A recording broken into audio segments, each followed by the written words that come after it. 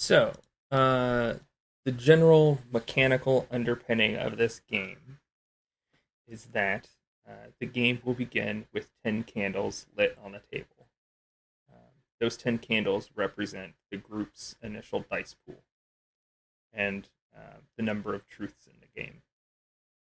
Um, as we go throughout the game, there will become challenges or things that you might have. Like, say you want to, you're narratively, you want to search the captain's quarters and look for a gun. You would roll your dice, whoever's doing that. So Kevin wants to look for a gun. There are currently 10 candles lit. He would roll 10d6. Successes happen on sixes, only on sixes. If you roll a 1, they are taken away from your dice pool for the remainder of that scene. So, Oh boy. so if Kevin rolled a 6 and 2 1s, those 2 1s would be removed from the dice pool for everybody from then on. On a 6, he's successful. He narrates finding what he's looking for. We talk through it as a group, continue the scene onwards. He finds, a bag with a gun in it and all of those things successfully. On the flip side, if he rolls no successes, we'll have an opportunity to burn a virtue and a vice, or one of those things, which we'll talk about later, to reroll ones. But more normally, if he rolls no successes, we immediately extinguish a candle. I take over narrative control of the consequence of what happens. And then we begin stating truths, setting up that scene, what happens after it. So in that case, Kevin's searching the captain's quarters. He rolls no successes. When he flips up the mattress, there is a wire attached to it. And as he pulls it up, he hears the sound of the pin being pulled from the grenade underneath the bunk. We then would begin saying truths. So I would say, this is known. The world is dark. And then Kevin, because he failed to roll, would say a truth that he wanted. Now, those truths could be something big. It could be, we are the last people alive in the world. Or it could be, the grenade is a dud. Oh. And then it goes to the next person in line. Or yeah, so on and so forth. You can be like, we hear other voices outside the door, and you're helping to set up what the next scene looks like that we continue moving forward progressively. Oh, go ahead. Until we get to however many candles we have left. Right. Exactly. Okay. Yeah. So if there are 9 lit candles, we do 9 truths around the table. I sit in that rotation. So I get to bet you do. I get to give a truth as well. Uh-huh. Until eventually we say 1 for each lit candle, and then we continue onward. And as we play through the game, progressively more and more candles are extinguished until eventually they all are. This isn't a game about winning. This is a game about experience, about sharing together in the last moments, and hopefully finding hope and camaraderie as the darkness eventually overwhelms all of you. Just to set the tone in advance. No jokes. No, jokes are great. They bring the gallows humor. Yeah. I sent in the 10 candles thing the Discord or the Sirenscape invite. Oh, thank you. What is I think most is a sound thing? Yeah, and it's optional as far as I know. It is optional. So my assumption is Kevin is going to be running the sounds of a spaceship in the background. Would be my guess. Like the white noise that a ship in space gives. Is that accurate? Yep. I don't know what any of these buttons are. Oh, is there a new player? Well, I don't usually do sci-fi. I see. And especially because you said you didn't want music, so I've got beeps and buzzes. Did they have just an ambient? Yeah, I've got stuff like that. I just don't know what they are going to sound like. We'll see. And then maybe I'll turn one off and then. I mean, there's the 10 hours of the Enterprise Warp Core on YouTube that we can go to if that doesn't work for some reason. This'll work, Josh.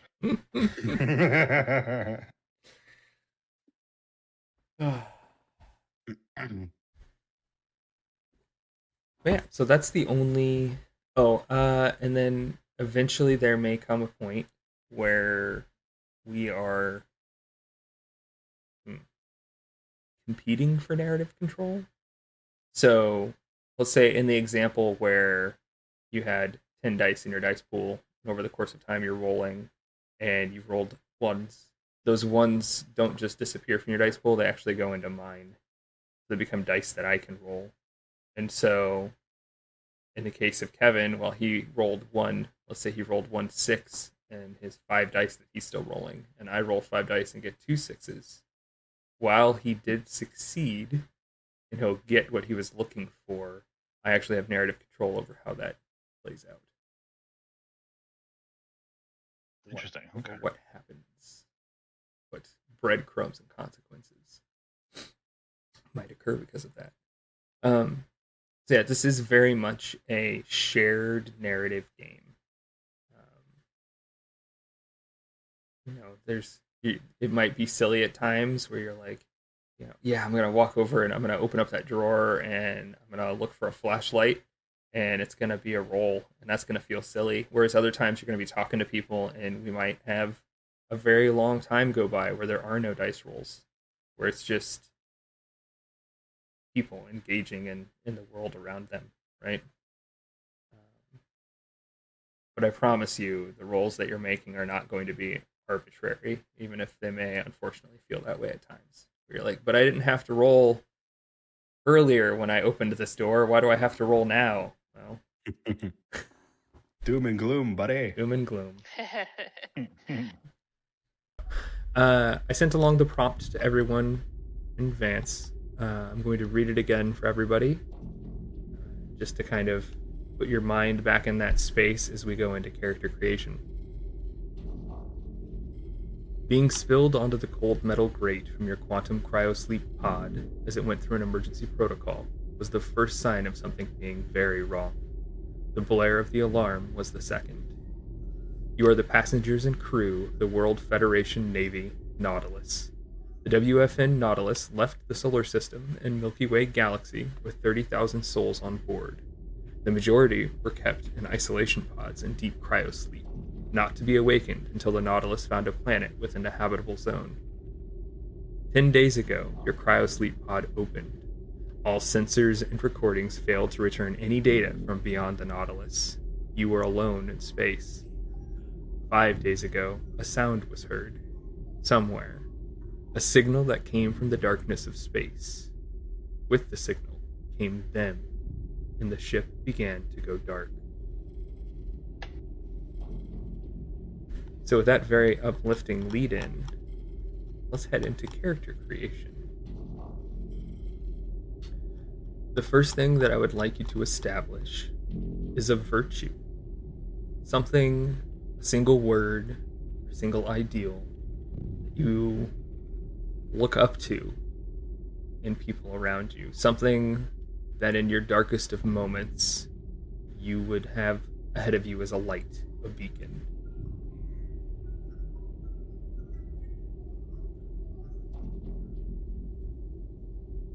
In Roll20, I've created folders for everyone, so you should have a handout titled Virtue.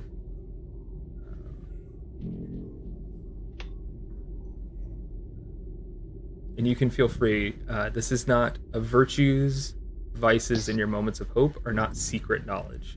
These are things that you can share with everybody, so feel free to talk about things that you feel are virtuous traits that you would like to see represented. I assume we're representing a character here, not necessarily ourselves. That is correct. Yeah, this is a character. Yeah, you are all experienced role players and tabletop players, so going through the vein of establishing a character is a totally fine. Sometimes you go with the, establish a virtue that you yourself want, because it helps to kind of create that space to build from.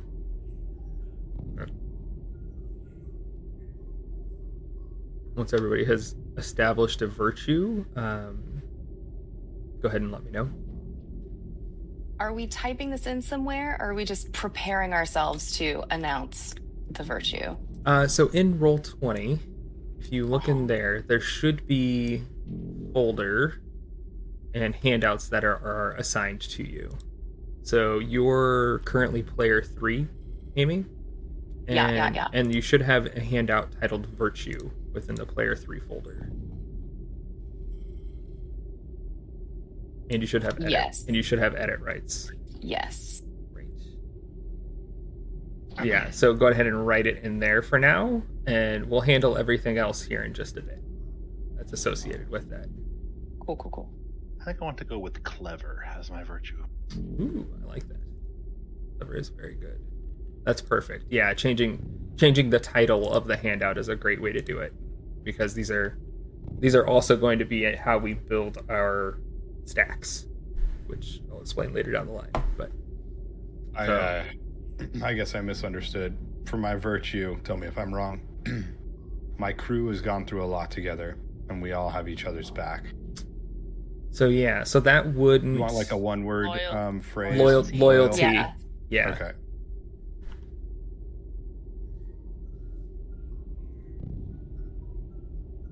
Got it. Perfect. I'm gonna do Steadfast because I think it's a great word. I like Steady it. and unwavering in the face of adversity. I love it. Very good. Dexter went with strong. This is hard. It is. Dexter, how do you... So when you say strong, do you mean of body, of mind? How do you... like resolute? Strong? How do you view it?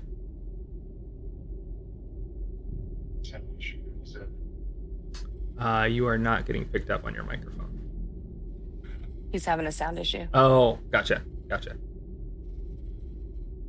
Apologies. Take your time. And then, yeah, Amy, it is hard. Are you still noodling? Honesty? Ooh, I like that. Honest? I like You that. want to see that in this game? Like, I don't know. That sounds kind of fun. Boring. do you mean like candid, like candor? Is that kind of the space that you want? Somebody who speaks truths and represents truth, or somebody who is just honest? Well, I was thinking someone who is just honest, but the more I thought about it, the more fun that you could have with that in terms of like, oh, this is a truth bomb. Right. Because I'm an honest person. Yep. Yeah, could definitely be an a-hole moment, kind of, if you want it to be. It's not my favorite, but if I can't think of something better in like 20 seconds, it's going to be that. That's fair. No nonsense. Serious business. Very nice. Yeah. All right, for our vice. Yeah, we can move on to Vice while Dex looks into his sound. So same thing.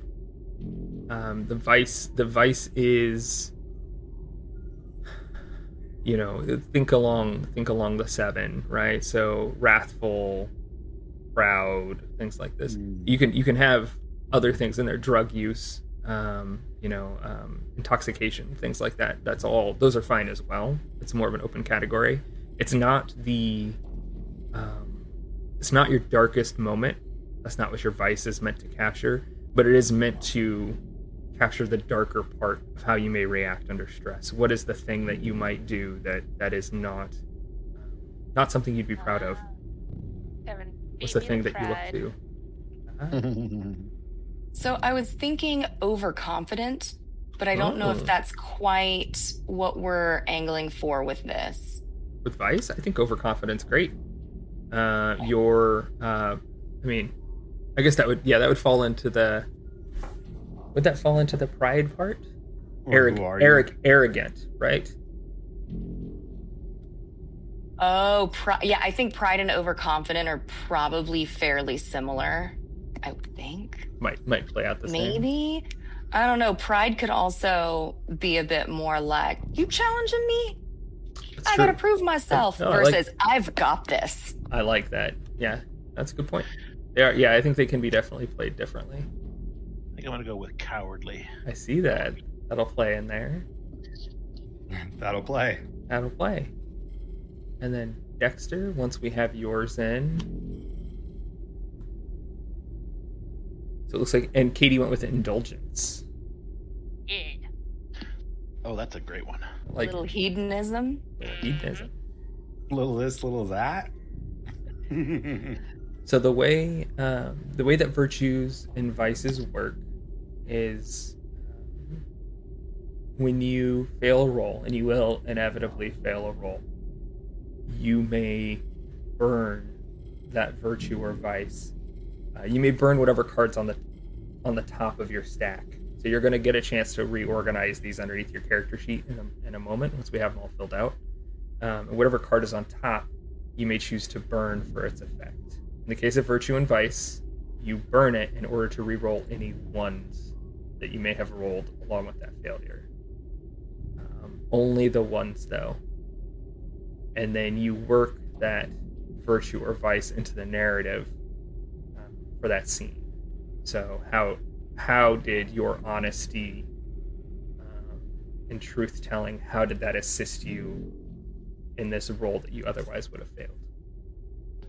What does burning mean exactly in this context? So, is it no longer usable? it is no longer usable. Once it is gone, it is gone.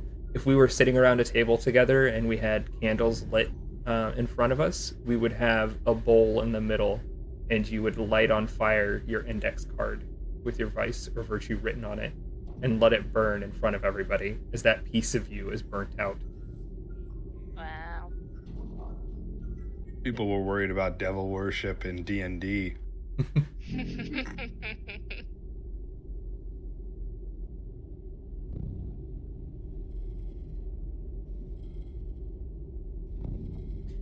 Well, Dexter knows this next part, so I'm going to go ahead and move forward with this a little bit. So all those virtues and vices that you just wrote are actually going to get passed to other people at the table. In this case, I have already assigned people where you're sitting around the table, so your virtues are getting assigned to the person that would be to your left. So I'll go through and do that now for everybody. Josh, Clever, the virtue that you created for Clever, is actually getting assigned to Dexter. Mr. Dean.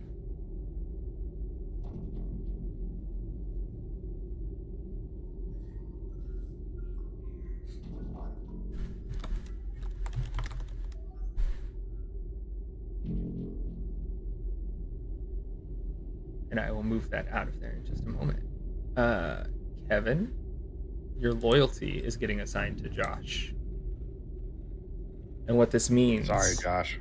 ...is that the character that you're going to be creating in just a moment is actually built with these. These are the traits that your character has.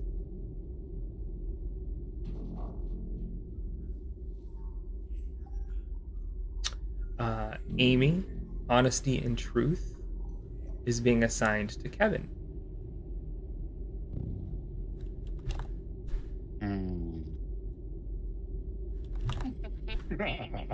He says.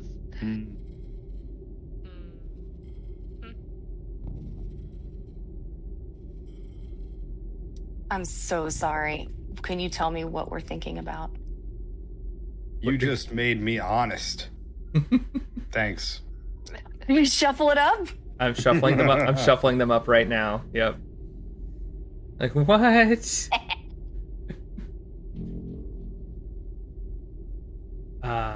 Katie, having created Steadfast is assigned to Amy. Ooh. And Dexter, having Yeah, created no pressure. Clever is assigned to Katie. So Clever was what I made. Oh, Clever is the one that you made? How did I? Yeah. Oh, you're right. I put that in the wrong spot. Clever goes to Dexter. I apologize. Katie, you are strong. okay. You are strong.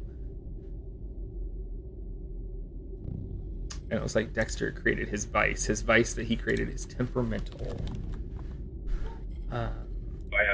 So I'm clever. Yes. So you were assigned Clever, is what came from Josh. Oh, thanks, Josh. I appreciate that. Yeah, and now everything else goes the other direction. So, Dexter is going to pass Temperamental to Josh. Josh is going to pass Cowardly to Kevin. Great.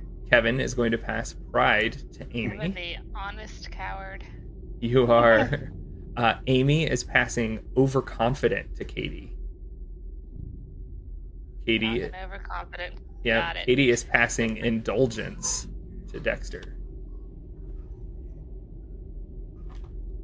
Combs, here we come. All right, so let me go through and make sure that these are all now. They're in the right boxes, but I want to make sure that the right people have edit permissions.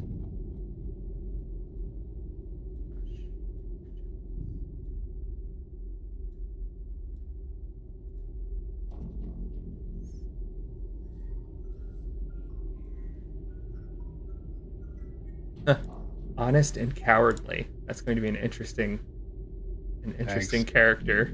Yeah. I just pissed myself. Beat me to it. Oh no. Would you shut up? As a quick aside, how do I get the little boxes that represent everybody to like shrink in Roll20? Go to your gear little icon for settings. Go to audio visual, video, I mean. And then the tab under that, video display. Then you go to names only.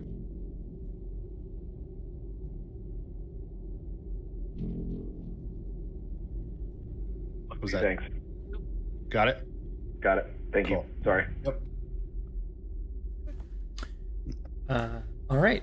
So, with those assignments, now you have these new virtues and vices. Let's take a moment and flesh out a little bit of who you are. You know that you're all on the Nautilus, and now you can play members of the crew or passengers.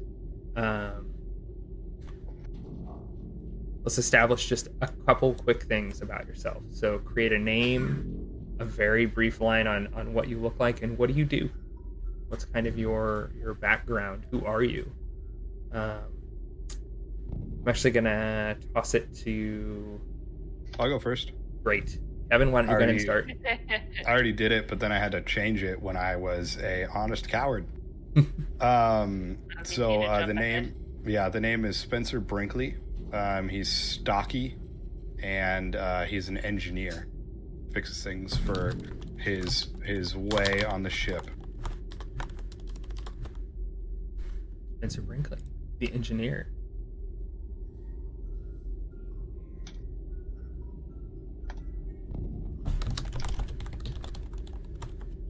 Would anybody else like to volunteer to go second?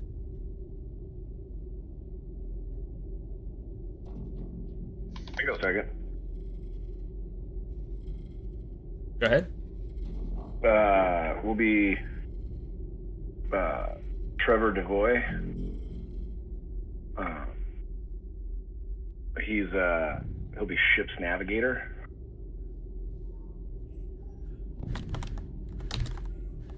Trevor Devoy, the navigator. And he'll be kind of average height, black hair, kind of a lithe build.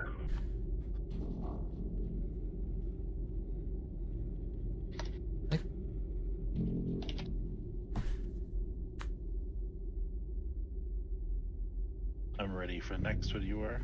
Yeah, go ahead, Josh. I'm doing Andrew Robinson. He is a chef by trade. His responsibilities when arriving at the colony were supposed to be to help organize food supplies and cooking duties among the colonists at first. Oh, your audio is cutting out. It's a Oh, little sorry. bit. There we go. Yeah. So Andrew Robinson, older man in his mid 50s. He was a professional chef for many years. He's skilled at managing food supplies, and his intent was to help the colony get started by managing cooking duties and organizing cooking labor. Love it. Love it. All right. Amy or Katie, do either of you want to go? I'm ready if Amy's not ready. Yeah, go ahead. Okay, my character's name is Kristina Rosario. She is a significantly larger than average woman in her mid-20s, Hispanic descent with medium brown skin, long black hair, deep brown eyes, and a permanent scowl on her face, and she works in security. Love it. Rosario, security.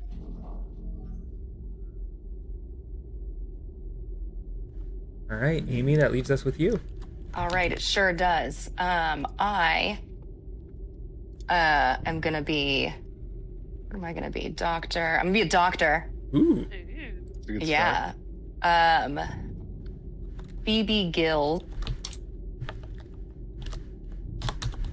I made my talk to chat a button that just jacked up my whole screen, so Whoops. I'll tell you about Dr. Phoebe Gills here and not type it in for a minute. She is young, probably late 20s,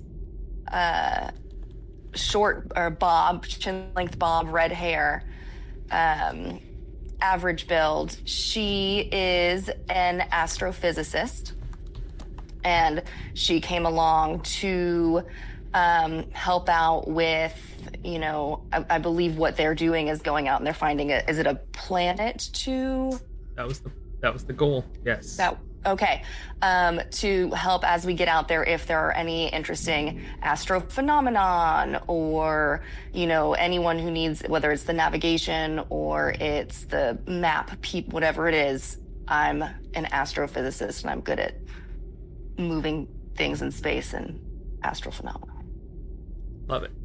Okay. All right. So the next step along our path to establishing who our characters are is your moment of hope. Now, your moment of hope is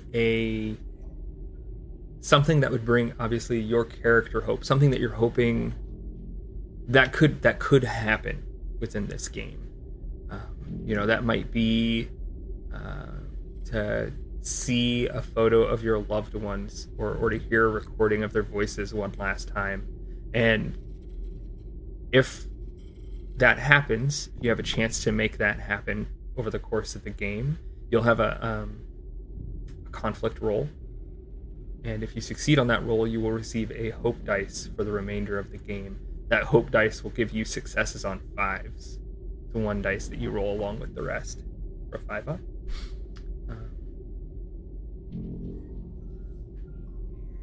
Was something that you're kind of hoping will happen in the narrative, something that would give your character, would reignite a spark within them. And if anybody would like to share with the group, they're welcome to. So being rescued would be a bad decision. That would perhaps be maybe not being rescued, but maybe your moment of Rejected. hope. Maybe your moment of hope would be getting people onto a shuttle, an escape pod. Would be finding that there is a place that you could conceivably get to. Maybe it's doing a readout of space and finding that there is a habitable planet. That one was found. That would give your character hope, maybe. Like finding a destination. Correct. Yeah. All right. Is that what yours is? It is now. Spencer? Yep. Okay.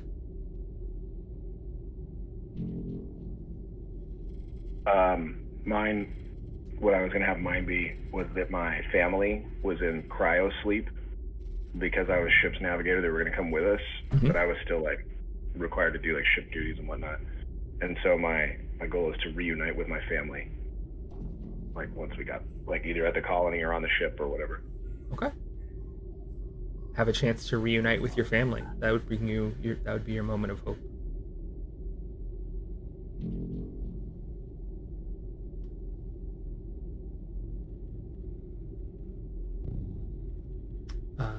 Dr. Gills, Kristina, Andrew.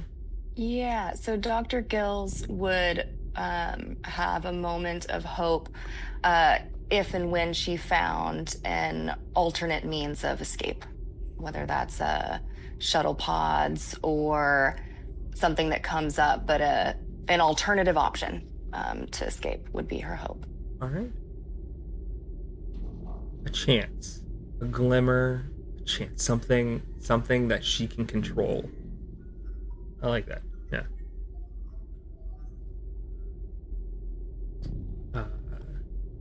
I think Andrew would find his moment of hope if he encounters something truly beautiful. Oh. I like that. Something that he could take in and find that even here in this bleak place, there's beauty. Exactly. I love that. And Kristina, security officer Kristina Rosario. Yeah, she wants to protect someone from something like that matters. I think a lot of the time that she's in security, she's like protecting ship from not getting stolen, keeping people out of places they're not supposed to be, and she's like, this is dumb. Like, she wants to actually save someone. Yeah. Is it kind of like, does she have a little bit of a Rambo fantasy? Oh, probably. Absolutely. Yeah. Guns blazing. Let's go. Guns blazing. I love it. To save somebody, that would bring her hope. To really matter. To have the tedium of security. To get that thrill. I like that. I like that. I'm ready to be protected. All right. Protect me. So this brings us to the last part of character creation. These are brinks. And you are going to be writing a brink for the person to your left. So in this case, and I'll go around for who you're writing for in a second.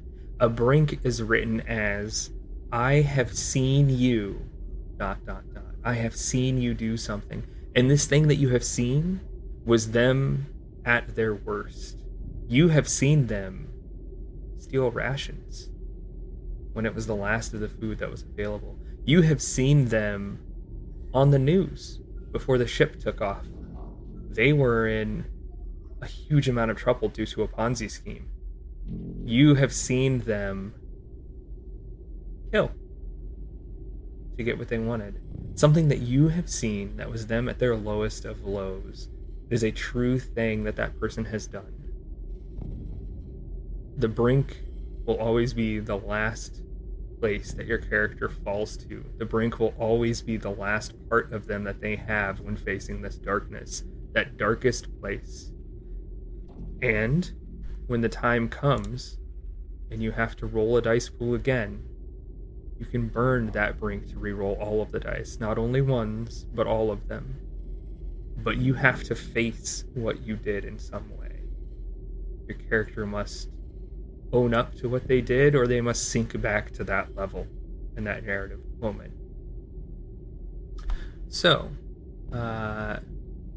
this is a little interesting for two people. Two people have something slightly different. Dr. Phoebe Gills, you are writing the brink for me. Something that you have seen them do. Oh. Yes. Them. Something that you have seen them do. You can establish a power for them.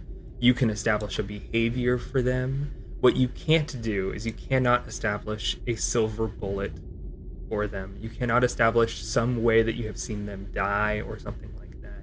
What you can do, though, is establish, yes, like a behavior, something you have seen from them. And I will be writing the one for Spencer. Something shit, that's me. something that they have seen Spencer do. I Now, was like, fuck, that name sounds familiar. Is Yeah. that me? that is you. Now, importantly, brinks are kept private. The only people that know your brink is you, the person that has it, and the person who wrote it for you, until it matters. Until you have fallen to that place and you make it known. That's super cool. So how do I write this brink then? It's because I see So- one brink page on mine, but I write it there, like, will assign it to whoever? Yeah, so you're going to be let's go through that. So Spencer, you are writing the brink for Andrew. So Kevin, you're writing the brink for Josh's character. I have written it. Andrew, you are writing the brink for Trevor, for Dexter. Josh is writing for Dexter. Dexter, Trevor, you have seen Kristina, Security Officer Kristina Rosario. So you will be writing for Katie. And Kristina, you are writing for Dr. Phoebe Gills. You have seen the doctor do something in their lowest of lows. Once you have written it, I will go ahead and move them around and assign them to the right people. So just let me know. Kevin, you said that you have already written yours for Andrew. Spencer has already written the brink for Andrew. Yeah, check it out in case I didn't do it right. Yeah, no, this is great. Cool. This is great. Go ahead and move this. All right, so we are writing this out under our player number in Yes. that brink. Okay, so I'm gonna put mine, and you let me know. I was gonna message you on Discord Yeah, to that's do fine. some clarification. That's fine too. We're not friends. I sent you a friend request. Oh, yeah, let's fix that. Let's fix that. And Need that. accept. I have accepted you as a friend on Discord. Okay, I wrote the brink. Josh. I hope it's not too uncomfortable for you to play out, Dexter. Well, I will shift it on over for you. So, Spencer wrote the one for Andrew. Where are you at, Andrew? Ah, there he is. And then this one. I Oh! have mine written. I love what you wrote, Andrew. What you wrote for.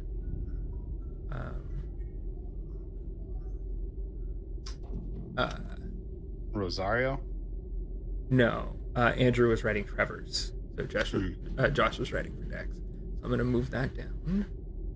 Dexter is defining my worst moment.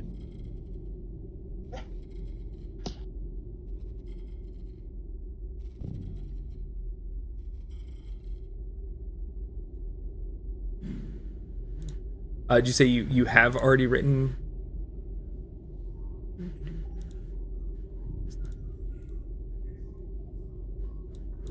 Just a sec, I'm still writing. Gotcha. I am done. Okay. So Rosario wrote hers for.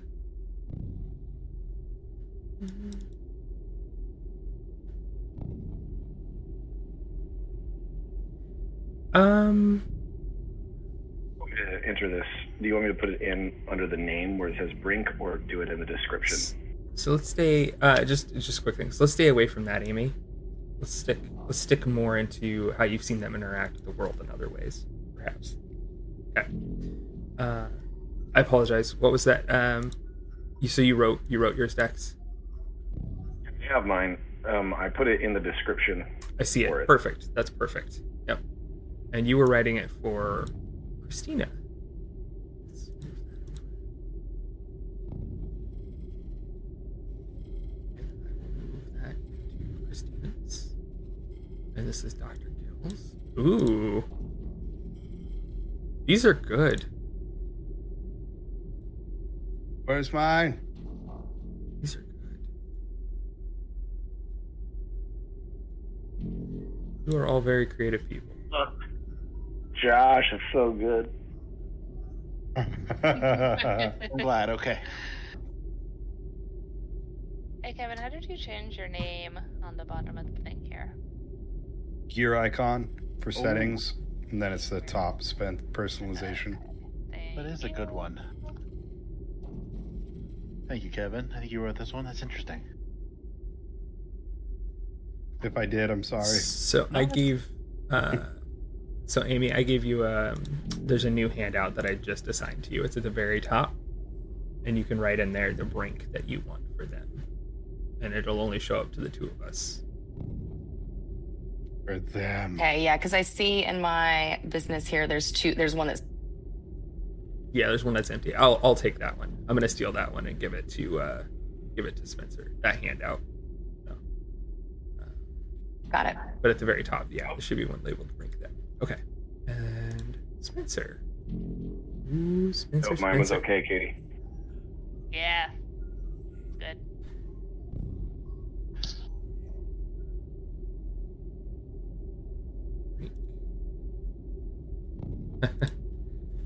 Oh, what have they seen you do? You laugh. This is a serious game. This is a serious game. You could cut the tension with a lot of things. A plasma sword. Plasma sword. If that's the kind of. Laser knife. All right, so everybody, go ahead and take a moment. Your brink has to be the last one, but you can reorganize your virtue, vice, and your moment of hope. Excuse me, within your stack. So when it comes up that you want to do a reroll, you have to use whatever's on top.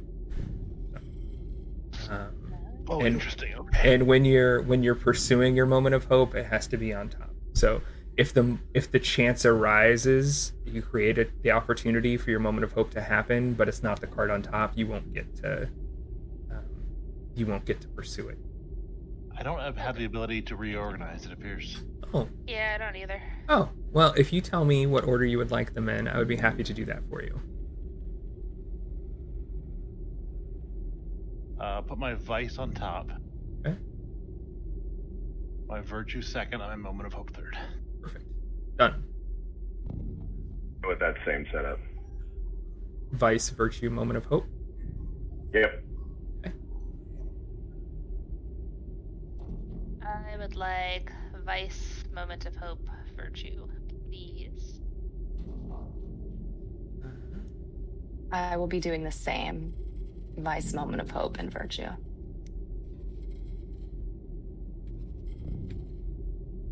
All right. Everybody's been arranged except for Spencer. Spencer, I assigned you your brink. Hopefully you have access to it and can read it. I can. Perfect. And once you've had a chance to read that... Ooh. Very nice, Amy. I just saw the brink. Okay, cool. Very nice. So, Spencer, you can stack your virtue, your vice, and your moment of hope in an order. When the time arises that you want to do a reroll or you want to pursue your moment of hope, you can only do it if it is the card on top of your stack. That is the tool that you have available to you. So if you're happy with how it is now, with virtue, vice, moment of hope, great. But if you'd like those in a different order, let me know, and I will shift those around for you.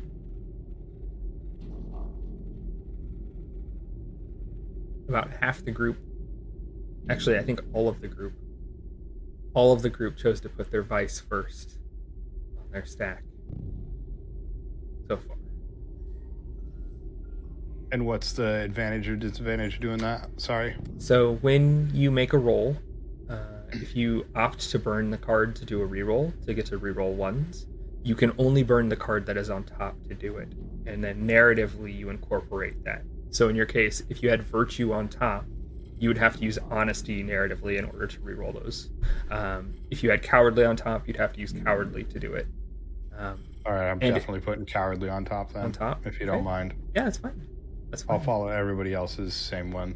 So most people did, actually it's split between vice, virtue, moment of hope, and vice, moment of hope, and virtue. Vice, moment of hope, virtue. All right. There we go. Perfect. And you said you've had a chance to review your brink? Yes, sir. It's Okay. lovely, thank you. You're welcome. It's appropriate too. I thought it was. I'm glad that you like it. All right.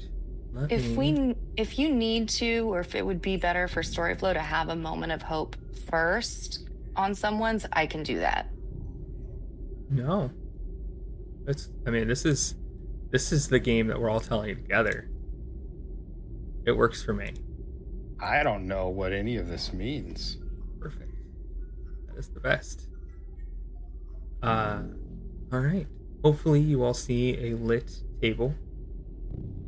Yourselves sitting around it. Let's begin our journey in 10 candles on the Black Ship. As a reminder, you have been now 10 days out of cryosleep aboard the Nautilus on the edge of space. You awakened, spilled onto the floor with sirens blaring. Sirens that thankfully Engineer Spencer was able to stop in the days. Otherwise, you would have surely been driven crazy by now. There's a small locker room that was adjacent that you were able to gather some basic clothing out of, some rations. And so far, you've managed to extend those supplies, meager as they were, to keep you sustained, to keep you alive in this space. And yet, you've been unable to open the doors that would free you out to the rest of the ship yet.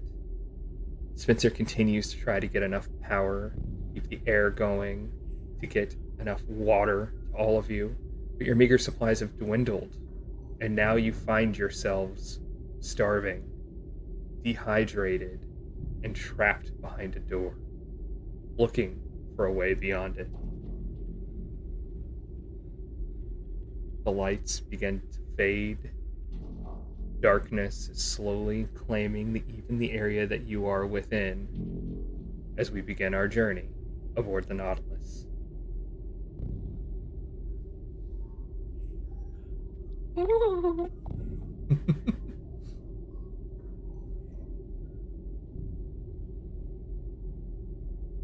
Fuck!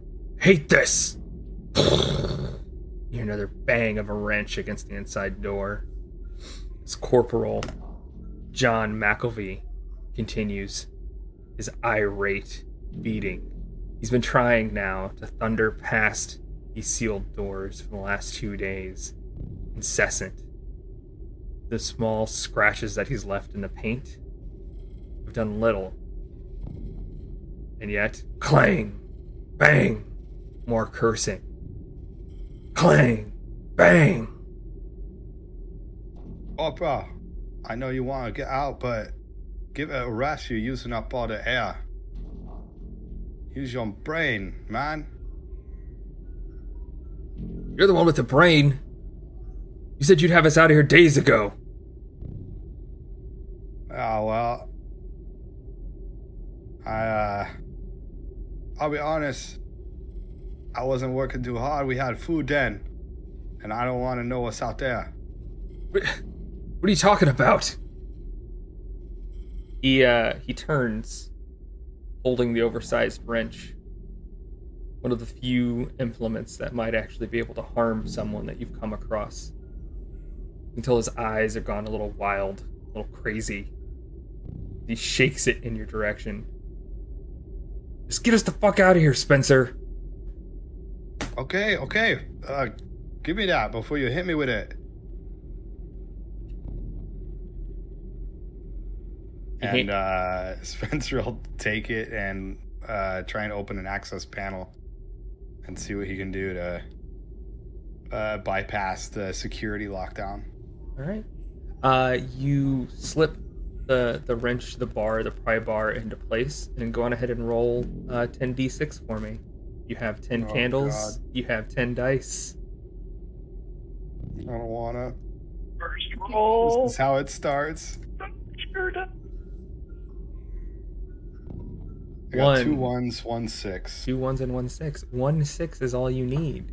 However, 2 1s have been removed from your dice pool moving forward. Go ahead. You pull the panel off. What happens? Oh, that was just for the panel? No. What happens? You go ahead and tell me how this continues forward as you. Spencer pulls off the panel to find the wires that he needs to cross to be able to trigger the emergency open. All right. You hear that siren again begin to blare. As all at once the doors slam open. Oh God! And then down the hallway you see the next one. As all of the doors down the hall fly open. You see the lights, those security lights, slowly blink off and on, illuminating the metal grated pathway ahead of you, leading deeper into the Nautilus, beyond your little safe cocoon that you had built. Turn that shit off, Spencer. Really, please turn that off. I need to find an access panel. This door won't have it. I need a bigger computer. Fine. Kristina starts going down the hallway. She takes the wrench from Spencer as she leads the way to the darkness. Oh. And we know that there's like bad guys, like that them are out there. You have heard sounds, things beyond the door, the occasional scream. You heard someone pounding frantically at one point on the other side of the doorway. But that's it. You're in space. Is there blood on the other side of the doorway? You take a look, and unfortunately the doors have slid all the way open, recessed into the walls from where they were at. But looking down at the grate below you, you see flesh. Looks like it has been pressed down into the grate, like scraped into it with force. Any of the sounds that we would have heard prior, as an astrophenomenon expert, would I have recognized any of them as perhaps things hitting, like, oh, that was likely an asteroid, or would I recognize any of those noises as space sounds? It was very difficult to hear from where you were at inside the ship. I would say at this point, no.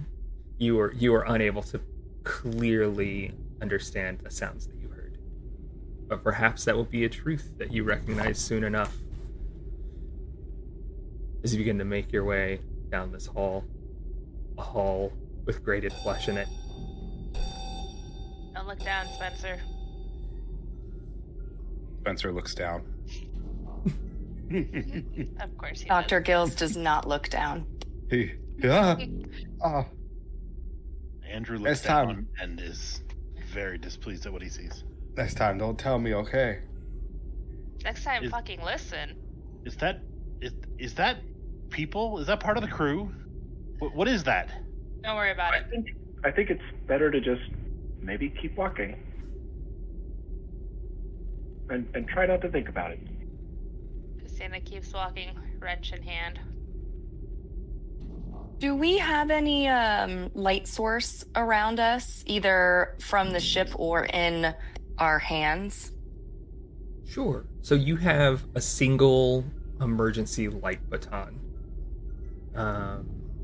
It's been you haven't been running it the whole time, so it still has power enough of it. You take a look at it; it has about 15% battery life.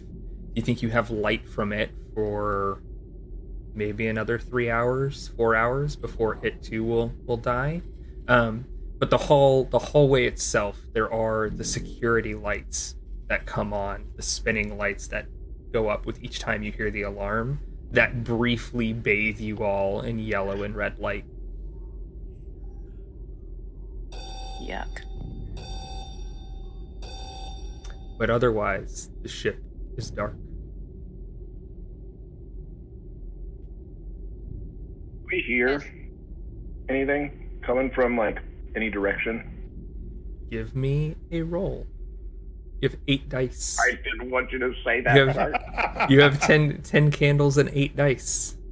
as you begin to make your way down the hallway, looking for this panel that Spencer said must exist beyond the door. This computer. Oh my god, I don't like it. You said 8? Yes, you have 8 dice. Wait. That was wrong. You can roll them all at once if you'd like. That's what I was trying to do.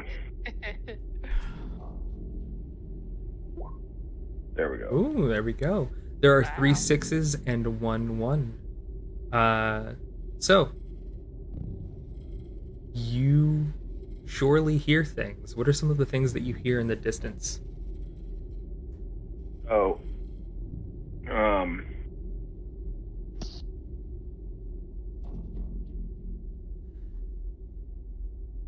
In the distance, we hear sort of what we believe to be like the sound of voices, not screams, just voices, heading off as we walk down like the corridors and we hit one of the crossroads in the ship. We hear more distinctly from the right, like voices like chatting, which at that point of the ship is the way to like the galley. Great. Yeah, can you hear? Yeah, I don't know what I did, Bruce. I'm telling you, I didn't open them, but all the doors just opened on their own. Somebody else has got to be messing with stuff. I'm not sure. I'm trying to get it closed again. Just give me a minute.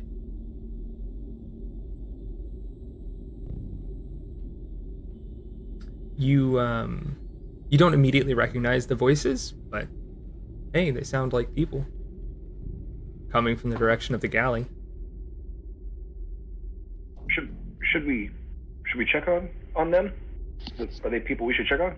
Well, that's the galley. I mean, we're all hungry, we're all tired, we're all dehydrated.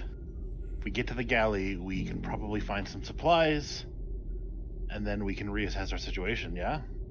I think that's an excellent plan. I will point out that there were... turn off soon. I might hit someone with this wrench. I vote not me, but there were people screaming. I'm just pointing that out there. It sounds like they're trying to hide as well. If they want the doors back locked.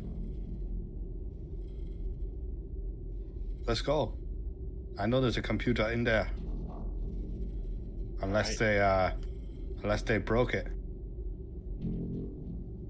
Fine. Andrew will go first. Well, second, I guess. Dr. Gills will follow behind. Right. Kristina's probably in the lead. Yep.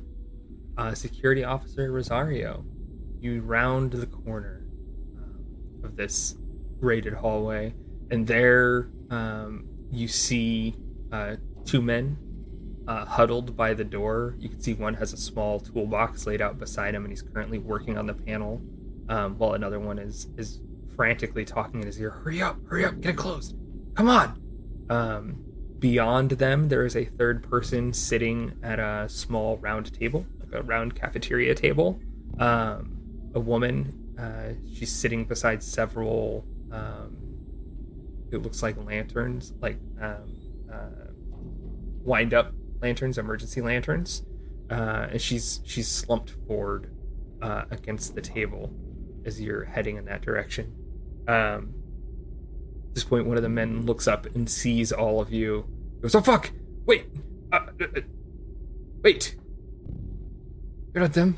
Who are you? Quick, get in here!" We scamper in.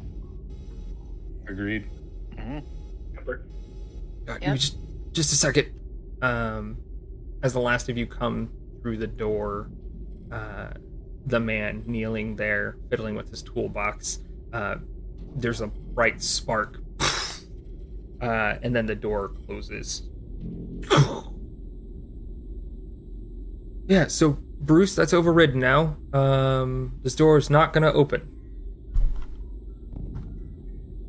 What kind of room are we in right now? You take a look around. You are in a small cafeteria. Yeah, a small cafeteria mess hall. There is a galley kitchen just off of it. that you can see into. Like there's a little partition, and you can see back into it. There are 3 other doors leading out of here, 3 other hallways. Looks like 2 of them have had tables pushed up against them. The 3rd one is still open. The doorway is open. There's a woman slumped forward at a table. Her skin is kind of ashy and gray. As she's leaning there in this dimming, flickering light as you all come in. So she's dead. Security Officer Rosario walks over and kind of nudges her a little just to make sure. What happened here? Yeah, you give her a nudge, and she very, very weakly kind of opens an eye to look up at you. That's unnerving. But you take a look at her, and she, you see that there's like a belt that's been wrapped around her lower waist, cinched very tight, like around her upper thigh area is cinched very, very tight, and you see that there's blood all down one leg. Bruce, the one that was getting talked to, stands up. You see that he has a little lieutenant pips on his uniform. Security Officer Rosario. Good to see. Lieutenant Bruce Anderson. I'll be frank, I'm not sure what's going on. We woke up a week ago, 2 weeks ago now. We were the only pods that opened within our group. Well, there were a couple more, but if something took them. But What was it? What took them? We've heard sound. We've heard noises. We've heard, but we have no idea what we're up against.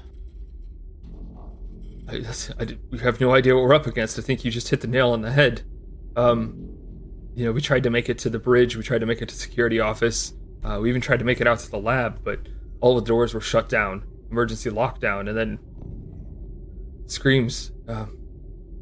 He looks over at the woman laying there, like something grabbed her out of the fucking can. Oh, we found her half drug out into a hallway, leg missing, and she was gibbering, not saying anything. We don't have anything to help her. Do you have any medical equipment? Do we have any medical equipment?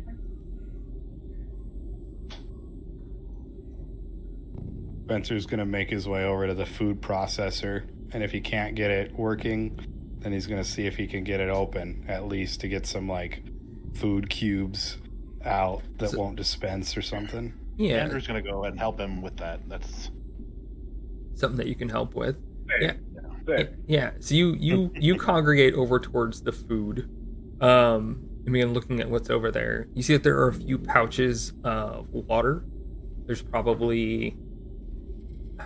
not much. There's maybe a gallon of water here in separate pouches, personal pouches, and then about 4 pouches of food. Looks like things were dwindling. And then you take a look at the cube dispenser, and no, it does not look like it has been getting utilized at all. And it does look damaged when you first take a glance at it. Like somebody's already been trying to rip into it. Somebody's already been trying to fix it.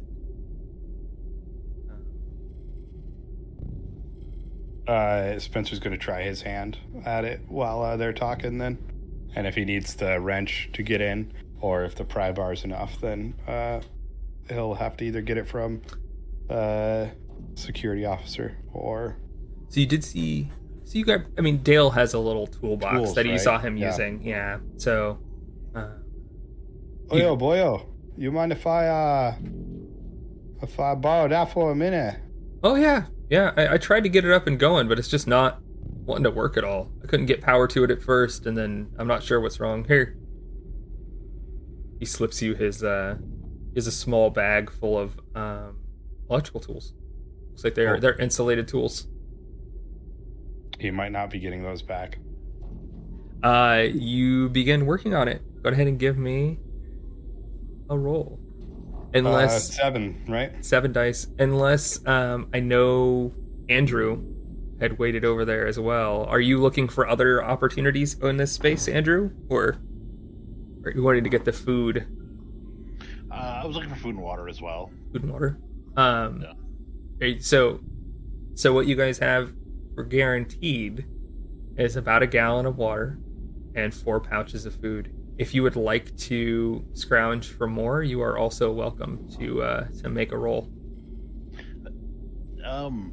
Spencer, before you go cracking this thing open, these things are temperamental. Let me take a swing at it. These old models are...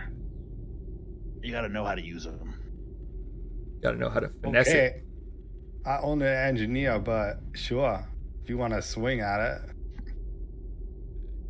Andrew will start finagling with some buttons and some knobs. Yeah, go ahead. See if he can get it to activate. Go ahead and give me a roll. 76. Come on, Cookie, you can do it. You can. There's a 6 there. You did roll a 1, so that will be taken away from pools moving forward. But you did succeed. Yeah, you're able to finesse it. Yeah. So you said you hit different buttons. What happens? I'll hit some buttons. I'll pull a couple knobs. I'll reach behind it and I'll wiggle a little wire connector that regularly falls out. I'm familiar with these old food processing units. And it lights up and begins to sort of make a humming sound. And a panel on the front, like a screen, immediately lights up and asks us what we would like to eat. I love it. Yeah. And you see the little hungry man pop up, the little cartoon figure dancing in the bottom corner. Oh, the branding. Yeah. Even out here, the branding. Even out here. Yeah. And it goes, how the button in the menu pops up, and what are folks hungry for? Tamales. Okay. Probably makes that. Okay. Yeah. You click a couple buttons, and sure enough, it starts to whir up. About 2 minutes later, you hear the sound. Ding. Food is ready. Oh, it's so unnerving, isn't it? Most calories. Whatever one has the most calories. This is literally the happiest any of you have ever seen Kristina Rosario. So they are. Thank you, Andrew. They're all actually exactly the same caloric density. Each meal that comes out has the same calories and the same balanced nutrition behind it, regardless of its output, smell. They look like tamales, smell, and taste like tamales, but they're not actually tamales. They're not actually. It's all just goop. Regurgitated protein goop. Yep, that is correct. Yep. Protein. Dr. Gills would like a Bloody Mary extra spicy, the same caloric intake as a serving of tamales. Thank you. Yes, the same nutrition. A BLT would be just fine for me. Thank you. Yeah, the room pretty quickly fills up with the smell of food. As people crowd back around. The lieutenant comes over, all grinning ear to ear. Hell yeah! And slaps you on the back, Andrew. Just for a brief moment, things seem all right. As you gather your food up and sit down, the woman does not get up to join you all. She kind of... I her a little piece of tamale, and I sit someplace I can watch that door that's still open. She doesn't pick up the food. She closes her eyes, and lays her face down against the cold metal table. Not a doctor. I'm a doctor of the stars and suns. I'm not a doctor of bodies. How long has she been like this? That's not to waste your time, methinks. It's been 3 days. 3 days since she got injured. She's got no blood left. Yeah, I don't know what to do. Is there Is there like a Trying to take commercial the side? tamale back. She doesn't need the food. Yeah. Is there a freezer, like a big commercial size freezer? A lot of places have them, and you can, lock them. Is there something like that in this galley? Yeah. There's one that it's not massive, but let's say it's like 4 fridges in size. So it's a walk-in, but it's not huge. Enough for a corpse. I imagine. Enough for a corpse, most definitely.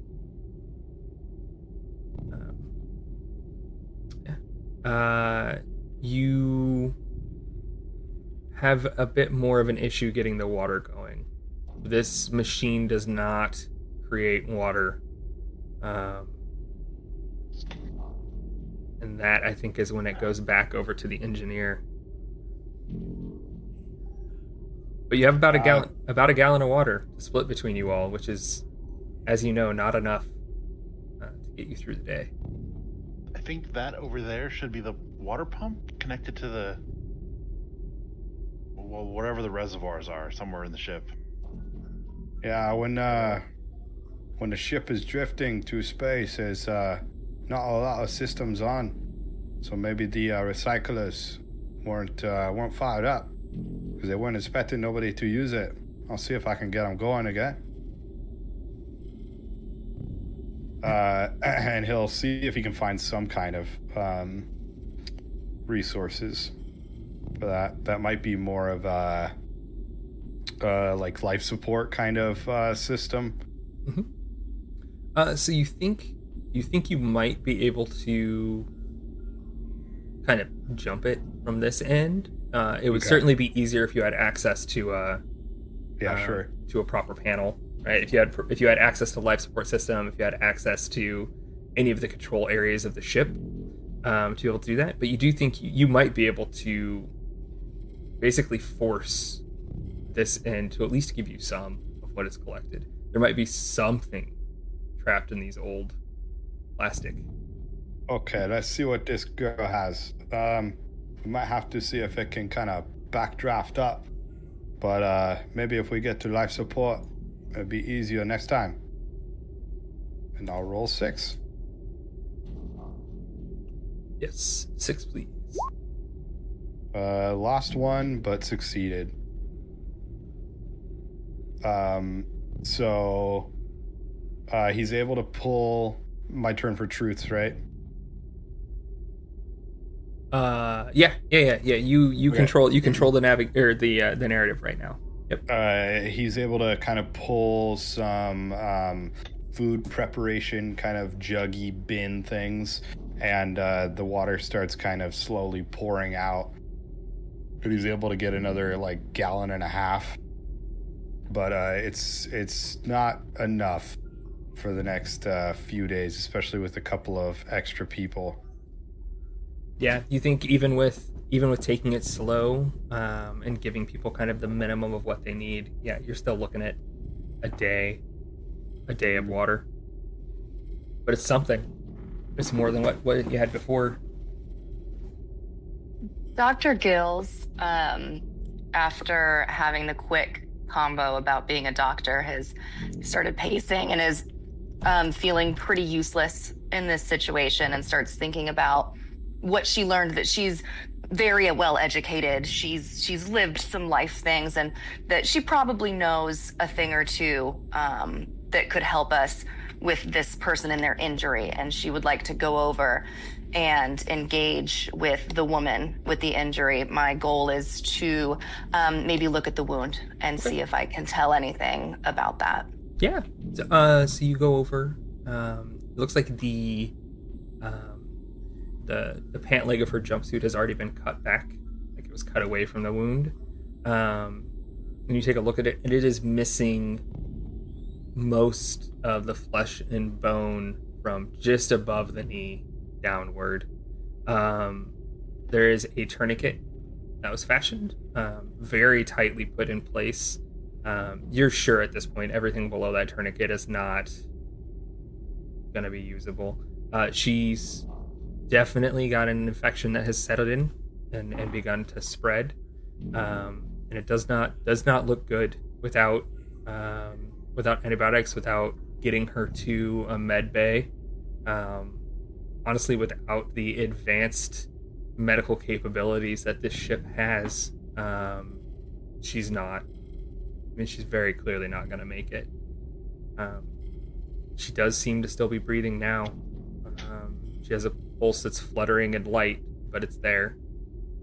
I'd like to talk to her and see if I can get her attention, see if I can get her to look me in the eye and say, Miss, my name's Dr. Gills. I'm a doctor and I'm here to help you. Can you remember what happened? Can you remember what hurt you? Her name's Margaret. Margaret, I'm a doctor. Can you talk with me? What? Her eyes kind of flutter open, and her dry lips and a scratchy voice. What?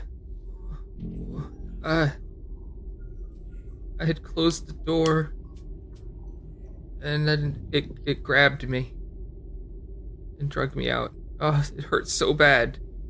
Margaret, what grabbed you? I don't know. It was so strong, it ripped me out of there, and then it started to pull me into the grate. How did you get away, Margaret? They came. They came and grabbed a hold of me, and I just let go.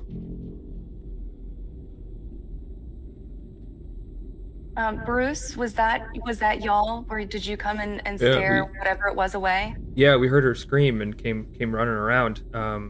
I mean, we saw she was holding onto the inside of the door when we got there, so we grabbed a hold of her arms and pulled.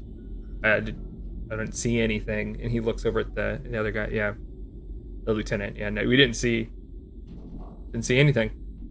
Did you hear anything? Did you hear voices or metal or anything? No, just her screaming. God, it's all that I hear. Did you smell anything? I mean, no, nothing different, nothing off. They point towards one of the barricaded doors. I mean, it's just past there. Where are we in relation to Medbay? You're maybe a 10-minute brisk walk from it. You'd have to go through the barricaded door. The one ahead of you. What? The one that's open? Yeah. Yeah, the ones there are two doors that are barricaded up, and you have to go through those to get to the med bay from here.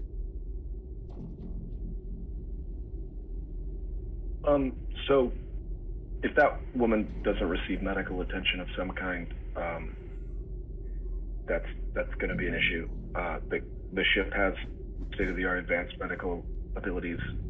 If we can get her to sick bay, even if there is not a doctor, there is a high likelihood that the automated medical assistance systems are going to be able to ensure she's got a better chance.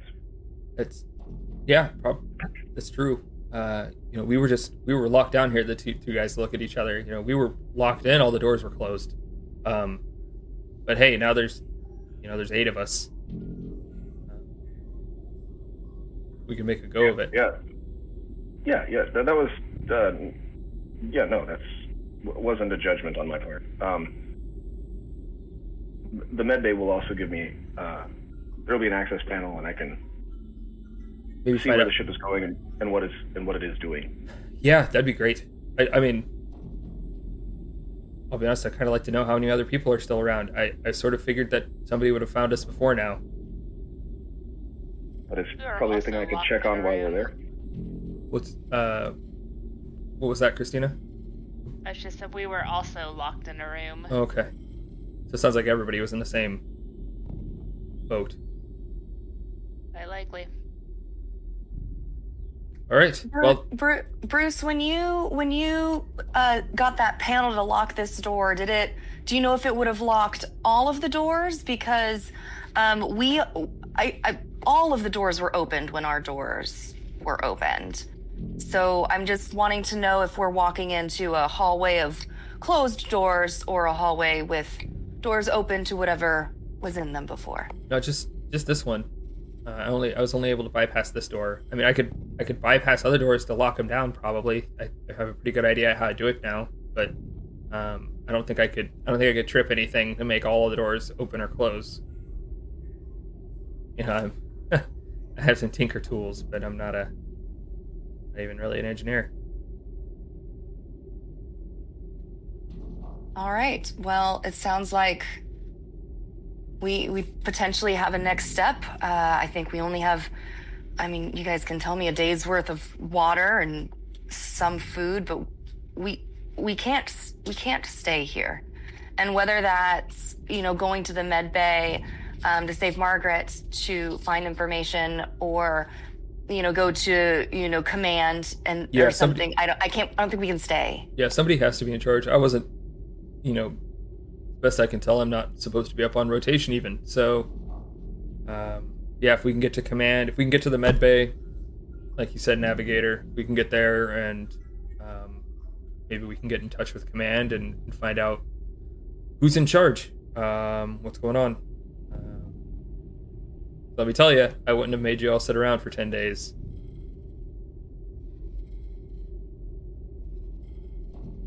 It's gotta be. You got them first. Okay, well, yeah, let's move. Yeah. Andrew, you know your way around a galley. Before we leave, is there anything here that we could use? Do you use knives? They don't cook.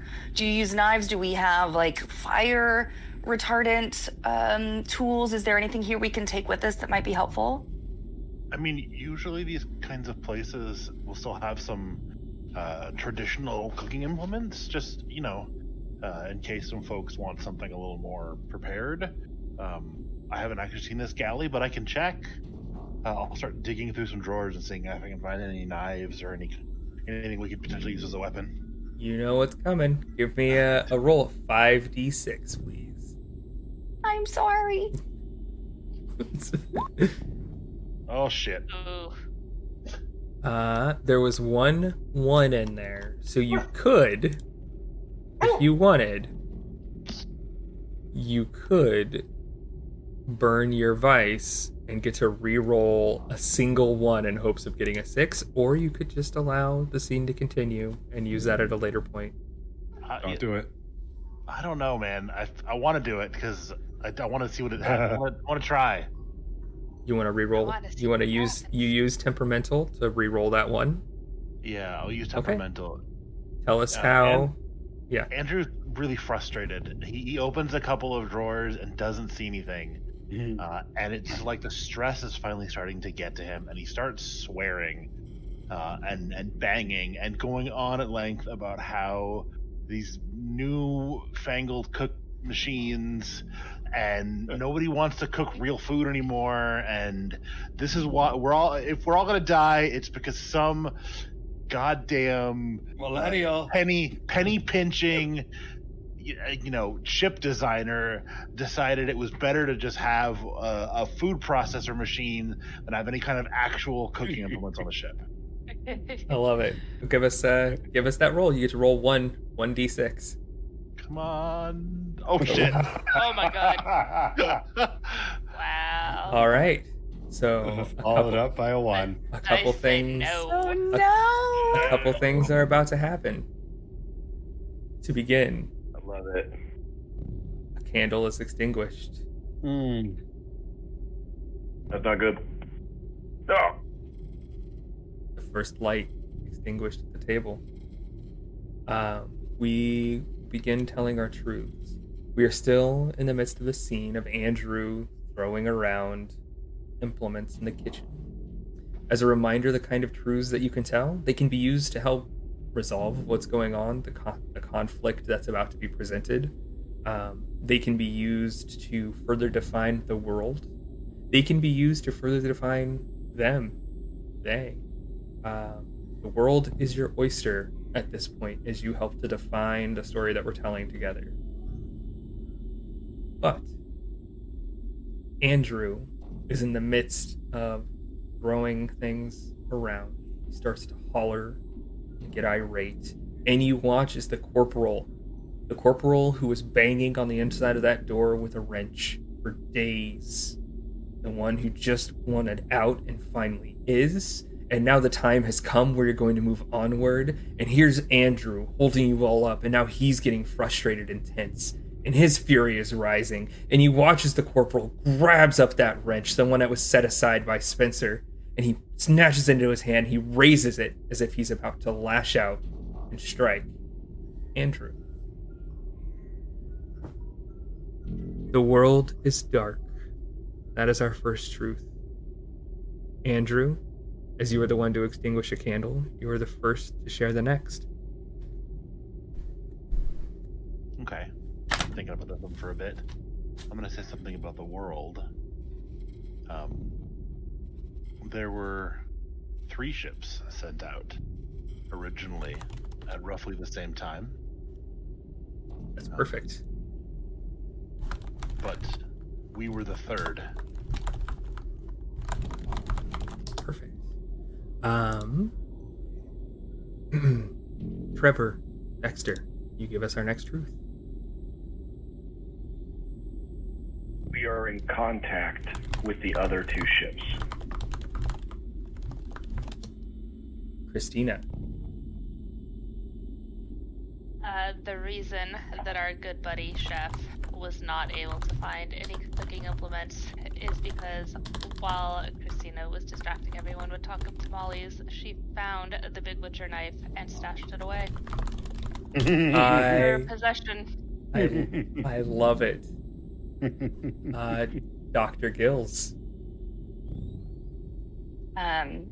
In all of the corridors in this vessel, every other door, so in panels, wall panels, there are fire extinguisher units in the wall you can get into. Love it. Oh, it's my turn. What? I didn't know yet. Not yet. I'm in the rotation also.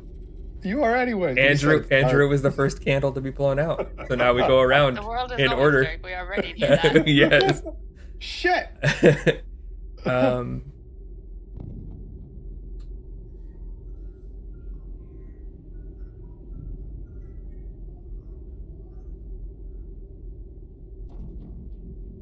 They have already taken one of the ships. Oof. Rude. Is it my turn now? It is your turn now. So, Spencer, like when all this is going down, he kind of backs up. He's cowardly, right? He tries to stay away far away from violence as possible, but he says, "Hey, stop! Do you hear that?" And we hear footsteps pounding towards the galley. There are footsteps heading your way. So those are the first 6 truths. Andrew, give us another. All of the pods are in pristine condition, with their occupants still inside, including our own. Oh. I love it. Oh, no.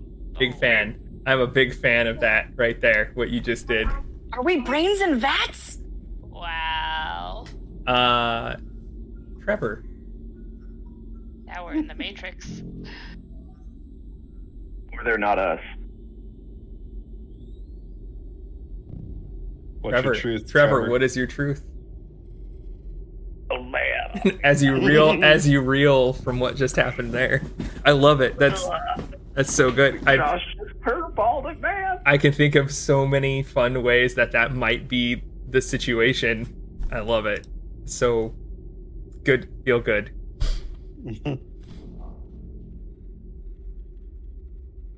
Man. Oh.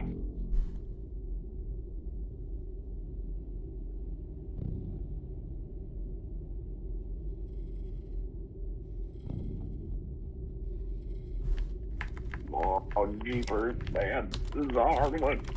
okay. You get to do this 9 more times. Mm. Some of you will get to do it 9 Better more get times. used to it. Some of you may only get to do it 8, or 7, or 6 more times. We'll see. That's not ominous at all. Gosh, just curveball. Do something. even know. Do something simple. What does it have in its pockets? Mm-hmm. That's what I was thinking too. Extra batteries or whatever. A star chart.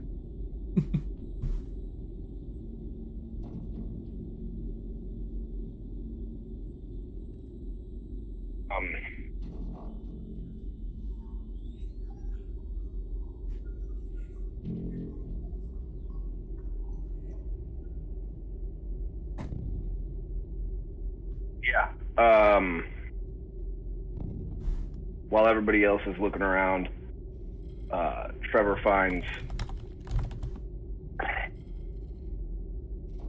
the equivalent of a communicator and a tricorder.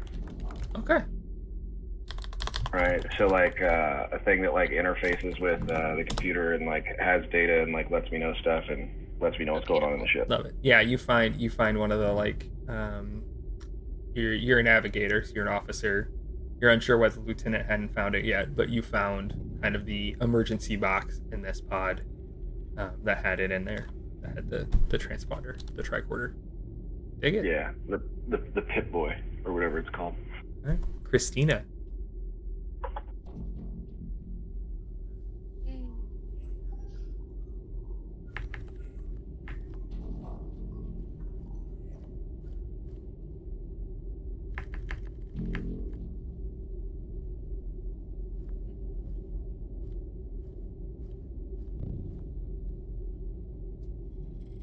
They grab us with tentacles. Like, not right this very second, but like that's what they do. They have tentacles. They And have that's how they grab. Cephalopods. They have tentacles. Space squids. All right. Ooh. There we are. The corporal with his wrench raised high. He's getting mad. So mad at Andrew as Andrew's getting frustrated. And he slams the wrench down on top of the table. Shut up! Just shut up! You should do anything! Just something! Come on, get out of here! And he goes running. Running. In the opposite direction of those footsteps that you now hear. Running in your direction. They're running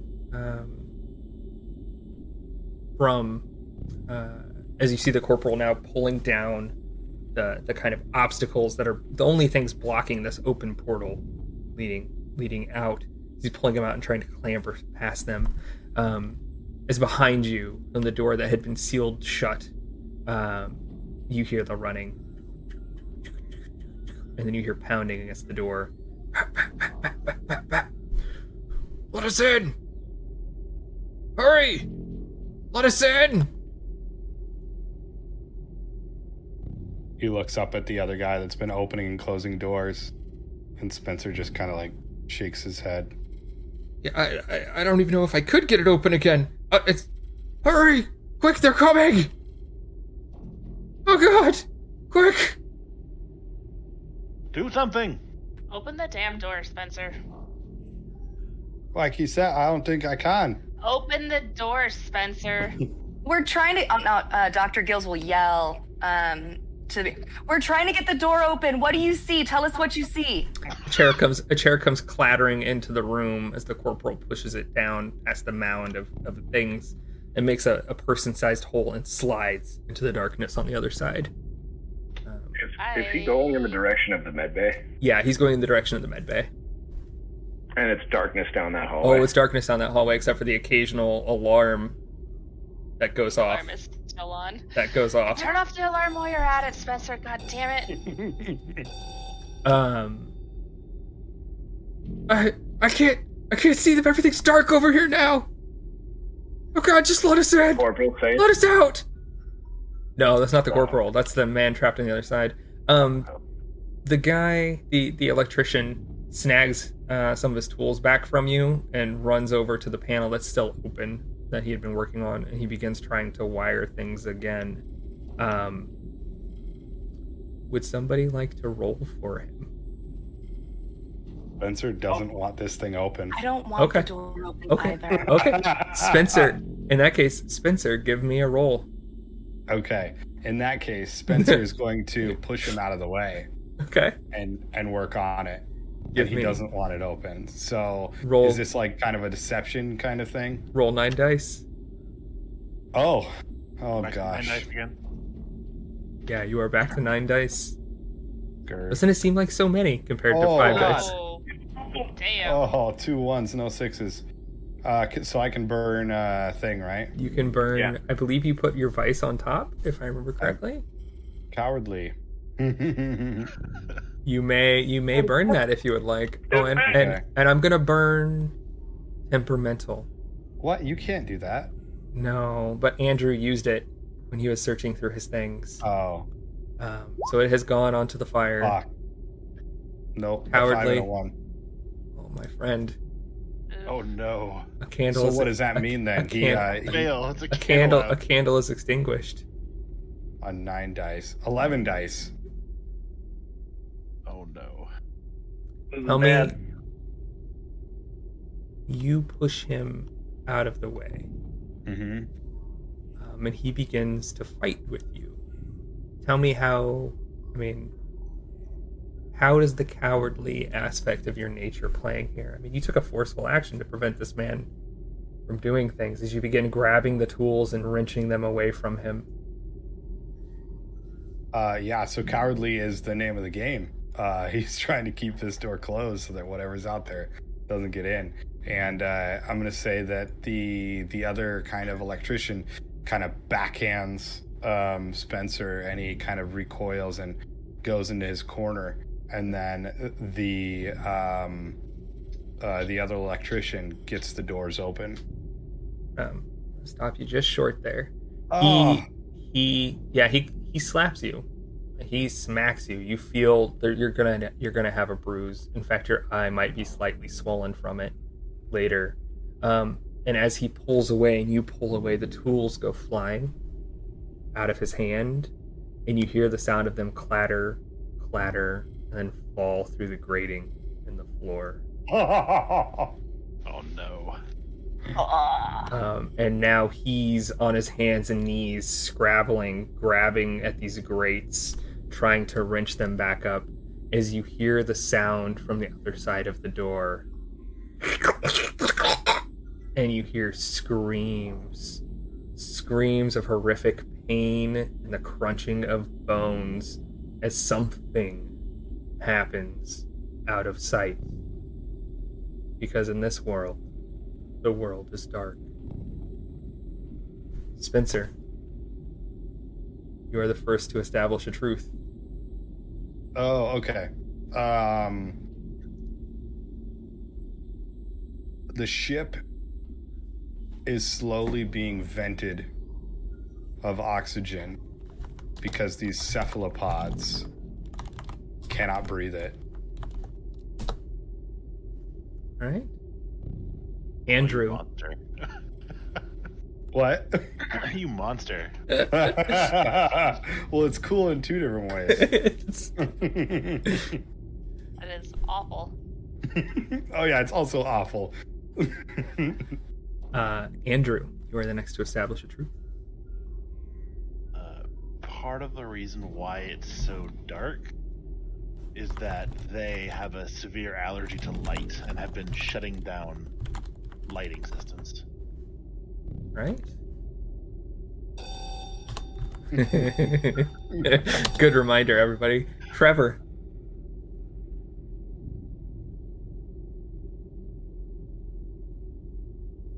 Somebody somewhere on the ship manages to restore emergency lights.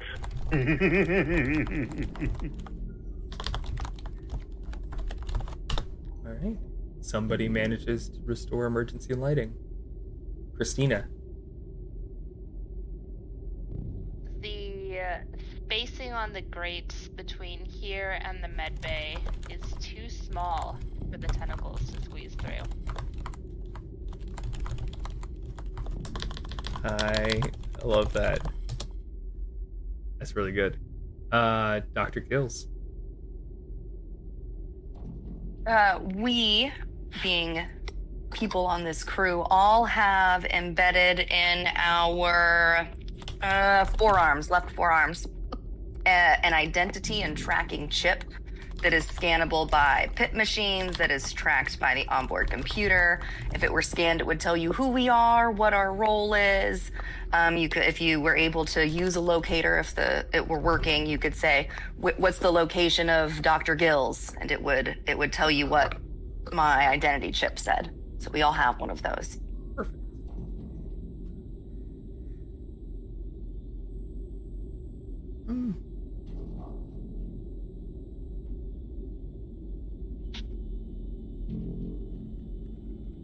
There are people on this ship who want you dead.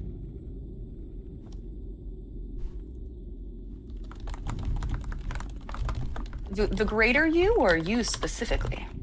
Don't answer that. As your lawyer, you don't have to answer You don't that. have to answer that. That's a separate truth. Thank you. Spencer.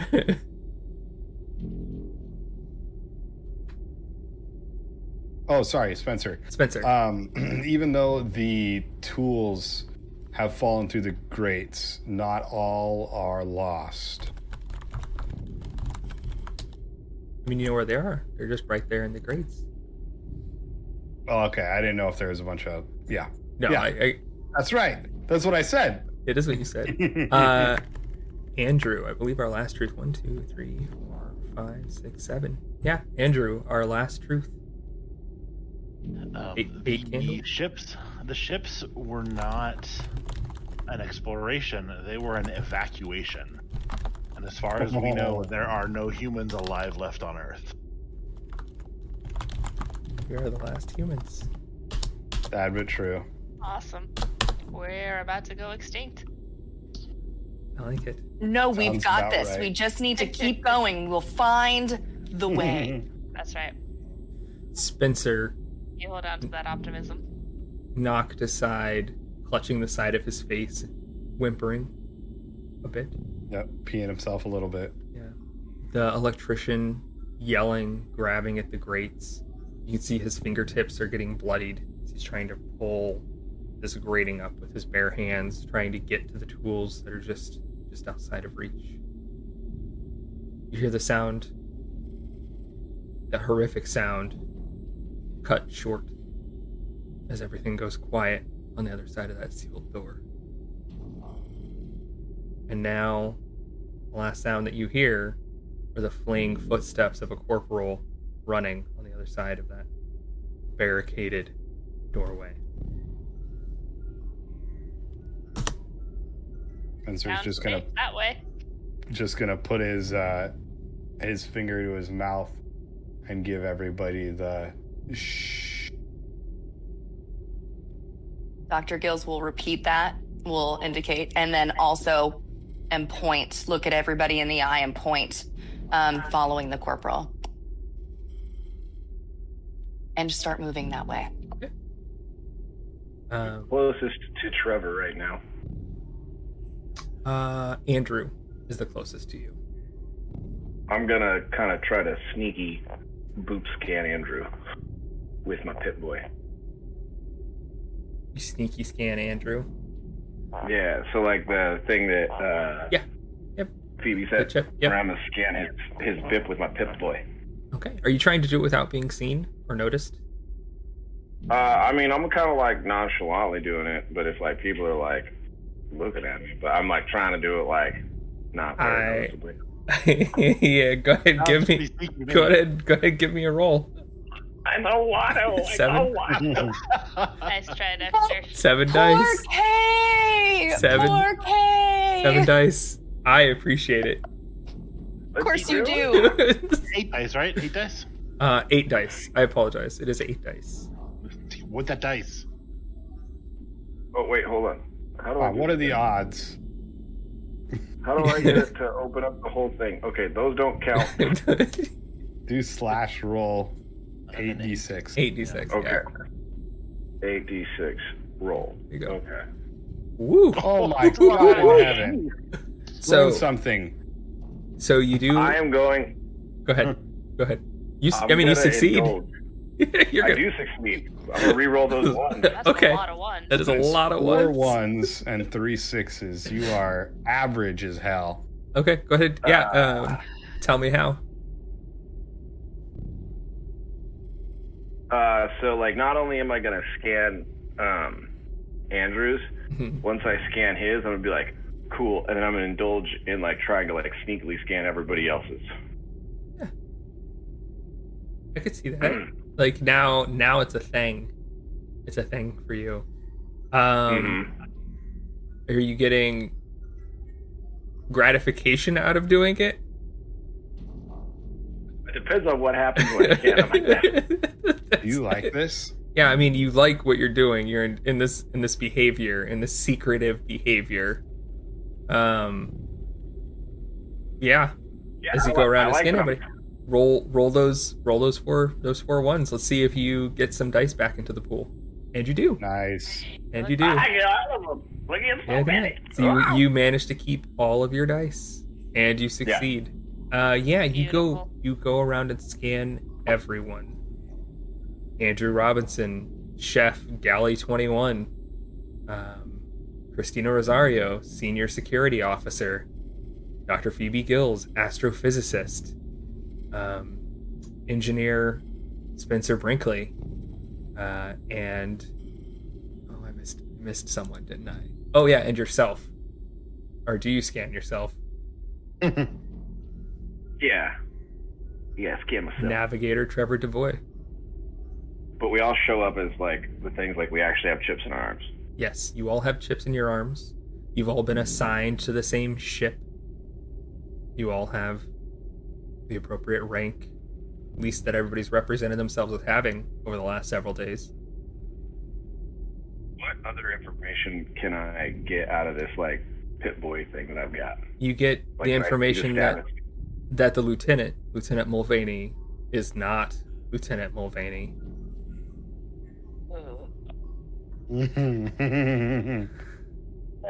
Does he at least have rank? He does not. Ha ha ha. Yeah. So I scan him and he is not Lieutenant Mulvaney. He is not Lieutenant Mulvaney. He is Custodial Operations Officer Frank. Oh, so he could just be a janitor pretending to be the lieutenant. I think that's probably what's happening. Yep. Well, I would likely inform the security officer of this tidbit. Interesting. All stealthy like. I would probably come over and kind of be like, hey. And I'll show her the screen. Oh, there you go. Ooh, good call. She looks at it. Too bad you got to roll for that. Roll for blindness. It's dark. I believe meanwhile everyone else is removing the barricade from the doorway, correct? Or at least that's Spencer where was waiting for the creatures to move on. Yeah, everything from the other side of the door has gone quiet. It has gone quiet. Yeah, the screaming was cut short. The sounds quiet from the other side of the doorway.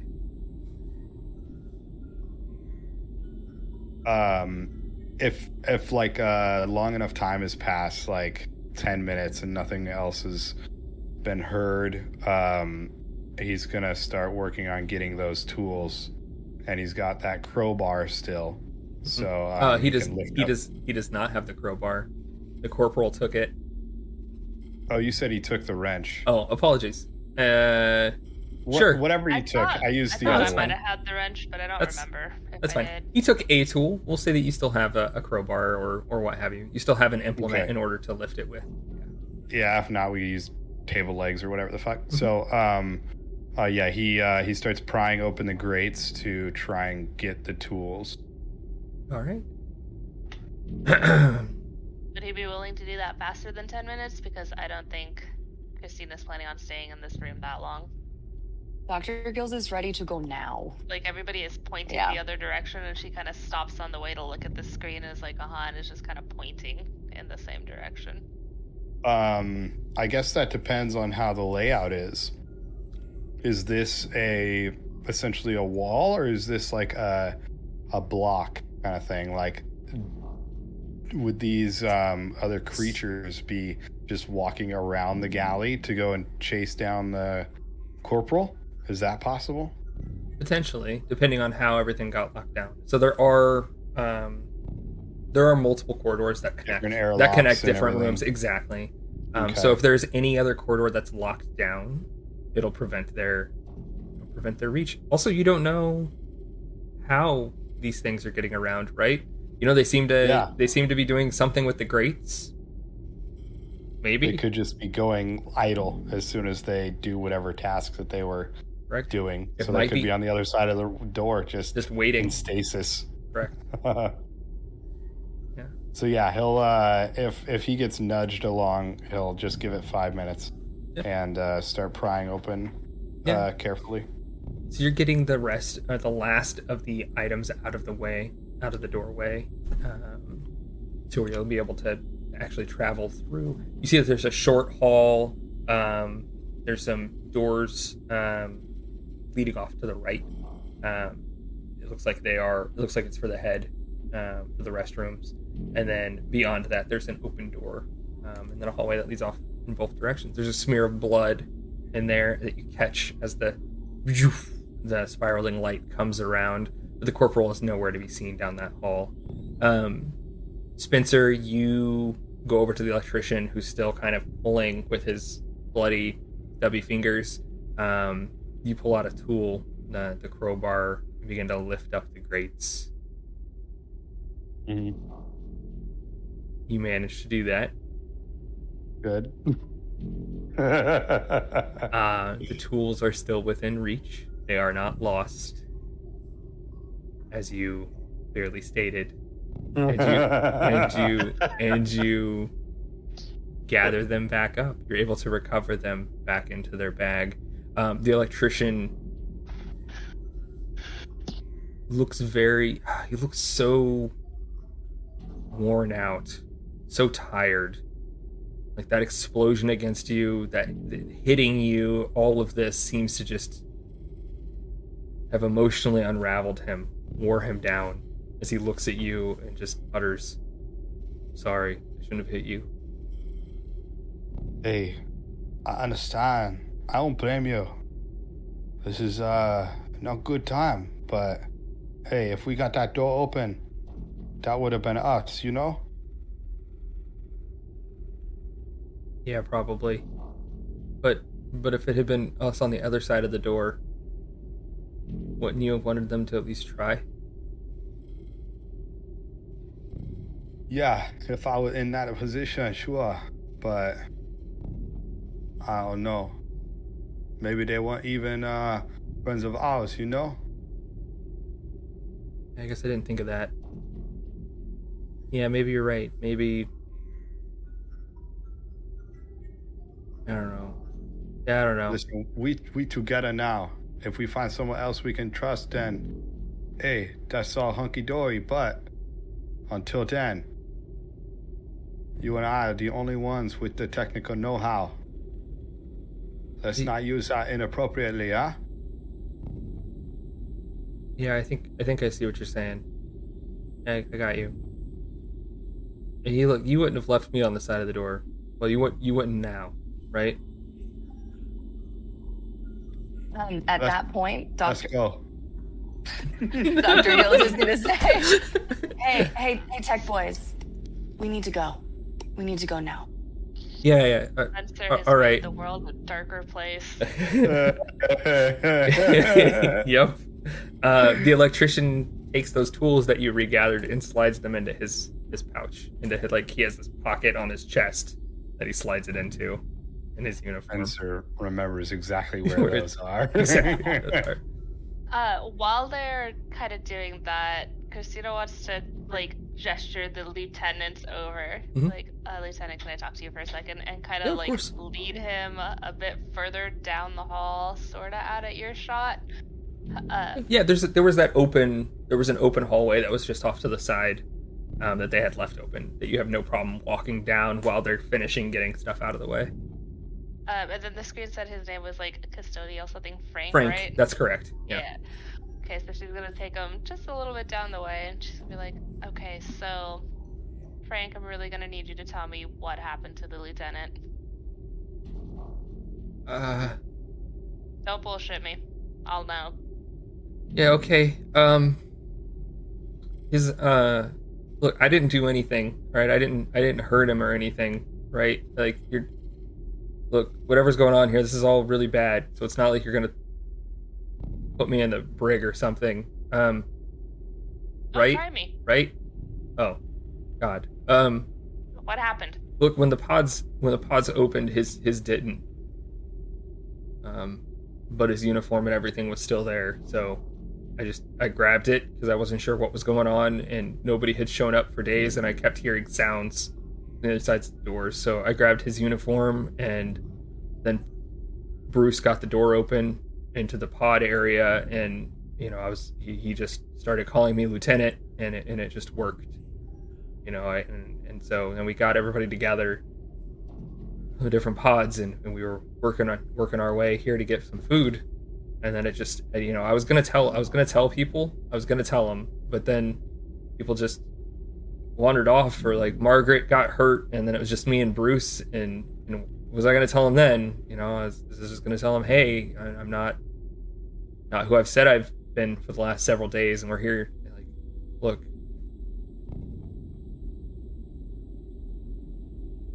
Look, I didn't know what was gonna happen. Okay. Okay. Got Okay. my eye on you. Yeah, you don't need to like salute me or anything. Like. Oh, I won't.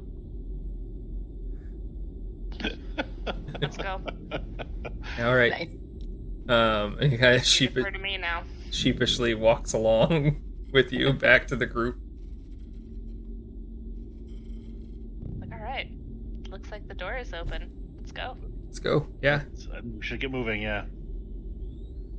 And she confidently leads the way down this safe hallway with its smaller grating. Dr. Gills will quietly say to whoever is closest to her, "What are we doing with Margaret?" Can we Just carry leave her, her? yeah. Or... Wait, leave her? This is why we're going to the medbay. No, I can't hear. I'm confidently leading the way. The reason we're going to medbay is to help Margaret. Do we carry Margaret, or do we bring help back to Margaret? I think Margaret's gonna need the help in the medbay. That's mine. I am strong here in my brain. I'm not strong enough to carry her. Nor am I willing to. I'm happy to tell her we'll be back, but I can't carry her. Bruce, the electrician. I'll carry her.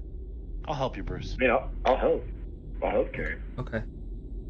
Yeah, it's not very far, right? Like, I think the med bay's only. I think it's pretty close. I scanned Margaret too. Yeah, Margaret Crusher. She's a horticulturalist. On this Pip-Boy thing that I found, can I see like other parts of the ship and if they're functioning and like other people, like does it? You don't see there's no live updates coming, so there's no like active intranet. There's no Wi-Fi signal. What you're getting when you're reading people's chips in their arms is the data that's already stored there. So on this Pip, what you do have on your transponder is you do have a map of the local area, like a GPS map that was already installed on the device. But go ahead and give me a roll to see if it's of this area or not. Nice. Does he have to? It should be easy, right? He's a navigator. He is a navigator. Oh man. He You're told rolling me eight he again, described to luckily. me a tricorder and communicator device, and its scope has grown just slightly. That's Tricorder, fair. I meant like a Pip-Boy, right? Like it has things. Your Pip-Boy has like a You map gotta on it. stop mixing your metaphors, man. I don't even know what you're talking about anymore. You just wanted a pirate hat. Yeah. Star Trek Pip Boy. Rolling 8, right? Yeah, 8d6, sir. 8d6. You did really well last time. 1 6 and 2 1s. Only 2 1s. Only, Yeah. he says. Only. Only. Yeah, you pull up the area map. Sure enough, it does have this zone on it, which makes sense. This is where you found it. It looks like it has that actually has several decks of material within it, right? How far away is the med bay?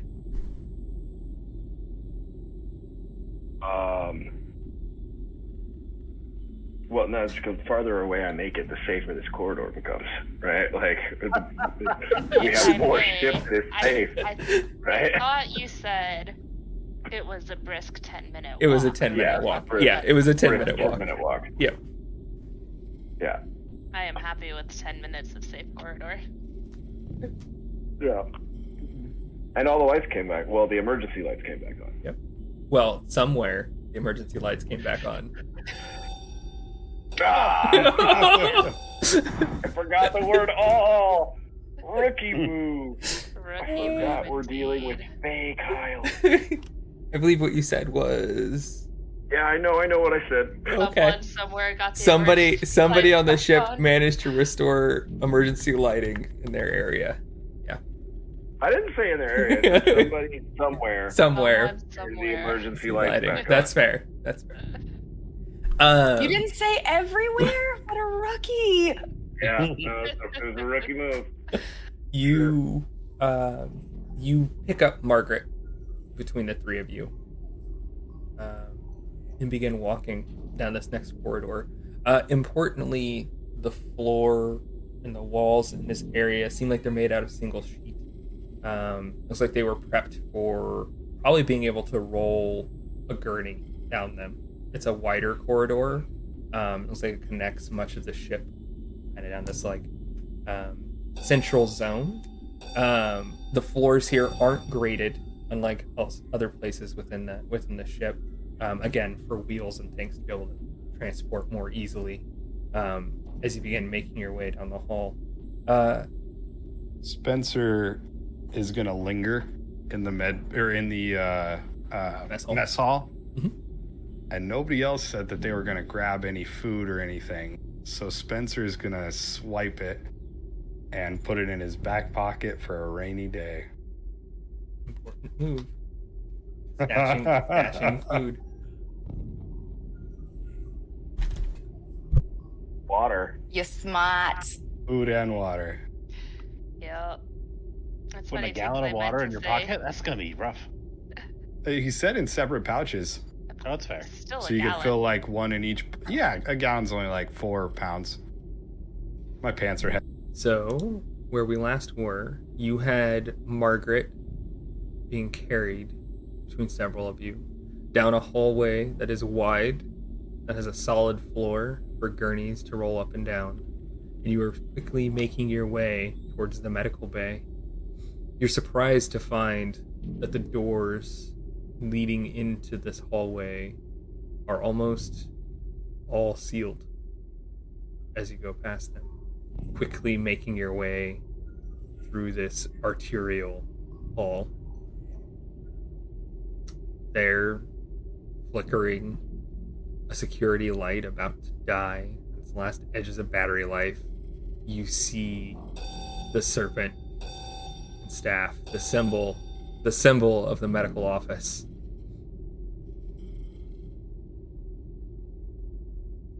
Kristina will try the door.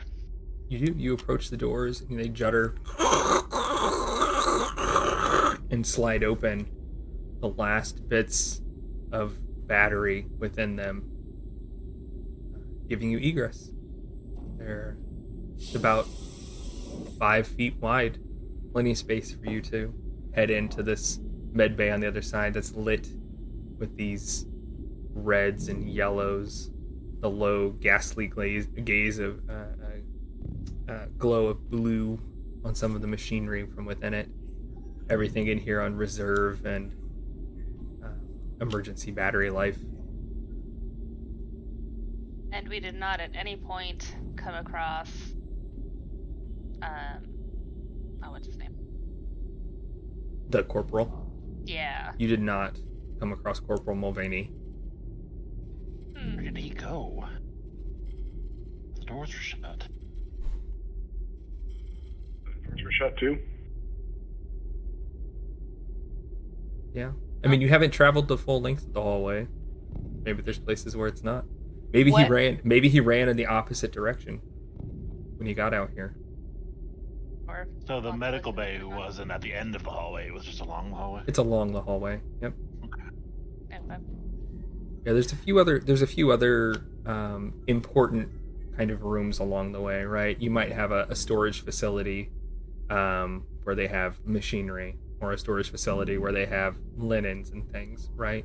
Those kinds of items are the things along this corridor, along this main corridor.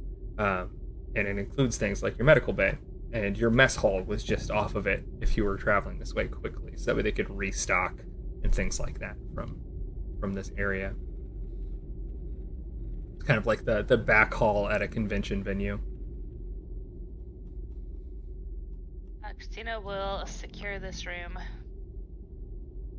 Check to make sure there's nothing in here. Look to see if there's anything hazardous. By hazardous, I mean things that people might try to stab me with. I will. Go ahead. No, go ahead. I'll work to try and get the horticulturist up onto a medical bed. Yeah, you're able to lift Margaret up onto the bed. She lays there limply. Does someone know medicine? Doctor? Navigator? Do you have any first aid training? Like, anybody? My training is, extensive. I'm brilliant, but I'm not a medical doctor. I might be the best bet, though. Honestly, I know we're all specialists, so I can try. I probably have I'm gonna- first aid training. Huh. What's his name? Trevor's gonna start looking at the computer systems and kind of comparing with his tricorder Pit Boy thing that he's got, and try to find like the systems for like scanning and diagnostic and like auto treatment. Sure. So you have her set up on the right bed, and the machine, there's kind of this harness above her that that does the diagnostics between it and the bed on a person that's up on it. But you just don't know if you're going to be able to get the power for it. Enough juice to get it going. What is the power source on this ship? Nuclear reactor. Is a nuclear Warp drive. reactor. Warp drive. Warp drive is for travel, not for power. You fool. It's for both. The power source is the fiction. It rubs off stories. It runs off stories. What about when all our stories are all Extinguished. gone? Yeah, it runs off candle power. Loaded drift. I whisper stories into like the battery power unit that powers this thing. I'm just like, and then the giants, they said hello to the tiny mice. And, yeah, I was just telling. You see a it story. flicker. It flickers. Oh, all right. Yeah. Spencer's gonna kind of shake his head about us kind of wasting resources, but he's gonna see if he can convert or divert some auxiliary power to the auto dock. All right. 6d6. Yeah, thanks. I'll do it. Ah. All right. Okay. Okay. 2 6s, 2 1s. Your let's see what moment, your moment of hope is currently on top. Oh. And now what does that mean? That means you cannot burn. The next thing that you have to pursue in that way is your moment of hope, is creating your moment of hope. You can't burn anything for once. So what it means is that you succeeded and that you have 2 less dice in your pool. For now. Yeah, okay. Yeah. All right.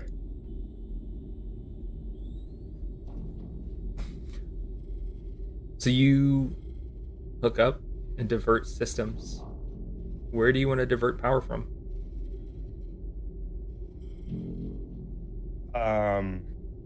The mess hall. Okay. Yeah, you're able to do that. You all on the ship feel so it feels like something changes. And like you feel it in your bones almost. And then the room lights begin to flick on. I said auto dock. I did not say the whole med bay. I don't want all this. Fair enough. But actually, hold on. Do we know the truths? Yeah, I mean, you established them. They are, well, you don't. Do we know about It their is. light It is sickness? true. You don't know about their light sickness. It hasn't. Then yeah, he would not turn on the lights. Okay. I mean, you might have just learned about it, but you're the auto. 'Cause it's right there. Yeah, so the auto bay, you hear it word alive, and you see all the lights come on along its diagnostic sides. The screens light up along it, and it begins to boot up. Great, turn off the alarms while you're in there. Fuck.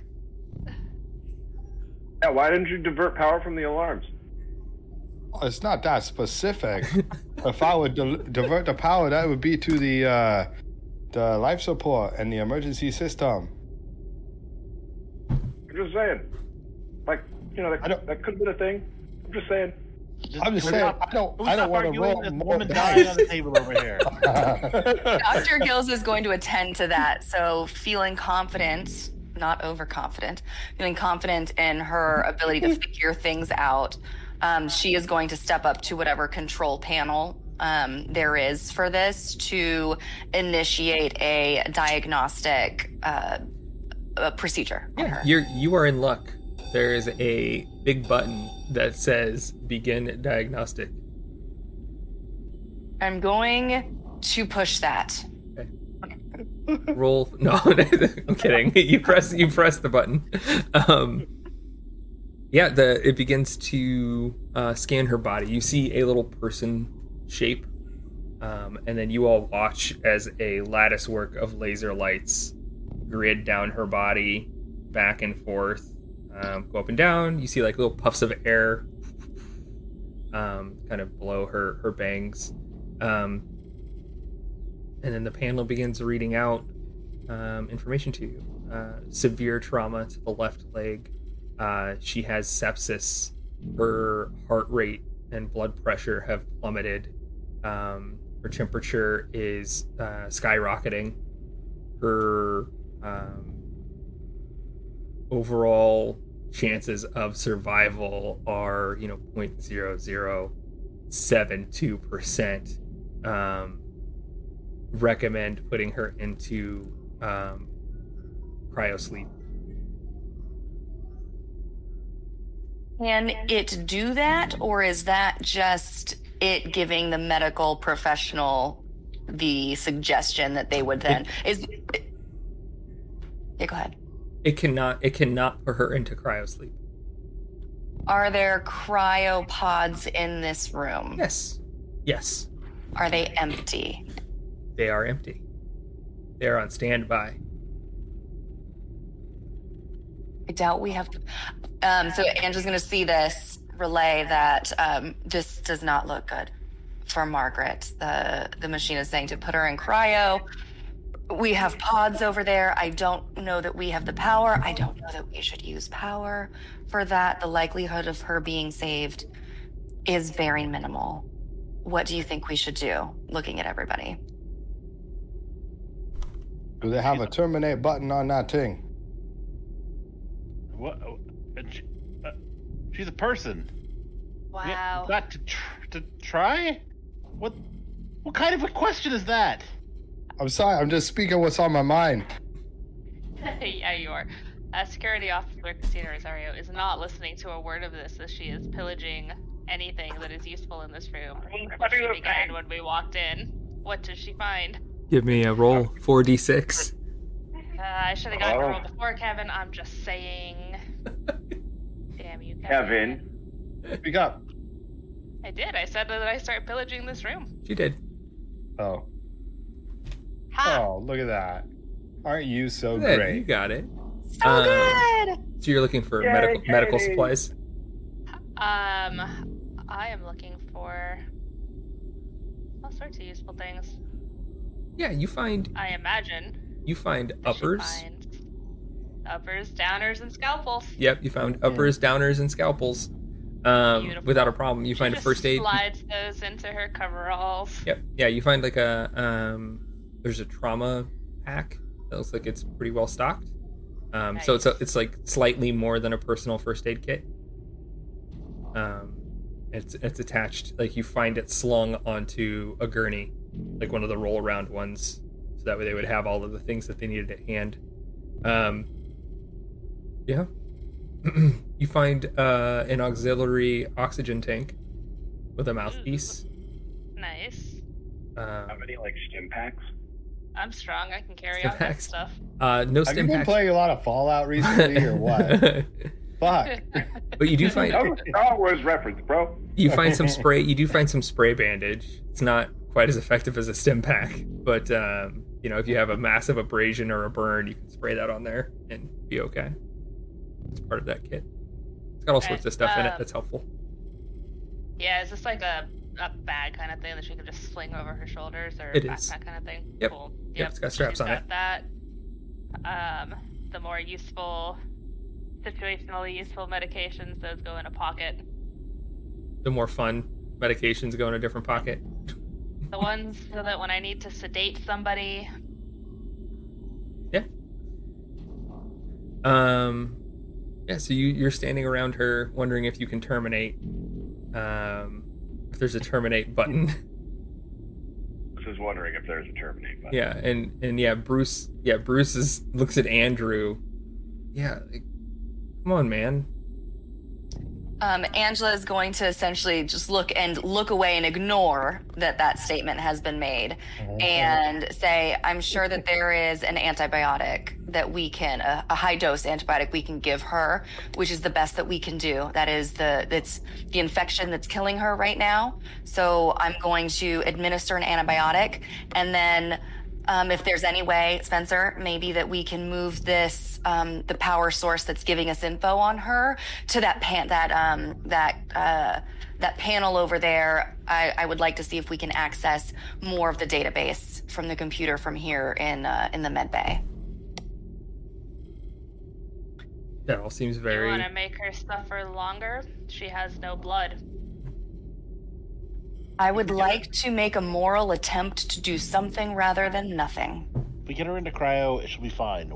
She'll go to sleep, and once we get through this situation, we will land, and then we can get a real doctor to take a look at her. I agree with I Andrew. mean a medical doctor. You're not a real doctor, but a medical doctor. I am certainly a very real doctor. Thank you, Cookie. Yes, Andrew goes a over and starts fiddling with medical the panels. professional. With the panel, looking for a way to try and activate the cryopod. Trevor helps him do so. I'll be honest, I don't think cryo uses that much power anyway. It's mostly the juices. Then they kind of get activated. Let's put her in Yeah. cryo. Yeah, you think you're going to be able to move her over there, and plop her in. We do that. We fit the mask on appropriately. You successfully move her into the cryopod. You seal the cryopod. Uh, Who's gonna roll 4d6 for me? I think Andrew should. What'd you say? I vote Josh. I don't know. I feel like Amy's been the one who's been running this show. I wanted to give her a high-dose antibiotic and move on with our lives. All right, fine, I'll do it. If she dies, that's what I wanted. You get your moment 4 of hope. D6? No, 4d6. Yep, 4 dice. Oh. There's 1-1 there, Trevor. What's on top for you? Clever. Do you want to re-roll a 1? Do you want to give her a chance? Or do you want to save your clever for another day? As Spencer shakes his head. You've done everything you can. Yeah, I've done everything I can. Yeah, you seal the top of the cryopod and hit the button. And you watch as the fluids begin to mix. And begin to fill the chamber. It gets about halfway up her neck. She's laying in there when suddenly her eyes open and she begins to scream. Something has gone wrong. Something in the mix. As the mask falls away from her mouth and nose, and you watch as her body begins to freeze. You watch as the cells begin to break down, and then her eyes burst as the blood vessels give out in them. The fluid eventually pours in through her mouth, and the last sounds you hear are her gurgling yells before the chamber goes quiet again. Trevor doesn't watch. Rosario is already out the door. This much is true. The world is dark.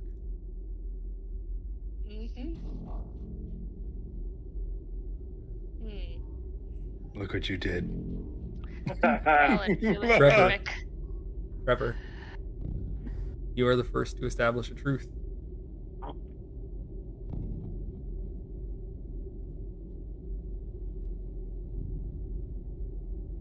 Could have been a peaceful overdose of morphine. Talking to you right now, Kevin. Well, you're not saying anything. I gotta fill the silence. I'm thinking, okay? Take your time. We can always edit this out in post. Say it again. I said we can always edit it out in post. Speak for yourself, Yeah. Fair. Oh, man. These are hard. These are the best part. They are the best part. They're also the hardest part.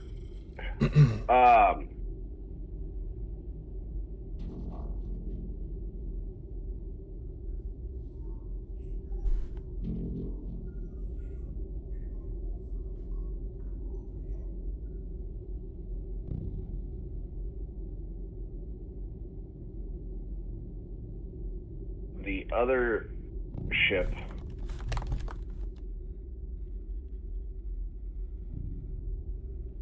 is fully intact and on its way to rescue us. With, like, by intact, I mean, like, the crew is everything. They're all okay. No problems with the second ship. and it's on its way to rescue you. Can you be That is more not a way. specific? And it's on its I way feel like I should, but I don't know how to be right now. And it's I think right it's- outside that window. and it's docking right now. And it is currently here, right now. Kristina, what is your Full of Marines. Oh, my turn. rescue? Now that they have consumed human blood, nothing else will sustain them. So if we go extinct, they go extinct. Oh. Oh, I dig it. Great, now they're gonna cultivate us like cattle. Yeah, but we'll be dead, so that's all good. Here comes the Matrix. Dr. Phoebe Gills. We're already in the Matrix. Yeah, Josh. Oh man.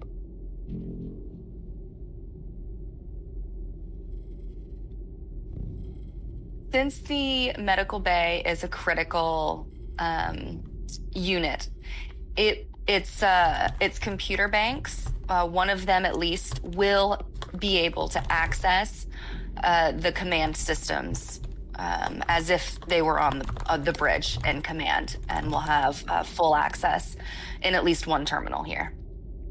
Okay. Dig it. And is available to work on emergency power. That's Can I do that? Yeah. Can I do yeah. that? No. Okay. I'll. Thank you. Yep. Yeah, it won't matter. You can do that. Yeah, that's fine. That's fine. What's a computer? It is my turn. No pressure. Kevin always gets so excited. Yeah. The captain of the ship is dead. That Gunther.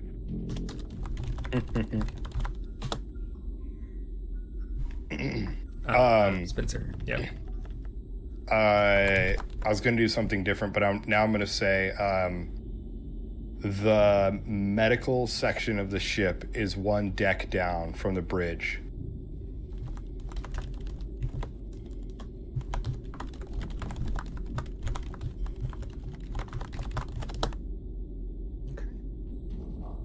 Andrew. There's also so many nice things. I feel like I should do something terrible. So I'm gonna do something Right? terrible. There's some chaos. Oh, do something nice. Yay! Do it. I was in charge of the terrible. We're trying to leave. There's Live. a loud boom followed by an eerie silence as the fans and the emergency sirens power down. Some critical piece of the life support system just exploded.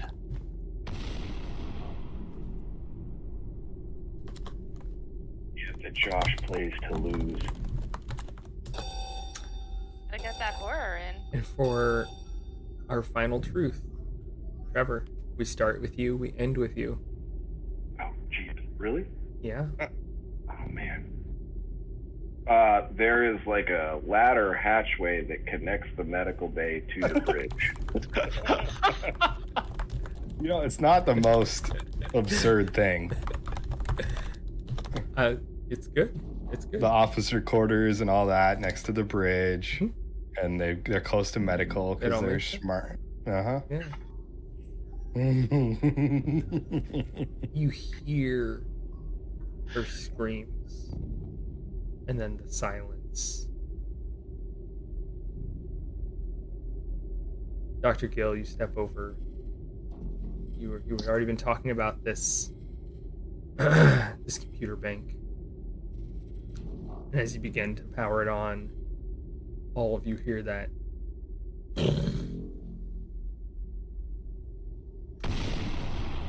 That's the one. Sorry, I missed the cue. And then the sirens. Silence.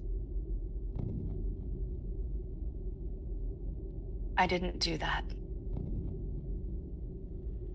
Did I? Or- Why are they shutting down all the power? What's it say on the console? Yeah, do I have access? Is it up and working? Yeah, you pull it up and begin looking through it. It looks like there is still life support in the area of the ship that you are in. There is still oxygen being recycled, though it's only at 30% efficiency. The bridge is still having power sent to it. Also has life support. I would like to see a couple of things, two things, which I imagine involve a roll. We'll see. One, I would like to see if the locators, the chip locators, are working, and if I can see where where chips are on the ship. If I can access that information, I'd love a cutaway that shows me where things are, or the ability to see where people are. Sure. I would also like to see where the escape pods are and if they are with oxygen and power. Those are the two things that Dr. Gills will be looking for. There are escape pods. They're up a floor. It looks like they're off the bridge. There are 3 that are big enough for 1 person each. Off of the bridge. What? Off of the bridge. They do have power and supplies. Taking a look at it, no escape pods show that they have been safely deployed from the ship. Interesting. Elsewhere. There are other pods and other quadrants of the ship, but as you're taking a look at it, they don't have life support leading to them. You're currently on the, I think we said on the 3rd deck. And you notice that it looks like all of the power from the 2nd deck had been rerouted here. There is no power at all on the 2nd or lower decks. Okay. And she will relay that there's some life support here above us. The bridge is directly up. There's some escape pods. It doesn't look like any escape pods on the ship have been deployed. I'm not really sure why, but we've got access here. Everything below us, 2 and down, there's no power at all. But there's a way maybe we can get out from the bridge, or maybe we can reroute life support or try to get a path to wherever we think is going to be effective. And then can I see where people are? Yeah, so you see that there are numerous chips that look like they are still in cryopods throughout all the decks. Activated that have moved from those. You see that there's about 15 pods that don't have their people within them, including your own. Okay. And I'll convey that as well, that it looks like there's 15 pods that have been opened. So including us, there's maybe another, math is hard, 8 people around? So, yeah, there's probably Maybe? 3 people that you haven't come into contact with. Okay. I thought all the pods were still full of people, though. We are there, but didn't not there. Didn't I establish that truth earlier? But it's like, what does the computer tell us? You established a truth that is still true, I assure you, based on what I just said. Okay. Okay. And I'll say, so that's what I've got so far. Do we want to look anything up? And she goes, Trevor, come help me pull up the maps. Help me find out where we are. I like the maps for like where we are in space. Yes. Okay. I do that.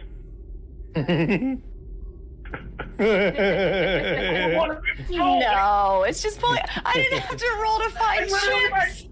It's like literally my job, man. I feel Your- like that's my thing. The things that you established in your truths helped substantiate what you found there. Man. Okay, so can I find the ship and how close it is to us? The 2nd ship. The 2nd ship? Yeah. Yeah, I said we were in contact with it. Now I You have did. command. Like I have control to a command council. Can you I did. reach out to it? You can roll 4 dice for me. How about 7? Oh, sorry, 3. Oh, no, 7. You're right. 3 is 7. You can roll 7 dice. See, suddenly he's interested in rolling dice. Well, I'm more interested in rolling 7 than 4.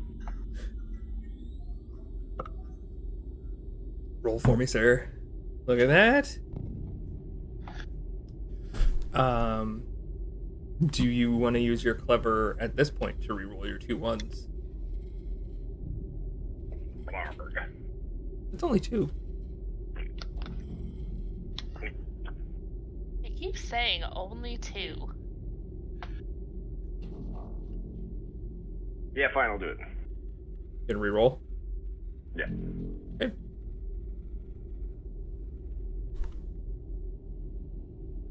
There you go. I saved them. You're All right. welcome. So you wanted a map of the area that you're in and where the other ship is in regards to yourself? Yeah, as well as to like contact them.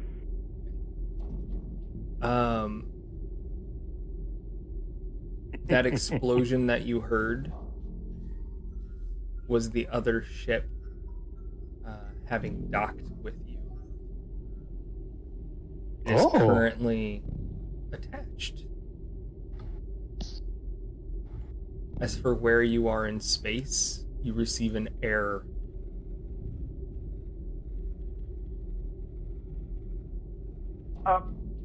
That's not supposed to happen. No, it's it's impossible to receive an error. I know this code back and forth. I was hoping you could give me a map, and I could, based on the data that we would get from, the gravity around us and the rest of the bodies in space and the dark matter, I would be able to tell us more. But there's no reason that we should be able to see that we have a ship attached and not have any data on space. This doesn't make sense. Did you forget to turn your location on? Maybe there's just a broken sensor.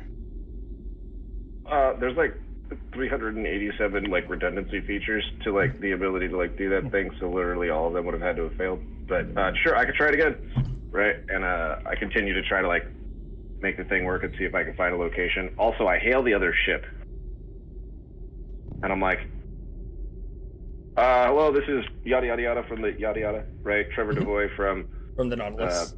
Nautilus. Hailing the basilisk. Hailing the basilisk, yeah, apparently. Love it. Hailing the basilisk, come in, please. There's a pretty long wait. It's a couple minutes before you hear.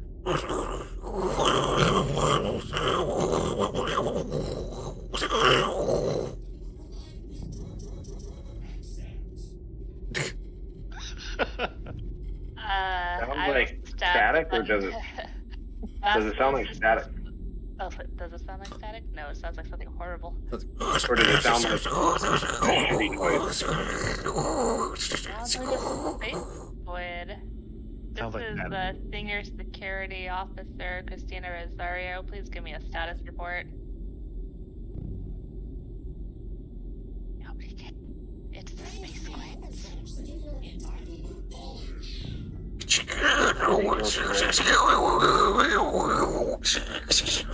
I think your comm is broken. Or our comm is broken. Oh, I was talking to Trevor. Dr. Gills is going to, upon hearing this, and just going to hope that they would be able to share some data, like where we are, is going to say, give me just a moment, and reach over, and I want to send out a probe, because this is a vessel that was made to find, exoplanets and find where we're going, and would be able to go and find information and bring it back. So she will release a probe. So at a 0 and a 180 degree, with the hope that it will go and come back. It should take not very long, a couple minutes. It does radio communication, whatever that is in space. So we should hopefully know quickly, but she's going to do her best to send those probes out. Error.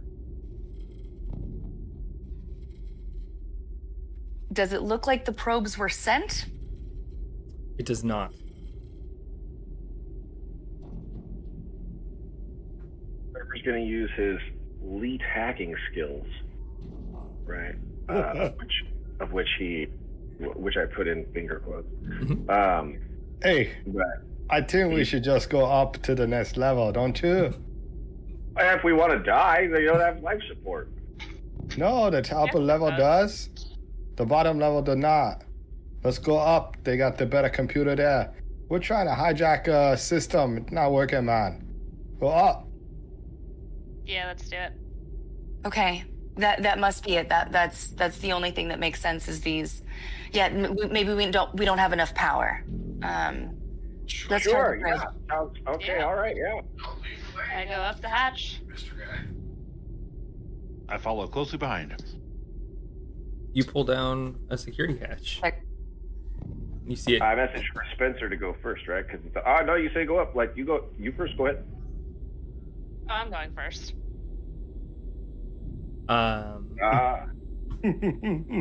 You're just- nicer than me. You get to the top of the ladder. There's a sealed hatch.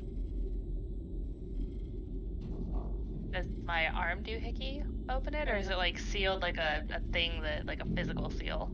Yeah, you do your arm doohickey, and Nice. Up I go.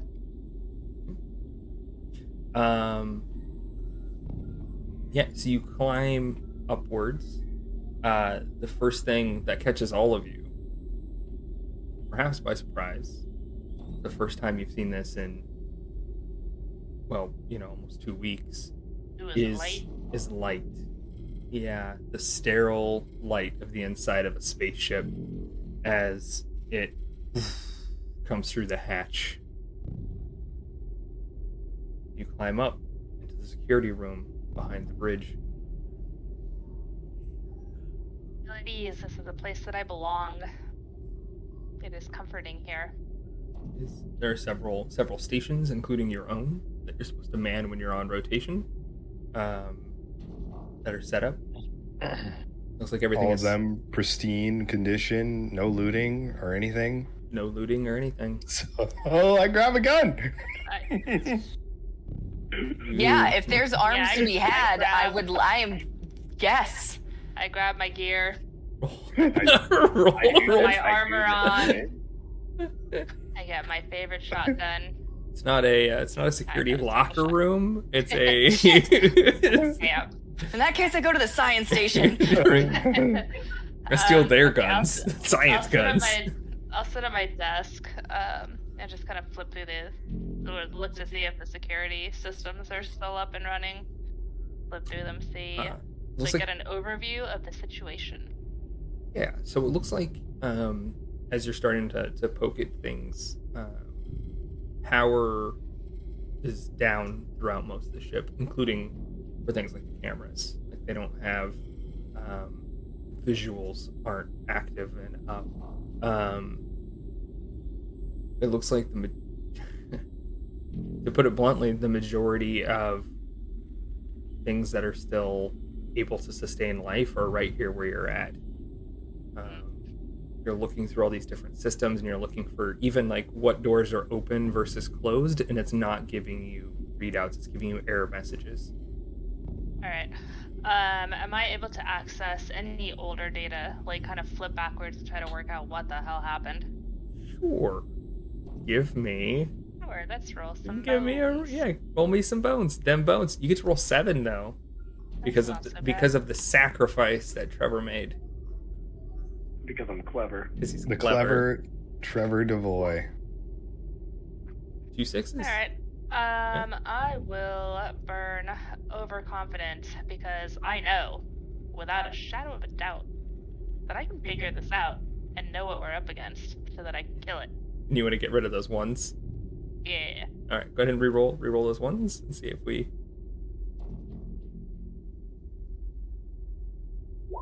You do. Nice. You do. Ooh.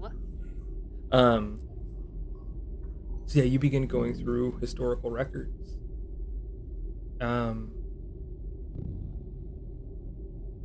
What you find is that it looks like the last check-in that this ship had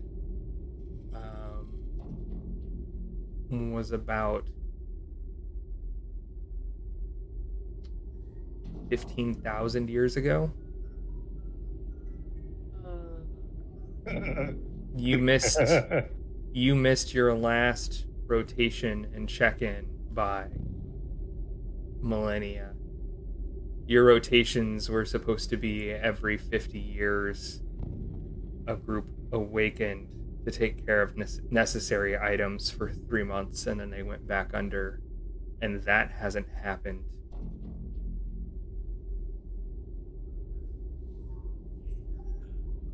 All the color visibly drains from the security officer's face. Well, I think the ship has held up remarkably well, all things considered. That's What you mean, all things What considered? does that mean? Yeah. She will show them the timestamp because that is the kind of thing that is better seen. No, that's wrong. Yeah, that has to be wrong. There's no way. That seems incorrect. Does it? If Where are we? if it is correct, what just docked to our ship? I try to find out what just docked to our ship. Don't say that. Don't say that. I'm gonna go ahead and go to the security lockers now. The armory. Yep. I come with you. I'm gonna look through the door that leads to the bridge. At least try to take a peek to see if, then make sure there's nothing over there coming this way. Yeah, you see there are a couple small windows, and I'll get back to you in just a moment, Trevor. There are a couple small windows, Andrew, that lead into the bridge. The door is sealed that leads into the bridge itself. There is light on the other side of it. Looking in, you see what looks like some bedding has been thrown onto the floor in there. It looks like there's some kind of sleeping area that's been arranged. You notice that there are cups, plates that have been stacked up kind of haphazardly everywhere. There are data slates littered across the floor. And disturbingly, there is writing everywhere, scratched painstakingly onto every surface inside of that room. What does the writing say? All right, we're gonna do a couple things here. Trevor, you pull up the data again and take a look at what you saw earlier, and yeah, it says WFN Basilisk. That's what's there.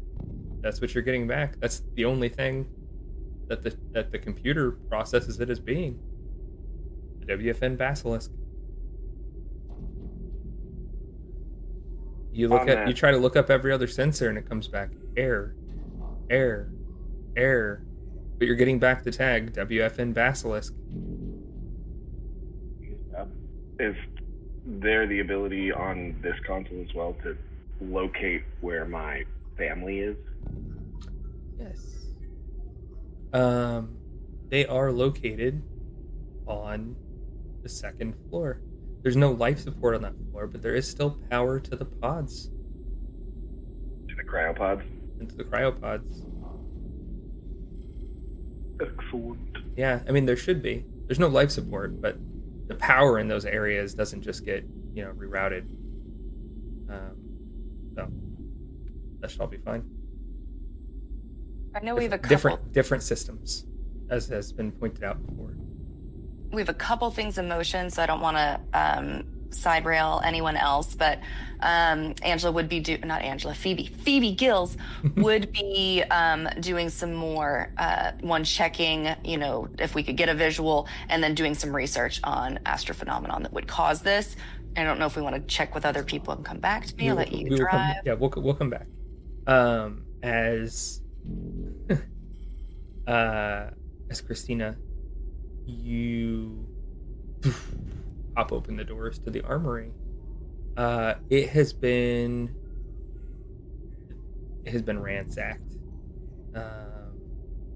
There might still be stuff in here, but you'd have to. The door looks at him. Fuck. But you'd have to take a look for it. Is it dark in there, or is there light? There is security lighting, so there's light filtering in from the hallway. There's a little bit of battery still left in all the different lockers, so you can see where some of them still have backlighting set up in there. But everything is just run ragged, and it makes a lot more sense now when you think of how long these systems have been persisting without human intervention. Yeah, Yeah, she'll take a look. Okay. Give me a roll. What? 76. Hey, what? Turn off my keyboard lighting and now I can't see.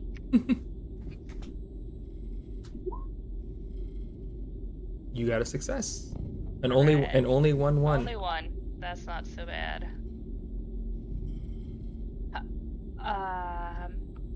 Cool. Yeah, you are able to find.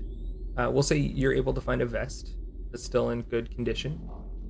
It's like an anti-stab vest, and you find a sidearm. Looks like it had been kind of overlooked by, like fallen down out of everything, and you find enough ammunition for 12 rounds. You have 12 shots that you can fire from this sidearm. Oh boy. Cool. She will put that stuff on and evaluate her companions to try to determine who would be most likely to be able to appropriately utilize a chef's knife to murder somebody that is not her. I mean, Probably Andrew. her little chef buddy. Andrew probably has very nice knife skills. Yeah. I mean, So she'll just couldn't call him Ari. It's on not my over. So you step over to him as he's looking into the bridge. Maybe I'll give him a second. Yeah, give him just a moment.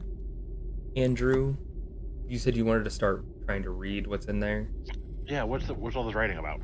It is numbers, equations. Always numbers.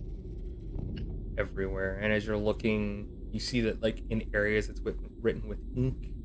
In some areas it's written with like, it looks like a chalky substance. Other times it looks like it's been burnt in. Other things were used to write with as well. Mm-hmm. That goes places. And it looks like all of the writing kind of fills in the space leading back to this nest in the middle. Do I see anyone moving back there? You do not see anyone in the bridge from your vantage, from your window that you're kind of peeking through. I look as Kristina shows up. I don't think it's whatever's going on in there is not good. No, that looks like a descent into madness. Speaking of, you still have sound mind? I'd like to think so. Awesome. And she just kind of like pulls this 10-inch chef knife out of the back of her pants that she has stashed away. And she's like, don't stab me with this, but just in case we need it. Thanks. Okay. You're welcome. She's looking through this door. She's like, I could probably open it, but I don't know if that's a good idea. She's like, hey, Dr. Shit, what's your last name? I lost it. I had it. Gills. Dr. Gills. Gills. Dr. Gills, do these numbers mean anything to you? Hearing that someone has something that she may be able to help with, Phoebe's going to get up and hurry into the room and will, take a look and seeing that there are numbers. Are we in this room or is it it through a gap? What's the physical situation? There's a sealed door leading into the bridge, and there are windows. There are like vertical slit windows that currently Andrew was looking through, and then now you can go to look through. But the doors are sealed. Okay. I would like to spend some brain power to look at however much of this numberage on the walls that there is and try to determine, because I'm an astrophysicist. Mm-hmm. My brain works in numbers and patterns, specifically when it comes to astro stuff. So I would like to determine, do I recognize anything? Does any of this look like anything that I would be able to use? Yes, it does. You think between yourself and Trevor, you might be able This looks like data that was set to try and plot where you are. All right, how do we get in? I might be able to open this door with my arm scanny thing. Are we Okay, sure we want to you're open the already door? out I mean, this, However, are we sure that we want to open this door? if Why- there's why wouldn't we? someone still in there that's that the numbers over that corner are written in someone's feces. Whoever did that clearly was not fully here. If you want me to open the door, I'll open the door. I just want to be sure that that's what you want. If that other data is true, then what is it, like a millennia, right? So, like, if that's true, 15. then whoever's in there, maybe not around anymore. I'm just saying. Unless they woke up at the same time as us. Well, if they woke up at the same time as us, I don't think you go from like rational human being to scrawling on the walls with feces in 10 days. Maybe And- he's not in there alone. So We didn't. the real doctor right here, it will let you know that those numbers that I am seeing, that's data we can use. Those are that is something that Trevor and I can use to pinpoint where we are or where we have been or what has happened to us. It is the only concrete thing that we have been able to find to use to figure out what has happened to us and how to get out. That's not just something that would have happened in the last 10 days. And if so, it's really relevant. And if there's a crazy person in there, do any of you have a weapon? Or you look strong. Can we defend ourselves against a crazy person? I think it's worth it. The crazy person is the only thing that's in there. Sure. Okay. I mean, do what you gotta do, I guess. You're armed. You wave your Andrew arm. grips that knife tightly. Yeah, I make sure that my weapon is loaded and ready to go. Like, I do a quick check on it to make sure that it's all set, and then I hold it, and then I scan my arm. Nothing happens. Of course it doesn't. Oh, look, the systems are broken again. Spencer, you're up. Okay. Step back then, I guess. I'm gonna stay close. He's gonna run diagnostics, make sure that, like, if this is a power thing, if this is a connection thing, It looks like it has if power. this is an authorization thing. It looks like it is authorization. What? Yeah. Hey, Navigator, you try this one, huh? You're supposed to be up here, aren't you? Yeah. I'll come up and I'll try my Doobler scanny guy. Beep. Air. Dr. Phoebe will also do this. Air.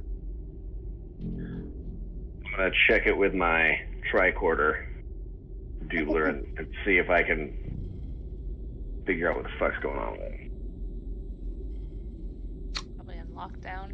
Yeah. I swear that security wouldn't even be let in here. Maybe that's for mutiny and stuff. What is this room? The bridge, isn't It's it? the bridge. Well, the room that has the So you came up. the nest and the thing. Yeah. So That's the that's bridge. the bridge. Yeah, we're not Yeah. in the bridge. We're in the security You are office right adjacent. outside of it. So you came up in kind of like the greater bridge area, this ladder connected to it, into the security room, the security module behind it. And then there's a door between the security module and the bridge, like where the captain, the navigator's chair, and all of that is. Oh, And inside of that room is where everything is at. So I knock on the bridge door. So 3 of you have scanned. You. Air. And then Spencer. Or not Spencer, I apologize. And then Trevor knocks on the door.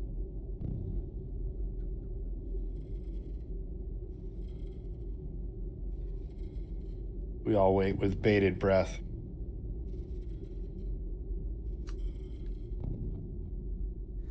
Dr. Gills puts her ear against the metal to That's a see great if idea. she can hear or feel anything. You put your ear against the door, against the metal. You see Dr. Gills kind of lean in front. You don't hear anything. And when you step back, now there's a face looking at you from inside the windows. Yeah. They're wearing a uniform. You recognize him as Captain James Bradshaw. Oh no. Captain is dead. Uh-oh. Looking out at you through the window.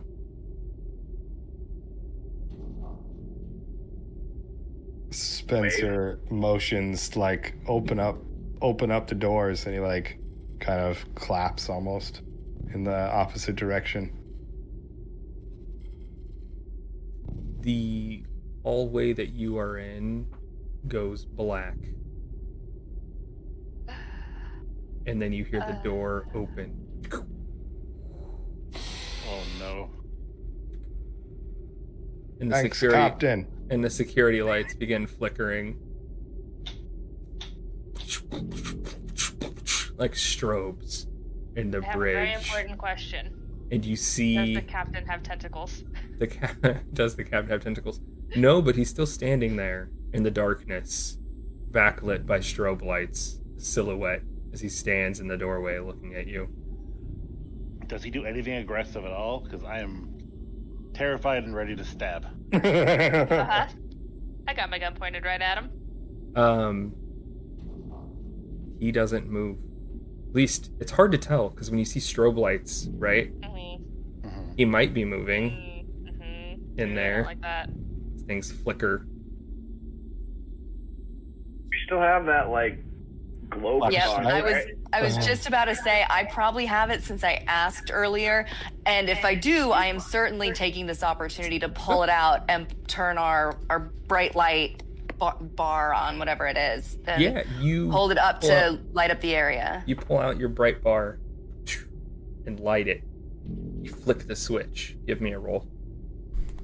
Oh. Yeah, you get six dice. 6 dice. But no.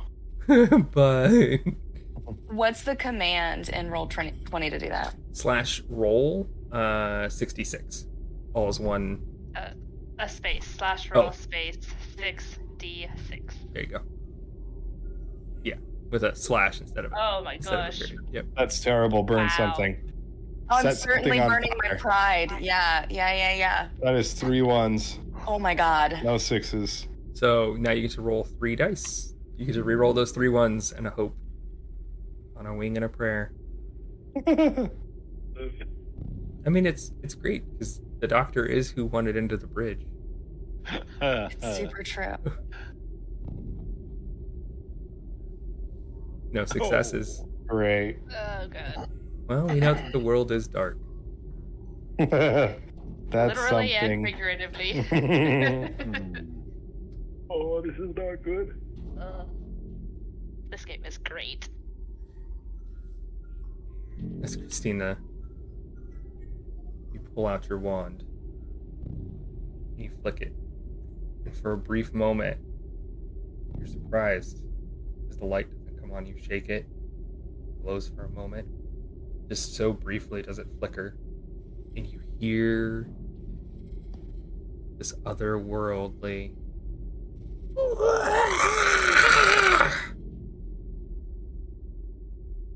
The lights flicker behind the silhouette of the captain. And you see other shapes moving within the darkness, flashing towards you. They shoot. The world is dark. Kristina, what is your truth? Oh, Phoebe's truth, right? Because she rolled. That's correct. Oh. It's great Not though. today. Or sorry, Dr. Phoebe. Yeah, I forgot. Dr. Gills, you were first.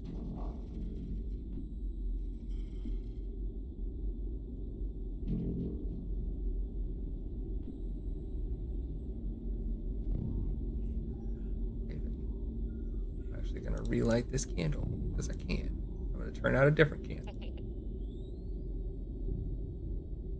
Boop. What are the... Oh, no, I don't have questions. Just truths. Just truths. You get to tell me the what.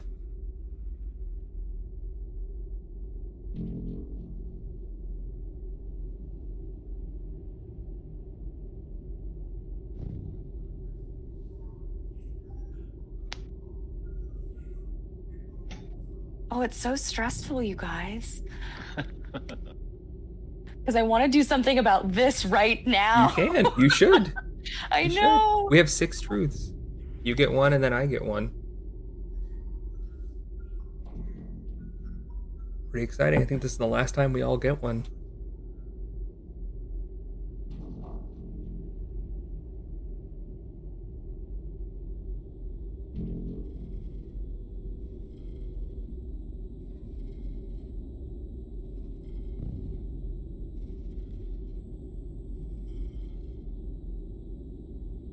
This is the security room off of the bridge, and therefore there are security measures specific to this area.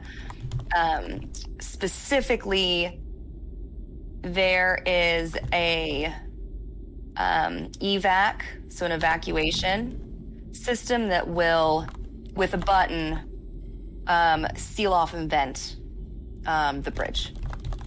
And it is in this room here. Hey. Vent the bridge, meaning To space. what? Yeah, it's your truth. It's your truth. It's your truth. Prevention. I allow it. I love it. I love it. You never know what you could come across. You want to vent fire, right? That's what it. Exactly. You get a fire on the bridge. Most spaces you would have that, and so the bridge is the brain. You would have something like that, and it would be in the security room.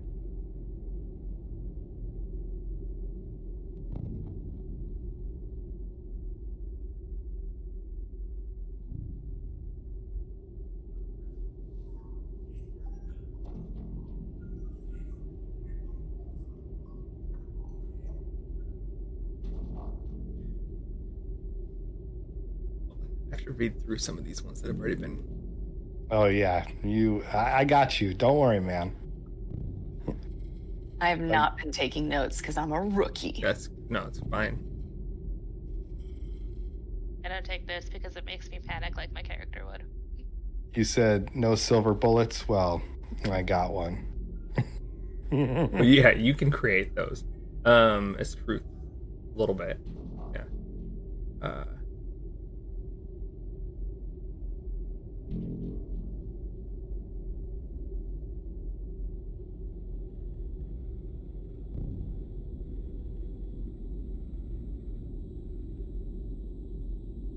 This ship is already lost.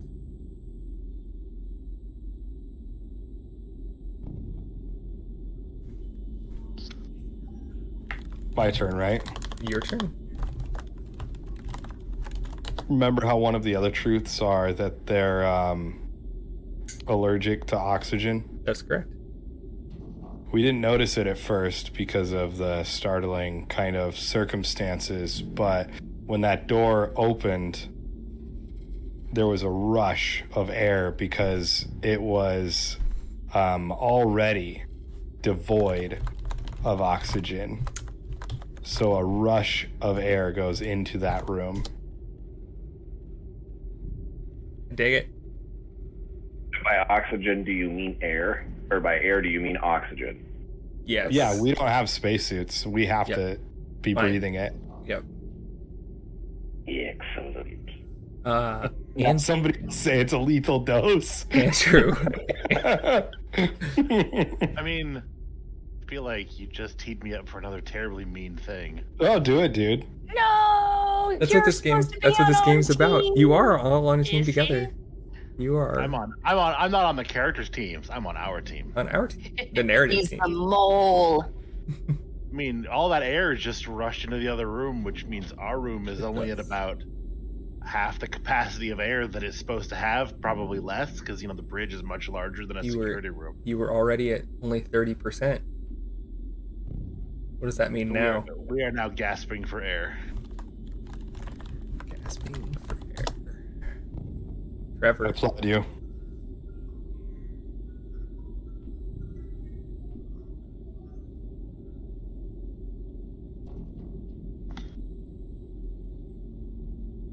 In the security room, there are also I don't know another word for it. There are also 6 spacesuits. Vac suits. In the security. Yeah, the surviving spacesuits Kristina. with oxygen supply. Yep, I got you. Fully functional. O2 Fully scrubbers. Kristina, Yeah. you have our final truth. Ooh, the final truth. No pressure.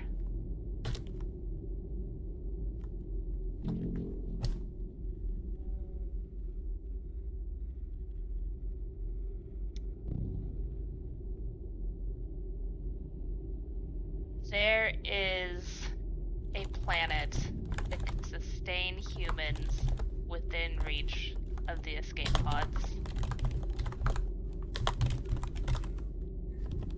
Are you still trying to win? I personally do not consider being the last 5 people alive on a planet to be winning. That's not how I define winning. No, I love it. So You have to have take hope. that how you will. You have to have hope even in darkness. That's the real takeaway here. And this is the thing that gives hope. This is a chance. This is a chance. Take that how you will. As you all begin to gasp for breath, it's amazing how fast it happens. One moment, you're already breathing fairly lean air, and the next, it's rushing out, filling the corridor ahead of you, filling the captain's quarters, as these things, these shapes, writhe within that stuttered darkness, within that shuddering light, as it the captain's face recoils, tears away from you, away from the light that briefly cast over it, and then the gush, the rush of air, and you see now tentacles waving within the bridge, within that darkness. What do you do? Run away. Yeah, stumble back towards the hatch that goes down. Close the doors. Dr. Gill will slam that button that's going to seal off the bridge and vent whatever's in it and whatever's loose into space. It's got some oxygen now, so I think it's got some pressure. It's going to close this door, though, I imagine. Dr. Gill. God, I hope. Roll to see if it's functional. Roll Roll to six. see if it Roll lets 6 you. dice. Roll 6 dice for me. This went so well last time. It did. 6? Yeah. Yep. And you did burn your pride. Correct. There we go. In my arrogance, I assumed my light would work. It did not. It kind of did. Hey, you got a success. Hey! You see it moving so quickly towards you, lashing out towards those doors. You watch as that tentacle spines across the bottom of it, reaches out to grab you, and the door snaps closed.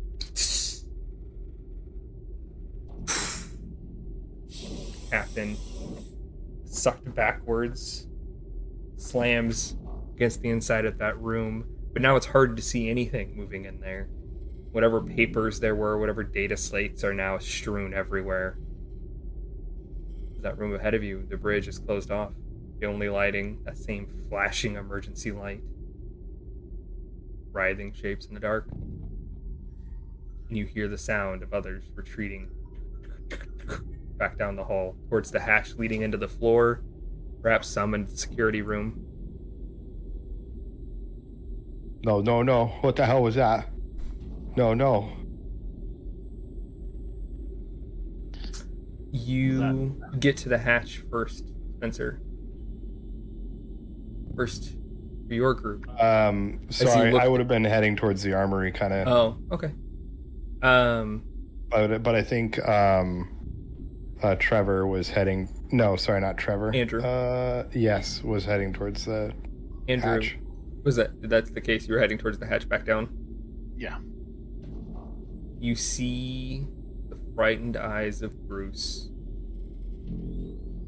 as he seals the hatch. Oh, Bruce is that asshole guy who tried to attack me with a wrench, isn't he? No. Or No, Bruce, the electrician. Bruce is the electrician that Spencer had a talk with. Oh no. I grab a spacesuit I also grab a spacesuit. and I put it on. And I Everyone also starts running. I was like, guys, the suits are right here. Okay. The suits are right here. Yeah, Andrew is gasping for air in the other room. I get a spacesuit to Andrew after I put mine on, because that's what you're supposed to do according to the Put plane. your mask on first. Yeah. Andrew, you felt the darkness closing in. You saw that ring as your vision narrowed. And then hands were grabbing you. You were forced into a suit, and you take that first breath of stale air. But it's oxygen. You suck back into your lungs. Thank you.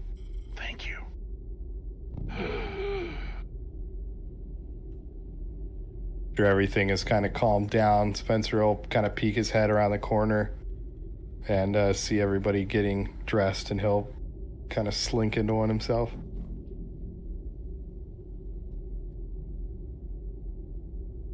I'm so sorry. I'm so sorry. I thought I was helping. I'm so sorry. Sorry about what? There's nothing you could have done. What? Well, that guy was like in there. If there wasn't like, it didn't seem like it was pressurized. Maybe he's one of them, huh? I don't think he was alive. Those tentacles, I think, were using him like a puppet. Oh, that's gross. Has a weird fascination with that. Would I know? I wouldn't. Never mind. Would you? Would you?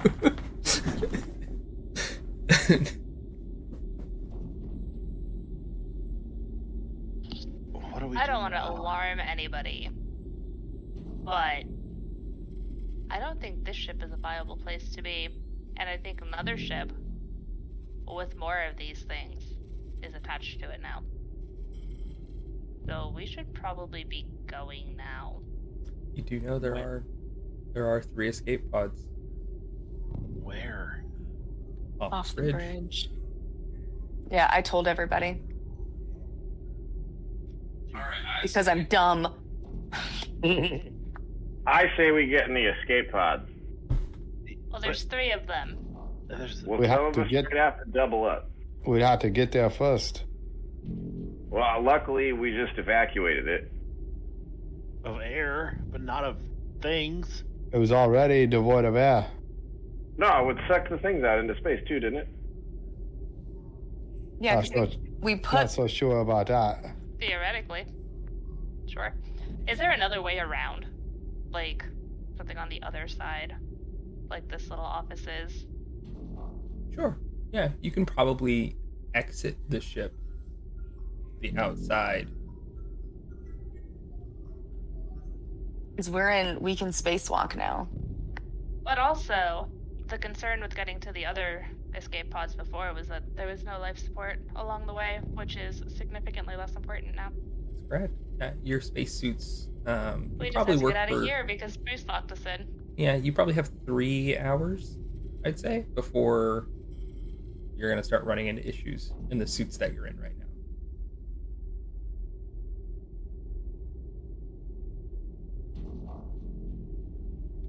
So I had seen the map that showed where other escape pods were. Where are the closest ones? Second floor. So if you drop down, you go back down the way that you just came, back down into the medical bay, and then drop down one more floor. It's the next closest set of emergency pods. They're off of a like a manufacturing area that was on board. I will suggest that we do that because there are pods, and now we don't need oxygen, which evens the playing field. And I say we head back down to 2 to those closest pods available. How many pods are there? How many Plenty. pods are there? Enough. You can roll if you wanna. I already looked at the map. It's a good thing that There are this ladder over here goes through all 4 decks, so we could just slide down, right? you could just slide down. Isn't that ladder sealed? It is into the next, to the floor down. You gotta get it open first.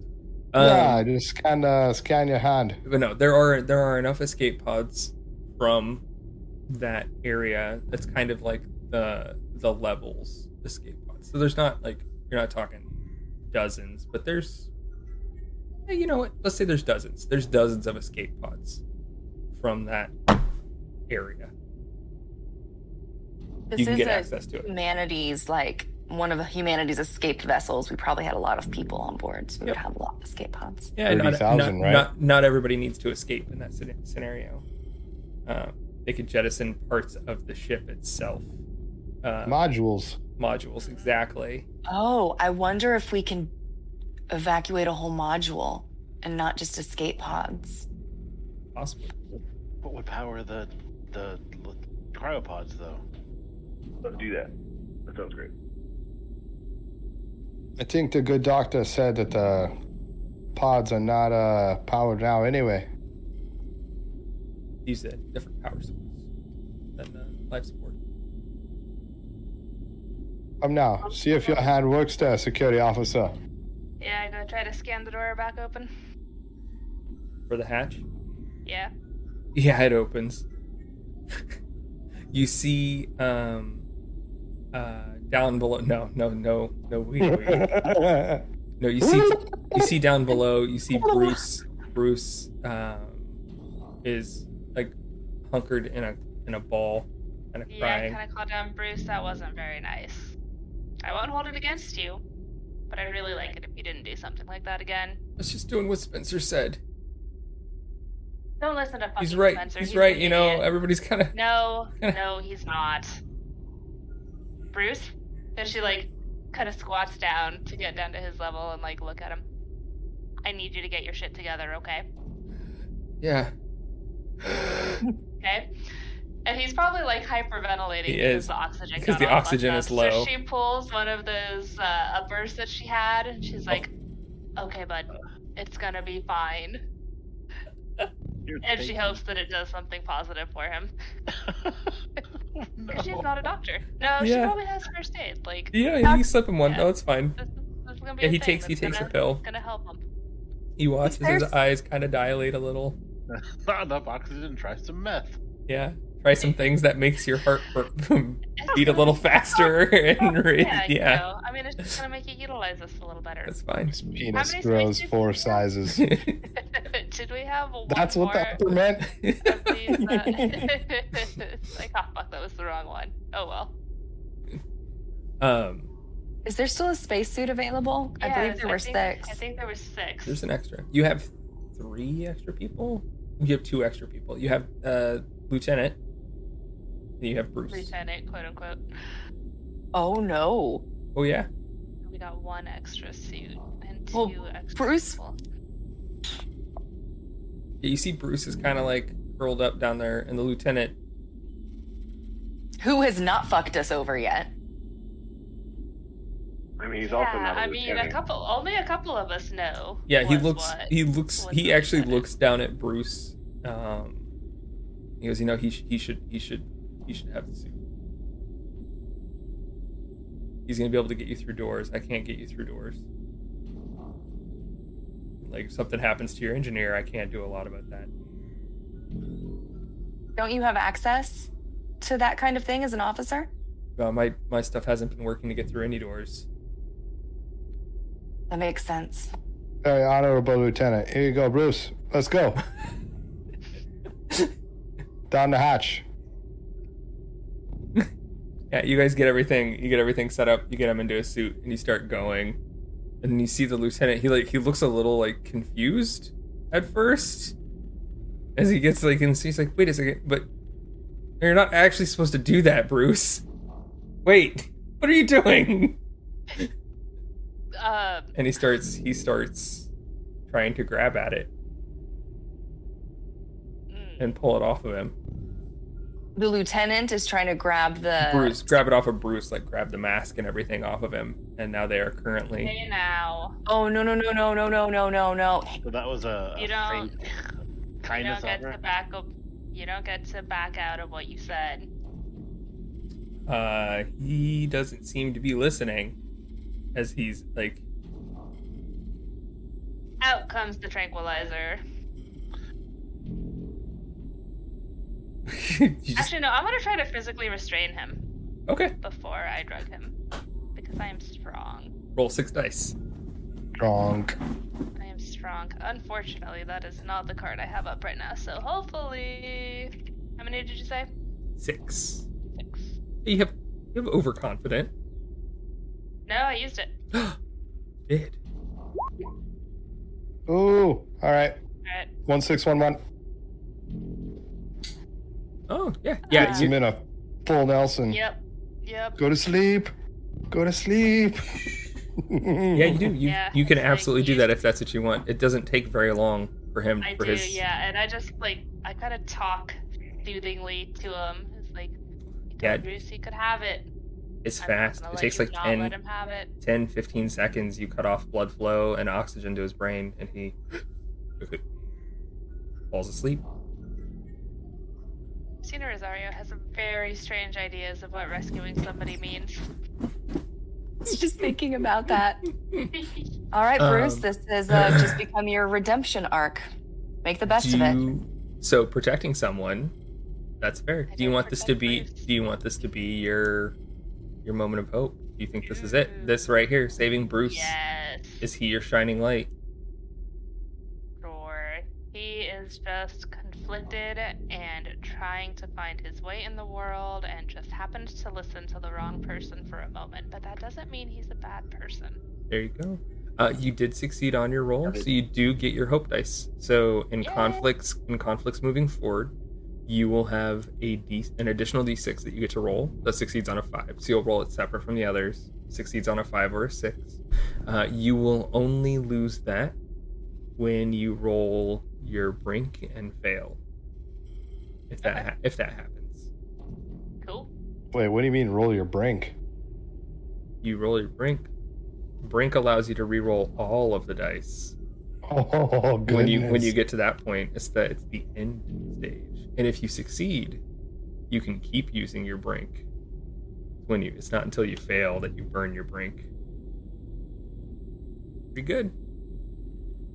Yeah, you have achieved your moment of hope. You've protected someone, even in this dark world. Yay.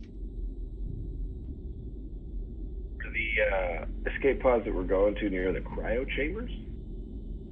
On the second floor, Yeah, I think they should be, don't you? I would assume so. I would assume so. I would assume it's the same format as your ship right now. So instead of there being a med bay, it has a manufacturing bay that has all of these pods, these escape pods off of it. So you'd have about a 10-minute trek to the main cryopod area. But it's definitely achievable. Is there a terminal here that would let me, like, take somebody out of cryo sleep? No, you would. Well, no, you can roll. You can roll if you would like to do that. Yeah, sure, why not? Okay. Give me a roll. 6 or 5? 5d6. 5d6. Yep, as you're here in the medical room. Uh-oh. That is a 1, sir. No 6s. It's definitely not my favorite. Hold on. Yeah, you're at moment of hope, so you don't have a reroll. Oh, no. With that, I would say that I'm trying to reunite with my family. yeah, I haven't. but that would have been a failure on your moment of hope roll. You probably want to save that. Your moment of hope don't give a reroll. Yeah, they don't give a reroll. If you succeed on the conflict that allows you to do it, you would get it. So why don't you?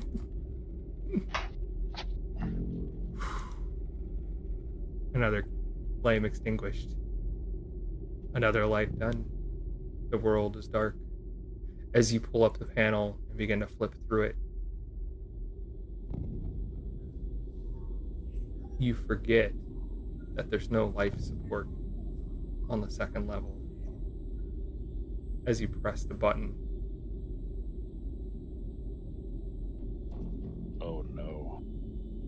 Trevor, you can give us our first truth. I've been stepped away for a moment and Oh, did not catch any of that. Oh, Sorry. oh, it's all right. I'll wait. Does he have his? He doesn't have his headphones on. No, he's coming back though. Okay. So, Trevor failed his roll. The consequence of that is that he found the button and he pressed it. Because in his haste, he forgot that there's no life support on that floor as the pods begin to open.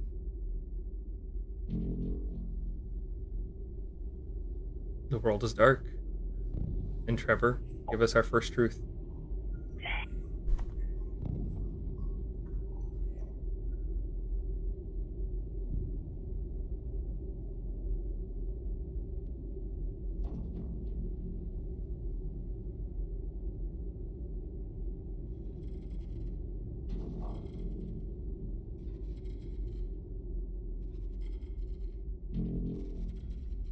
Oh, man.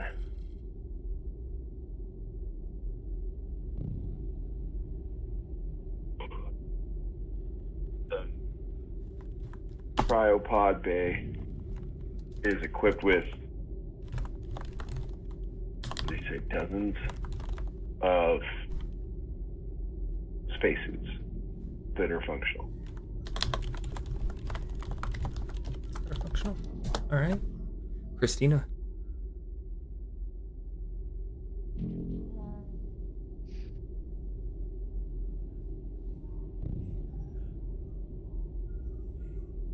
World is dark.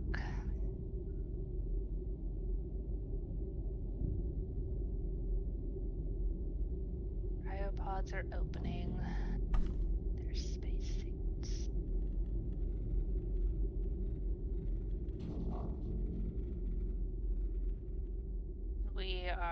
This is a stop we made kind of along the way to the escape pods, right? Yeah, you're in the medical. think he You're in the did on the medical way. bay. Yep. Okay. You're back in the medical room. You were preparing to head down, and he popped the cryopods in advance, so they would be ready for when you got there. Be able to get his family.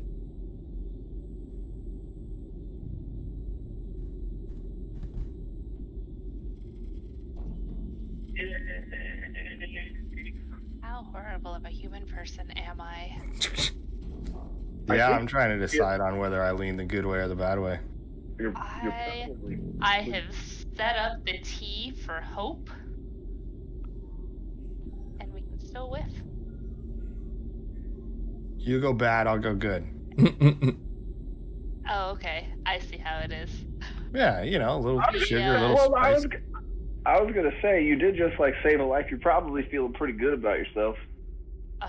Yeah, Kristina is feeling renewed and invigorated, and she's gonna be reminded that the world is dark. Because the sudden influx of life in this pod room has drawn the attention of them. I love it. Dr. Gills. Well, man.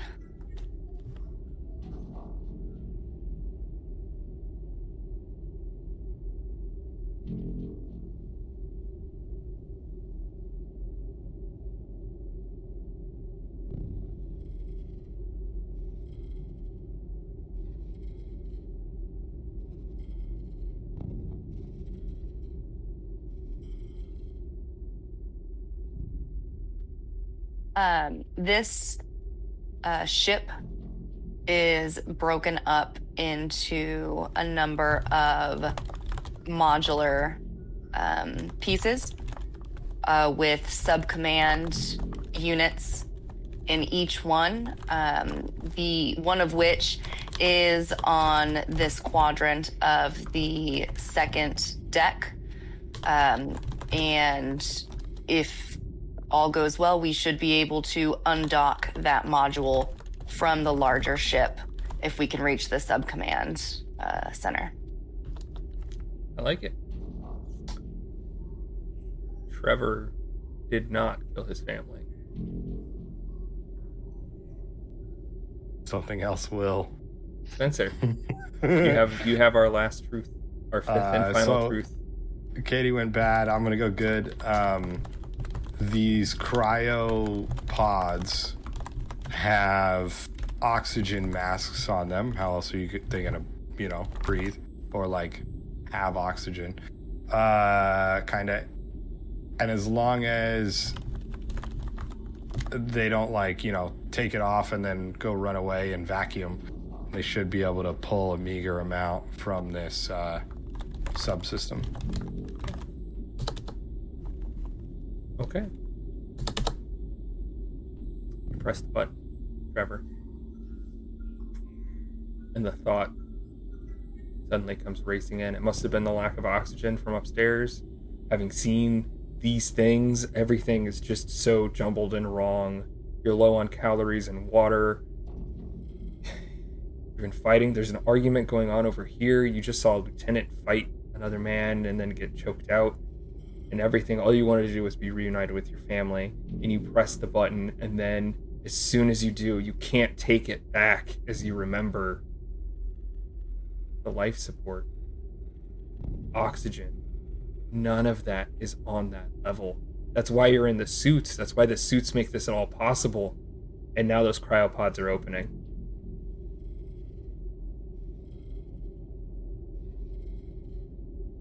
What do you do?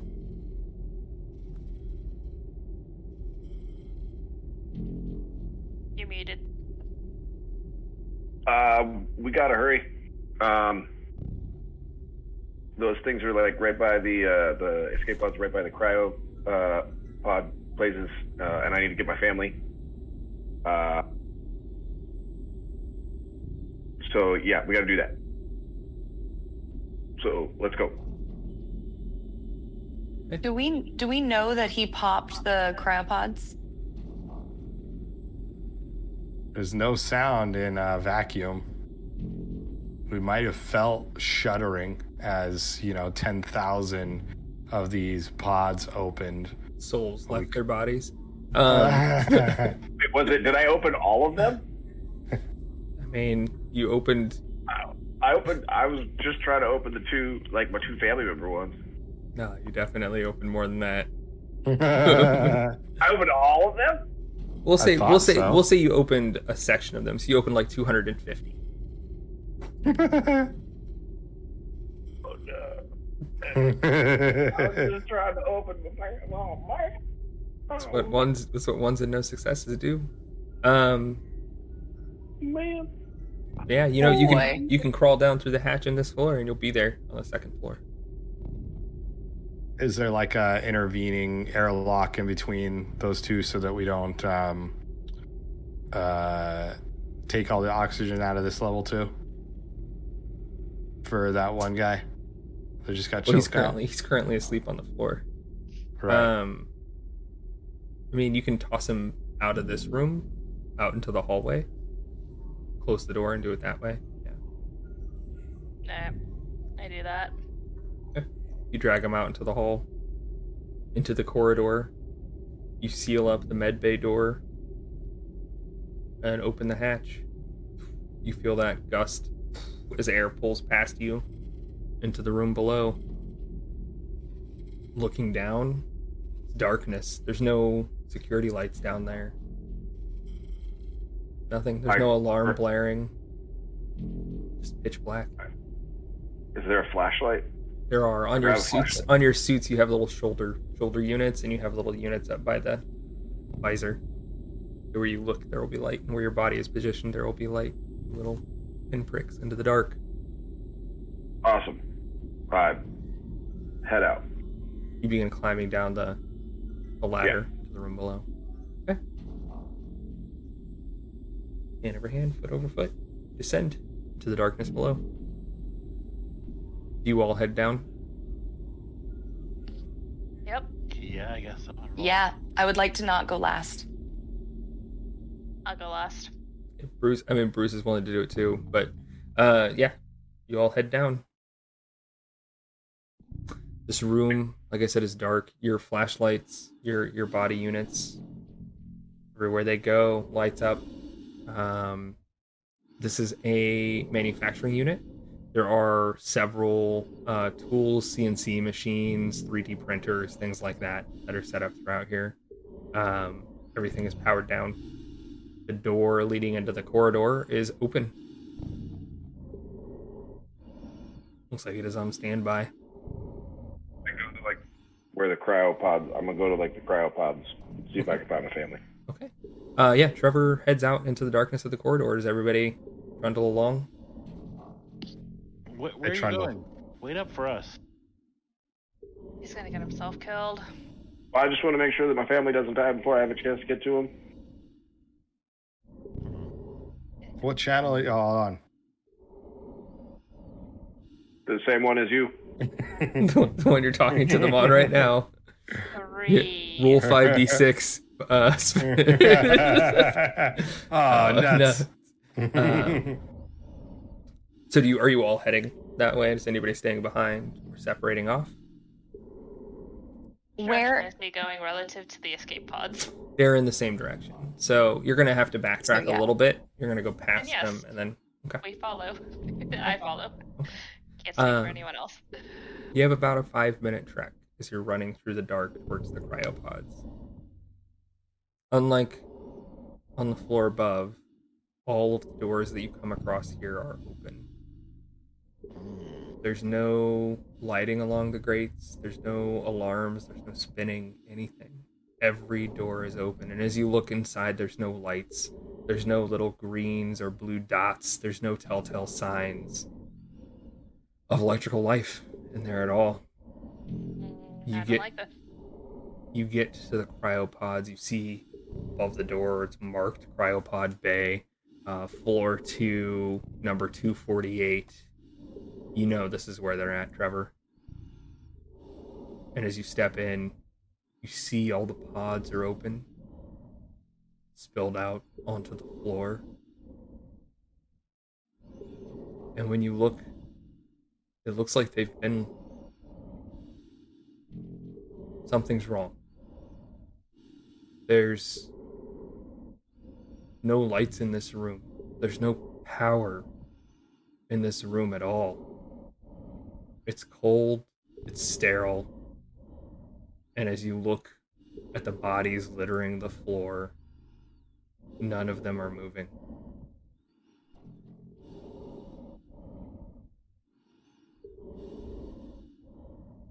I grab 2 of the spacesuits,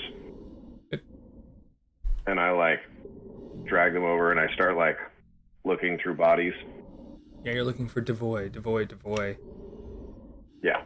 You get over to their pods. You see that the control panels, the little touch pads on their pods, have no power to them. Even yours did when you awakened from it. The ones in your sector, they had backup power. These look like they've been without. You're not sure for how long, but there's nothing here. There's just two corpses laying on the ground before you.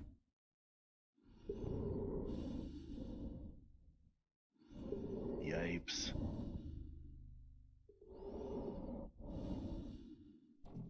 Roll for sadness. Yeah. Vanity loss. You take 46 psychic damage.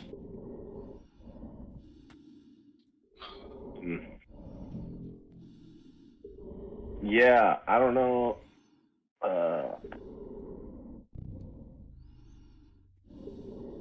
Are they fresh corpses, or are they rotted or bones? What's the state of the bodies around us?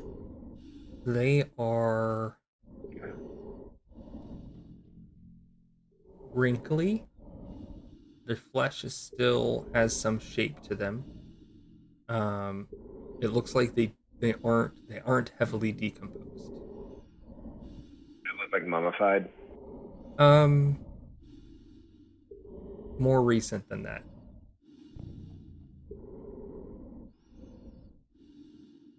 But So I not found- brand new. So, like, Trevor didn't kill them because they were already dead. That's correct. So I found them. did? That counted Would as you- reuniting? Would you like to roll a conflict roll? What? I'm not I sure think what I that think it would be great. You can certainly, as you're trying to ascertain what happened here and if they're still alive, give me a conflict roll. I think that's Okay. My moment of hope is not doable now, right? it might be. I mean, you technically reunited with them. So if you succeed There's on closure. this, it's closure. Yeah, Okay, so how many do I roll? 5d6? 5d6. Or 46? It is 5. Yeah, it is There 5. was a It is 1. 5. It is 5. It's a new. We told new truths. It is 5 dice. Okay. Oh, excuse me. Yeah. All right. Uh, Let's hope. Bah. What can you take from this? They were already dead. You spent this time trying to find them and they had already gone. You ran here trying to make sense out of all of this, but nothing happened. At the end of the road were two corpses. Nothing. Brink.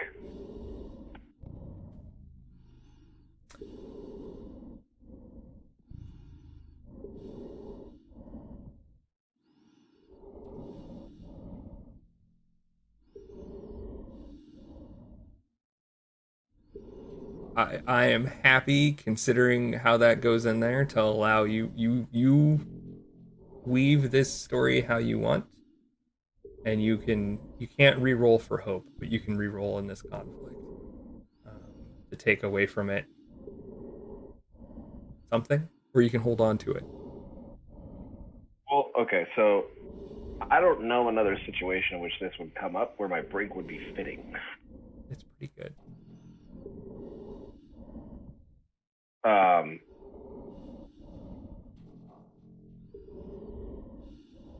So I go, Trevor will like sort of slump forward, right? Like kind of half sobbing, but not really. Mhm. You guys will hear him say, I can't abandon a second family. Not like this.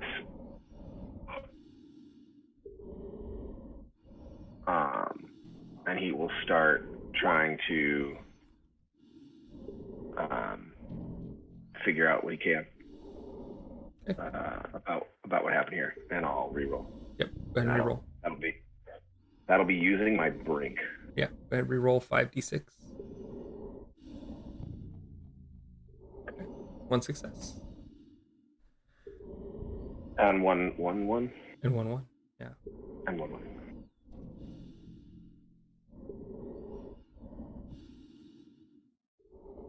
You cradled them to you You try to resuscitate them, but they are gone. They're gone. But you see their data wrist pads. Basically, they're heart monitors. It's similar to the chips in your arms, but they're used on people in cryo so that they can check externally. And you see when they lost their lives. What seems to have been the situation. What occurred, and it wasn't today. It wasn't you. It was 8 days ago that the power in this entire sector was drawn out.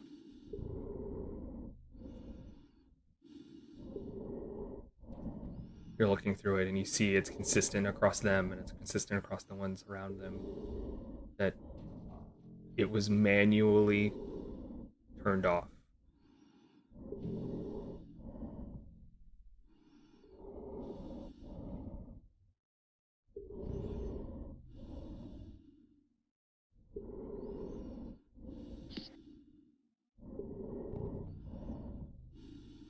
Listen, I hate to stop you of your grieving, but we gotta go, huh?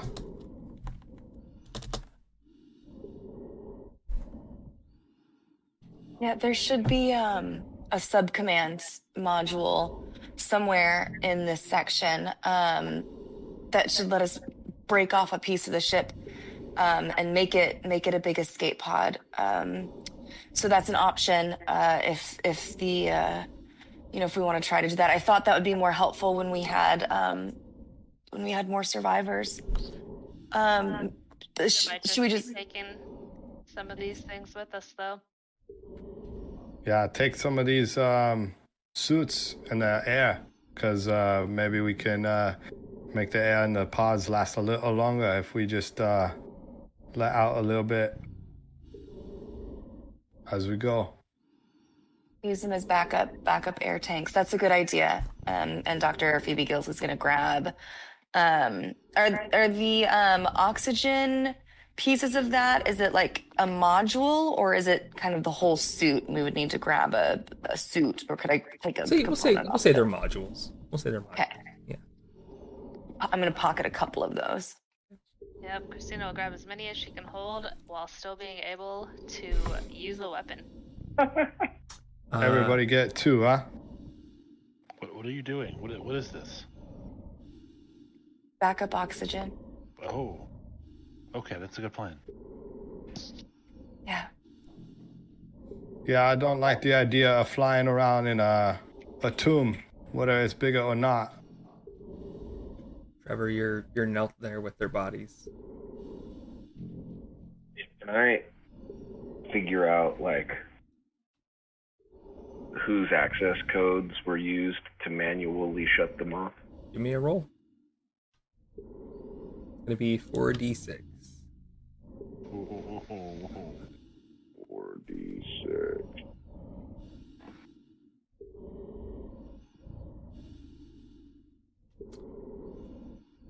Looks like a no.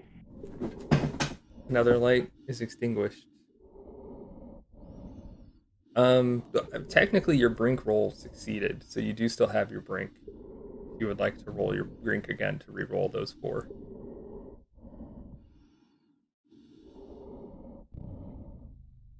You're muted. Let's do it. Okay. I feel like it's applicable. It's still within the same space. Yeah. Go ahead, re-roll your 4d6. There we go. Hey! Got him. Yo. You ready? Yeah. 8 days ago, level 2 cryopods, power rerouted. Engineer Spencer Brinkley.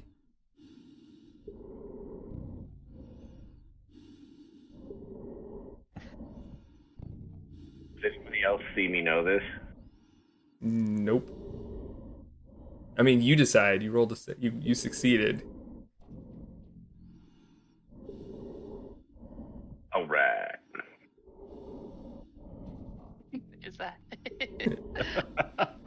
Oh man. So we getting in these pods or what? Yeah, that's a great idea. That's a great idea. Josh, where does Andrew have the knife on him? Hand, probably. Because he's in a spacesuit, right? He needs to be able to carry it to use it in case. So he's probably holding onto it. It's probably Sure. in his hand. At this point, he's probably not holding on to it very tightly. Like he's pretty distracted with what's going on around him, and there's no signs of tentacle beasts nearby. Very temptingly just dangling from his offhand. Yeah, so if possible, I'm gonna take that knife and stab Spencer. Okay, the person with the gun is gonna attempt to be like, whoa! But de-escalate. Let's walk this through Step by step with those step by dice. step. So what we're gonna do? You have no problem. It sounds like you have no problem taking the knife. Is that fair? Is that fair to say, Andrew? Yeah. Andrew is completely surprised and totally does not expect. So what does it look like up to the point where you have the knife and you're drawing back at Spencer? Mike? Spencer is carrying oxygen tanks towards the escape pods. So Trevor would probably like steal the knife and then like, I don't know, I feel like we're all probably pretty close to each other. Yeah. Right? And so then he would probably scream like, "You killed my family, you son of a bitch." And then like go to stab him. So Kristina, you have oxygen tanks also. Yes, but But very you sense- specifically stated. Yeah, you that... did. Yeah. Mhm. And then you see it in motion as he grabs it, and he's cleared the 10 feet between them as he's raising that knife up. I'm going to allow you to do the conflict roll. Oh boy. So you'll have 46, and then you'll also have your hope dice. Okay, so I roll the 46 and then the 1 individually. That's correct. Oh, boy. Uh-oh. Okay, and the 1 hope dice is also Oh, a fail. so close. Okay, hold on, what do I You got left? hold your gun up. I am strong. So as a security officer with all sorts of wild training, I am assessing the situation. I am looking at my gun. I am realizing that everybody and the oxygen tanks and everything are all in this little tiny space. So instead of trying to shoot at anyone, she is going to run and tackle Trevor Okay, away. roll that one. I was really excited for a gunshot and oxygen tanks, I gotta tell you. I know I was you trying were. not to be too giddy. I have a brain that You- sometimes works. Oh! Victory. You're so strong! So motherfucking That's strong. crazy. She comes out of nowhere. She just Linebackers. flies at Trevor, knocks him to the Yeah, ass, that like last- to his ass. yeah, it's a- Knife goes fly. Yeah, What you the fuck, man? This is not how we're gonna behave right now. Or killed my family. What are you talking about? What are you talking about? You're muted. you're muted. I'm sure it was a good start, Yeah. though. It looks I very mute bad. because I don't want Amy to be heard on mine, and then I just don't mute it. It's dumb. I hate it. Anyways, that motherfucker killed all of our families. Anybody that had people in here are dead because of him. He manually rerouted power from this place somewhere. Who knows? But he did it on purpose. Do I get a chance to say something, or you just No. gonna stab me in the back? I sit on Trevor and turn my head. Explain, Spencer. I did that to give us more time to get the ship going in the right direction. So what I heard was to save your own ass, you killed 250 people. More than that. Yeah, sounds to me like one life's worth 250. What I'm saying is, You should there's die way because you're more. willing to kill people again. So we should kill you to save one life rather than let you kill 250 more in the future. Yeah, I agree. Listen, from my perspective, no one else is Doesn't alive matter. over here. Yeah, because you killed them, Spencer. That's why they're dead. No one's alive here because you killed them. So we kill you so you don't do it again. I mute his channel on mine so that he can't interrupt anymore. What I'm trying to say is, no one was putting this ship back in ship shape. Nobody was steering the boat. There was only us 6 alive. I did what I did to give us time to go in the right direction. But turns out we're 15,000 years off. So it's all for nothing anyway. There are other pod groups along the ship, right? Like, we got a bunch of people. Right? Mm-hmm. Yeah. So theoretically, if we had been able to get the ship back together, we would have saved a lot more than 250 people. I mean, one of the things that Spencer did mention was that he rerouted power from more than just. Oh, did he say that he killed more than 250 people, or that he was saving more than 250 people? There's 30,000 aboard this ship. I didn't go for all of them. Just gave us enough to get by for a couple weeks. And we're already running out of that.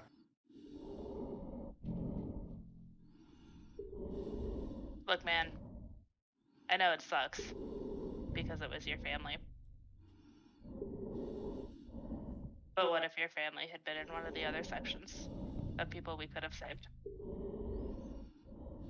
They're hard decisions, and when shit goes bad, people have to make hard decisions. We left the lieutenant upstairs. That was a hard decision.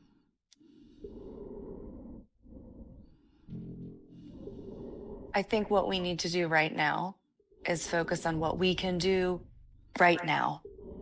And that is get to a pod and get off this ship so we can think clearly. And if we do that, then let's arrange a new method of justice and how we handle end of the world crimes. But right now, I need an engineer. I need capable people to work together as a team so that we can not be eaten by astral cephalopods. Can we do that right now? Can we just be present and look at the next decision? I don't see what the difference is between one monster and another.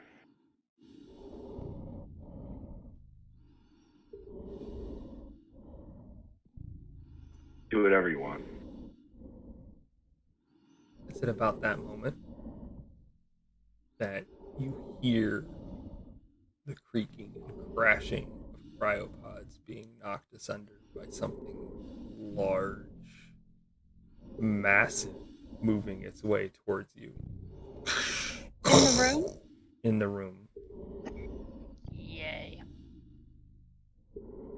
Trevor starts laughing.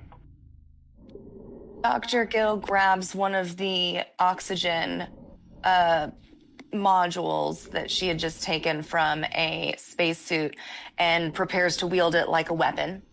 I'm assuming there is some kind of release latch that if it becomes apparent that there is something near her, she will use it like a weapon. Okay. Trevor is laughing. Spencer, what do you do? Moves towards the nearest escape pod. Yeah, same. Trevor, it's time to go. You can come with us, but if you try to kill anybody, I will kill you first. And I get off. We all make, why don't we all make murderers of ourselves? Just murder each other, right? It's just easy. It's the logical thing to do. Just murder everybody, right? Sure. Sounds great. I'm already Trevor? going to the escape pod. Trevor, you're not dead yet, all right? It isn't over yet. There's still a lot of people you can save. You can't save those, but save the rest. Get your ass out of here. And Andrew starts to walk towards the large, massive pile of things. Like, towards Towards the sound. Towards the sound? Okay. Get your asses out of here. Excuse me, what? My loyalty's kicking in. Andrew, we need a cook too. Who's gonna make my tamales? Don't forget your oxygen. Don't forget that they don't like oxygen. You use those. Use those. Ooh. I'm gonna keep moving. I'm not being a hero. Mine. All right. Everybody else is moving towards pods. Trevor, what do you do? Yeah, I'll grab a couple things of oxygen. Okay. And move towards pods. Okay. Andrew, did you pick up the discarded knife? Say you did. Yeah, let's say that I did, sure. Okay. So yeah, you have your kitchen knife, and this is the first time you've actually like kind of looked down at it and realized that it is stamped with AR. It is one of your issued knives. Oh, they brought one of my favorite knives. One of your favorite knives. Sorry, I temporarily stole it. As you hold it out, you hear. It's so hard though. Like you're flashing your lights, your helmet lights. You feel it. You don't even hear it. You yeah. feel it in the decks. It's a vacuum. Vacuum, yeah. And then looming up out of the darkness is this mound of writhing tentacles and mouths. It's about 60 feet away from you as it rises up, filling from the floor to the ceiling. It's dark against dark. And you wait, ready for it to come at you, for it to lunge at you. What you didn't expect was for the bodies closest to you to slowly begin to push themselves upwards. I hate it.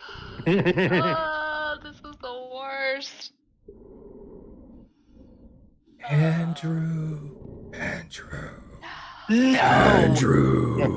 No.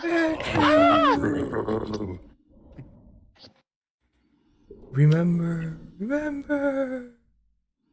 Don't you remember?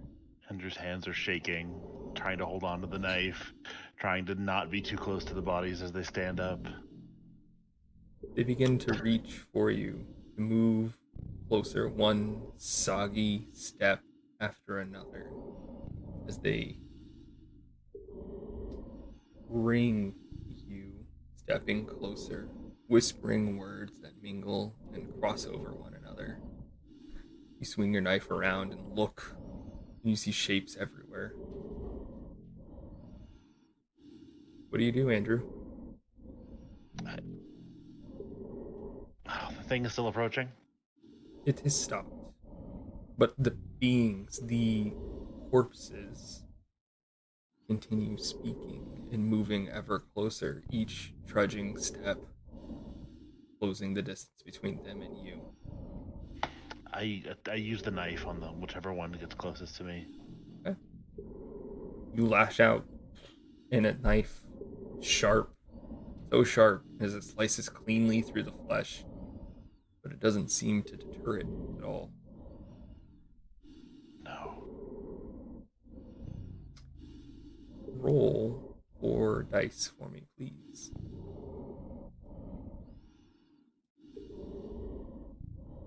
Hey. Wow.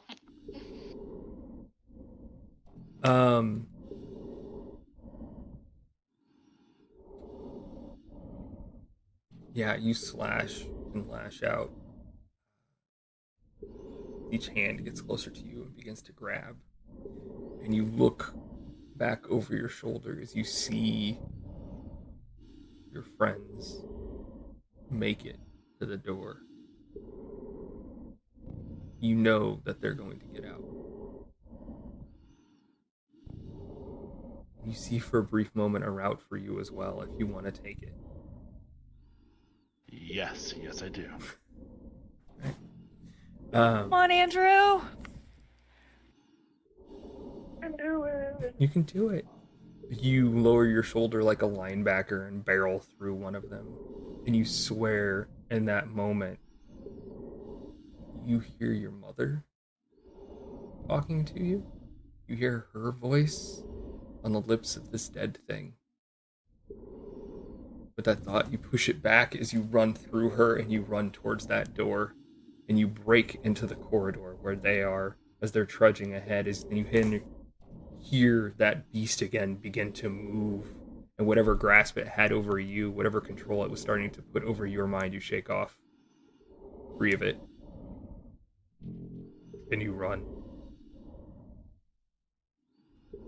Behind you, the mass rolls, spreads, and pulls its way into the corridor, filling it.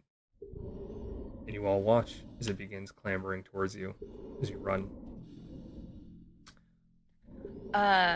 Dr. Gills is going to take advantage of the opportunity of being in a hallway, which is a rather enclosed space, and is going to evacuate one of those oxygen tanks in full. She's just going to pop the latch on it and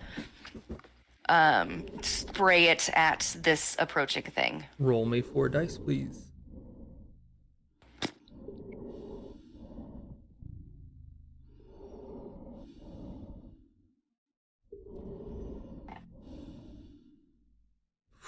Oh. Oh no. It's my moment of hope that's up next, too. It is, Oh, so there's no no. re-rolling happening. Oh no. I think this is going to be the first one. Oh. I thought for sure it was going to be Andrew. And maybe it was the bravery that he had, that valiant sacrifice he was willing to lay down for all of you, that filled you with such drive. Maybe it's just your arrogance of who you are. Maybe it's the pride in who you are. Dr. Phoebe Gills, astrophysicist. Smartest woman alive, most likely. Very likely. You twist the bottle. And you twist. And you twist. And you twist. Waiting for this air to release as you stand there in the hallway, standing valiantly, steadfast and strong. But the handle breaks. As you're twisting, you feel it just give out. There's no air that comes from the tank. There's no oxygen that suddenly fills the room. None of that. As your light is extinguished and the beast consumes you.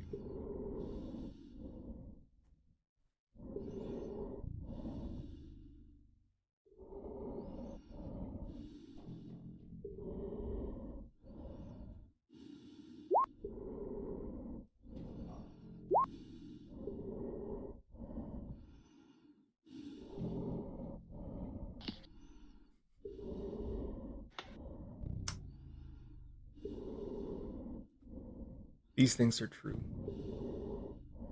The world is dark. You watch as Dr. Phoebe Gills is consumed, tentacles grabbing into her, wrenching her down and tearing her apart. And worst of all, you hear her voice. Wait! Stop, don't go. I think I figured it all out.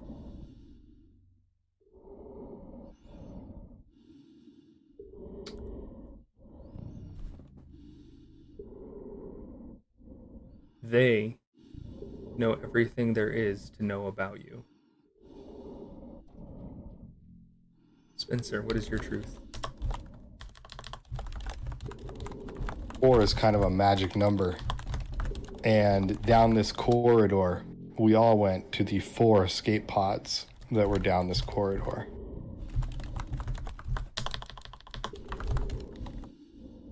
Andrew, what is your truth? While they know everything there is to know about us, don't understand what motivates us or why we do what we do. They don't understand what it is to be human. Yeah? That works, yeah. I like it. Trevor, what is our 4th and final truth?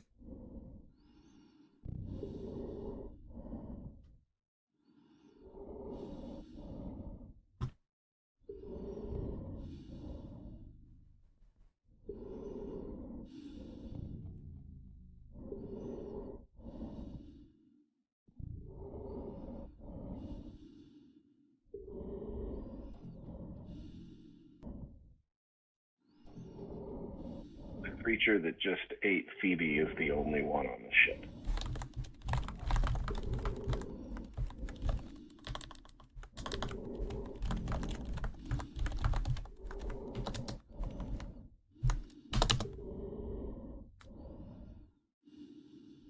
It seems briefly to stop as you hear the voice of Phoebe.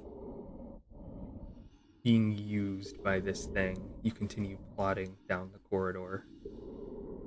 Wait, I figured it out. Just stop and listen.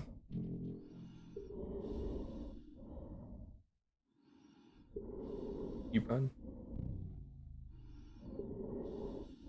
Where do you go? When we get to the so the corridor is where the kind of holdout was, right? And then down that corridor is the escape pods. That's correct. At the intersection of the 4 escape pods,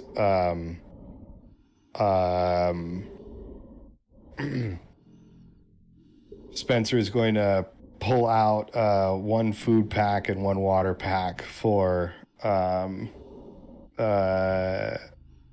Kristina, Rosario, and Trevor Devoy, and give them both 1 each, and then get into his escape pod.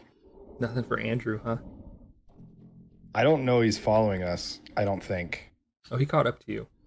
Oh, he did? Yeah. Oh, in that case, then yeah, 1 for him too. He caught up to you, and Dr. Gills stopped to hold it off. Okay, in that case, yes, 1 each. I guess I won't take 2 for me. 2 of this imaginary currency. You each walk up to your cryopods. Which one of you? Well, you go to your cryopods. And push the Cryopods buttons. or escape pods? Or escape pods. Sorry, the escape pods. Okay. You press the buttons and they open. Amazingly, astoundingly, they open.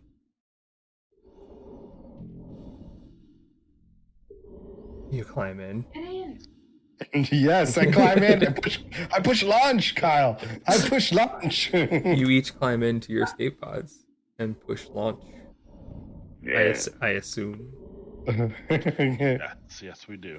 All right. Wait, you forgot me. Wait, you forgot me.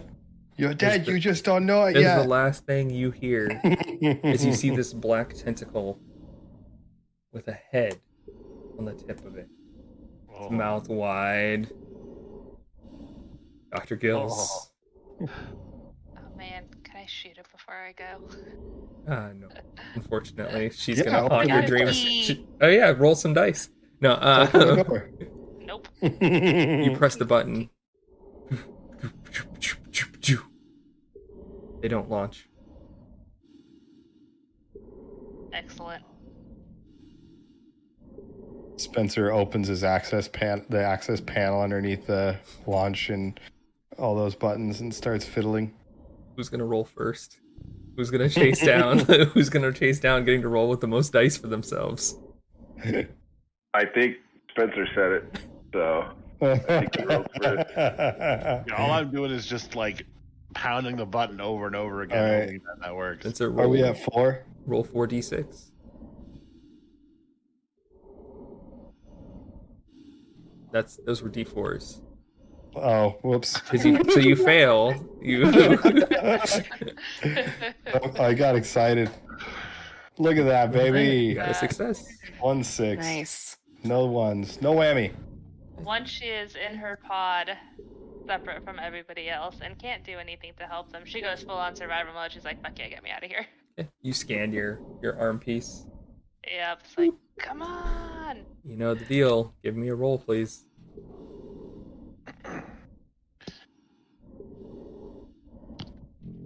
D6, and then I get my 1 extra, right? Yeah, it'll be. Separate. There you go. You don't even need it. I don't even need it. I don't steal it whammy. from anyone else. All the dice are there. We want. Do you want it next, Dexter, or should I take it? Sure. I'm gonna use my navigator know-how and mess this up. Navigate know-how. You got your brink you can fall back on, right? I think so. You do. Yep, you do. Your Well, brink. hey, there you go. Yeah. Hey, Better start. Would you like to re-roll your pool? Yes, please. Okay. As you integrate your brink into it. I mean, you abandoned them once. Right. Well, my thing is like I can't let they obviously passed away, and I can't let them passing away be for nothing. Yeah. Well, now you hear their voices, of course, coming down the corridor. I hate that. Dad. Oh, you really hate that as you press the button. I really 3 hate 6s that. and 1 1. 3 6s, 1 1. Andrew, that gives you 3 dice.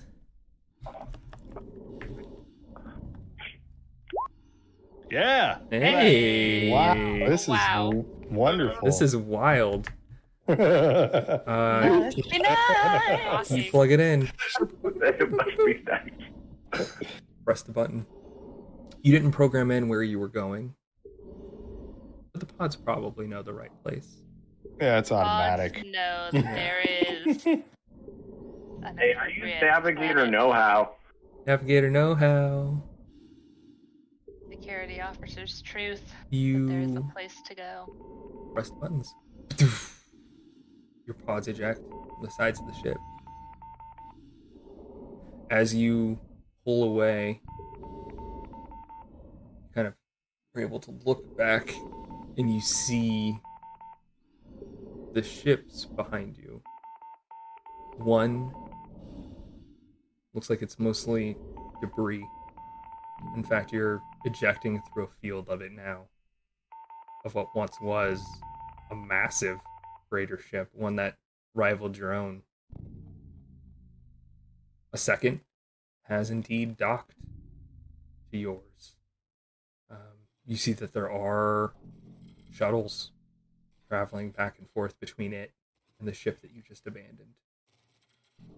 Looks like they are ferrying pods or people back and forth between them.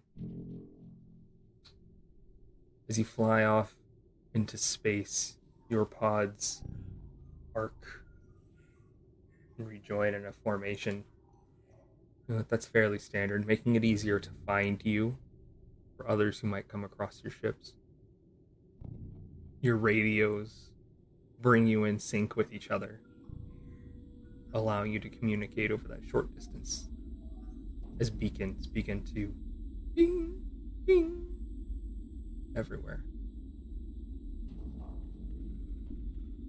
What you notice, though,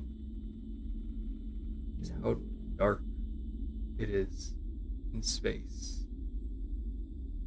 Pitch black. You scan the sky in every direction. There are no stars. There are no worlds. There is nothing that you see but inky blackness. And you hear the radio.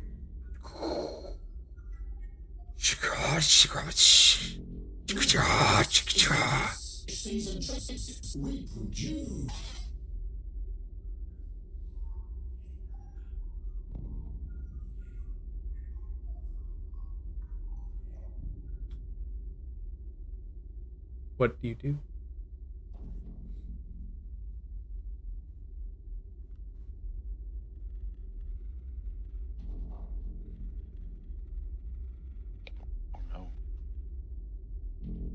There's probably some kind of navigation systems on the pod, just letting you know kind of where things are at, and everything's coming up blank, pretty much, right? That is correct. It says that there is. Yeah, everything's coming up blank. Yeah. So he's gonna try and do a full spectrum cycle and scan the surrounding space. Because I thought there was a planet nearby. There is. So, Within range of the yeah. escape pods. Within range of the escape pods. It was very So specifically well According to worded. that one show we watched, can be very, very far away. Very, very far. Yeah. You begin. Yeah, he starts fiddling. Roll 3d6 for me. Oh, I thought so. Hey-oh, there's 1-6, baby. Beautiful. You. Jeez, we're getting so stupid lucky. Yeah, you see there is, as you're running through all the diagnostics, a large gravitational pull nearby. You can't see it with your naked eyes, but under the using the tools that you have, you're able to determine that there is in fact a planet within a day of where you are. But it is dark against dark. That planet we were, he communicates over the radio. That planet we were detecting earlier, this is a dark world. I got a bad feeling about this one though. It's got to be better than here. Yeah. Options left. I'm going to take a nap. Yeah. Say it'll be about a day to arrive, so maybe everybody deep sleep, conserve on the oxygen.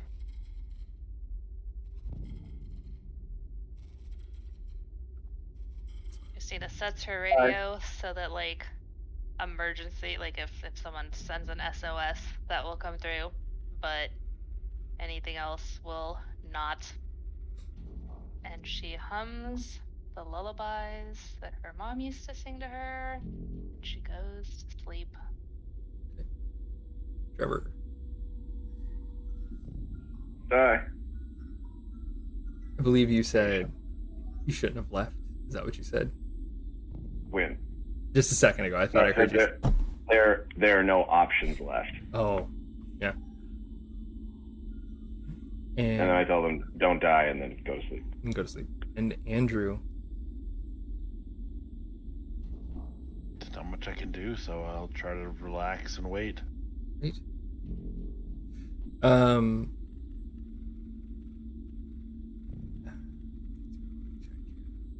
You're asleep. You're asleep. You're asleep. You're not asleep. Andrew, go ahead and roll 3 dice for me, please.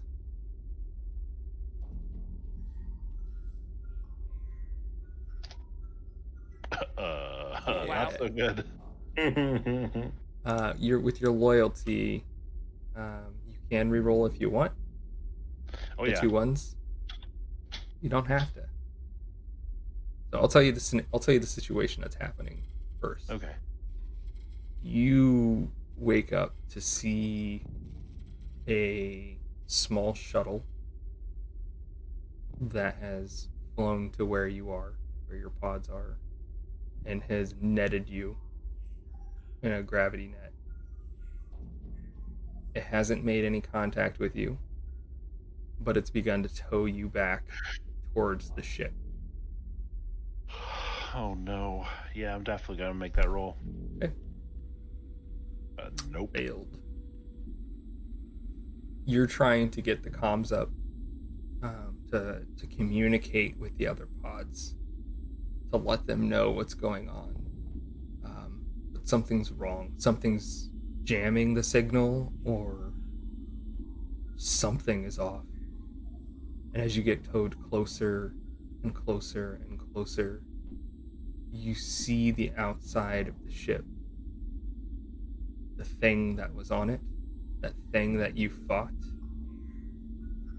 has grown along the hull, Oh no. has embraced it and wrapped its way through it. And you see tentacles in the darkness reaching out towards the basilisk.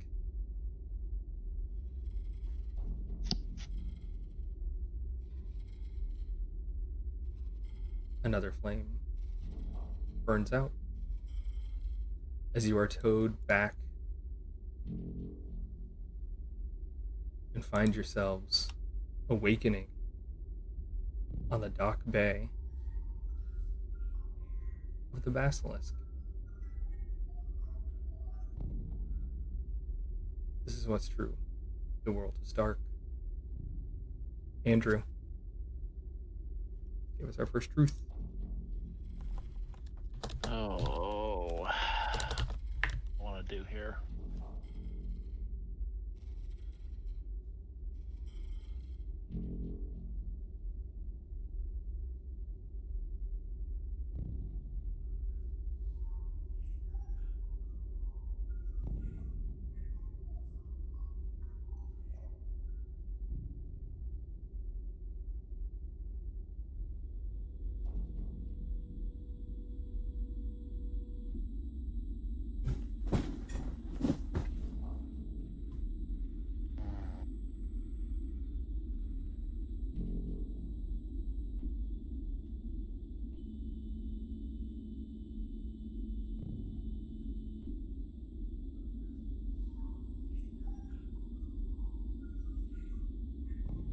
The people who rescued us are aware of the thing approaching their ship. We're aware of them. Trevor.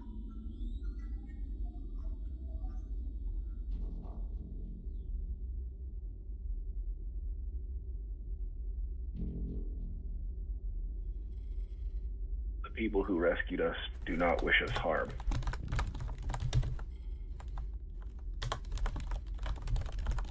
Okay. And Kristina, our final truth. There are only 3 lights, only 3 truths.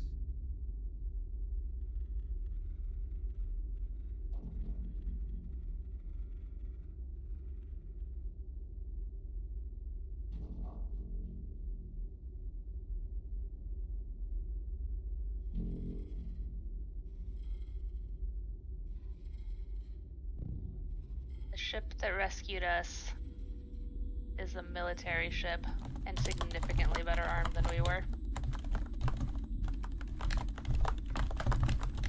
Okay. You are, well, actually, aside from Andrew, the rest of you are jarred awake as your pods are kind of unceremoniously landed in a large bay. There's bright, glaring light filling through the window, and you see there are cryopods surrounding you. This massive docking bay. You see power lifters running this way and that, moving things around. And outside of your pods, standing, are 20 or so soldiers, armed to the teeth, wearing spacesuits, holding weapons out, and you hear over a loudspeaker, Subjects within escape pods.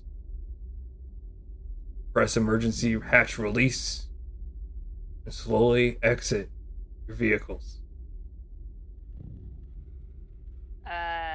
Yeah, Kristina hits that button, kind of holds her hands up as she's coming out slowly, and she will announce herself as Senior Security Officer Kristina Rosario of the Nautilus? The Nautilus, Is that yeah. what it says? The Nautilus, yep. So she'll just clearly state that that's who she is. And she gets up.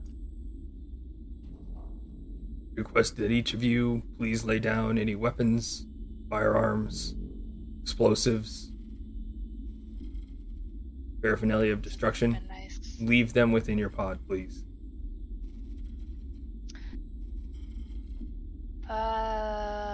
She didn't like it, but she'll do it. Andrew will do so. Also do so. This way, then. Well, I thought it was assumed to me. Spencer, you do anything weird? I don't think I have anything. You don't, unless I still have the crowbar. You still have a crowbar. Let's say you still All right, have it. he'll put that in his belt as a tool. It's my tool. Definitely not a weapon. Definitely not a weapon. Not used for destruction. I mean, Technically. Problem is, I can't put down my hands. I am a weapon of destruction. Right. But, you know. The soldiers box you in. They still have their weapons out. Most of them have rifles. Some of them have batons. And then the one who had been issuing commands steps forward. Subjects, please follow me for debrief. Turns on his heel and begins to march across the bay, away from you, expecting you to follow. Spencer follows. Yeah. Yeah, I just kind of like, with my head, just kind of gesture, make sure that everyone is coming along. Follows. You're led to, kind of looks like a large, almost like a classroom. There's several desks and long tables set up in here, spartanly decorated. Though against one wall there are 4 cryopods. It look like they were recently set up, plugged in. They're running on battery packs within the space. The one who's issuing commands steps up to the front. It's a couple buttons, removes his helmet. You see a man in his mid-60s with a buzz cut, lots of scars on his face. He's a permanent, kind of a permanent grin. He's looking at you for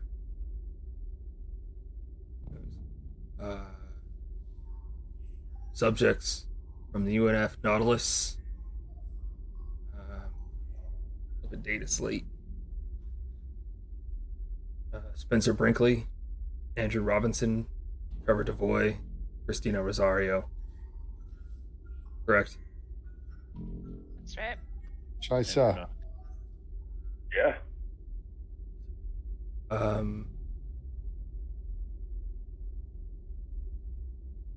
We have a very short questionnaire for you about any experiences you may have had recently. Please feel free to answer all at once. We don't need individual answers from you. General assessment or feeling, plenty. Question 1. How do you feel right now? Relieved, sir. Confused.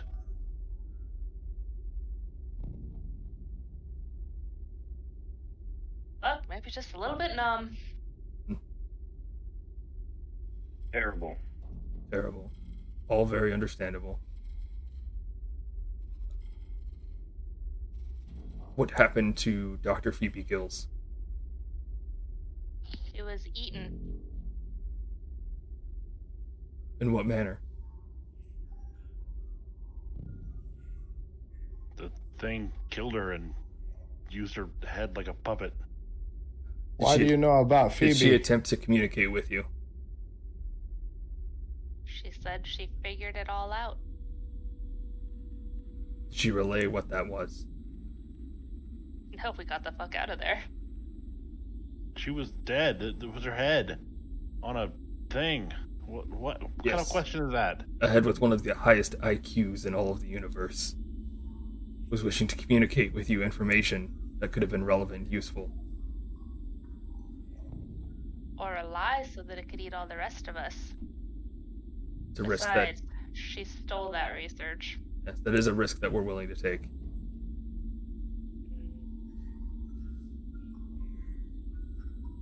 I'm going to need the four of you to please enter into those cryopods.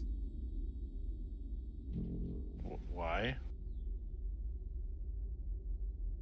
You gonna feed me to the alien? Our hope is that you can gather more information from them, or that we can gather information from your experience with them. Something more relevant than what you've shared so far. What do you mean with them? Are they in there? In the ship. You said get into the cryopods. Yes. We're going You want to to send us back over reseed you to the ship. there? I'm gonna have to go ahead and decline that offer. I think I'm I'd rather afraid- be thrown in the brig. I'm afraid neither of those are options. You can either willingly get into the cryopod, or you can be forcefully placed within them.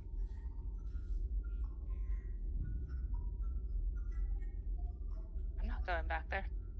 No way in hell. We- You know what's stuck over there.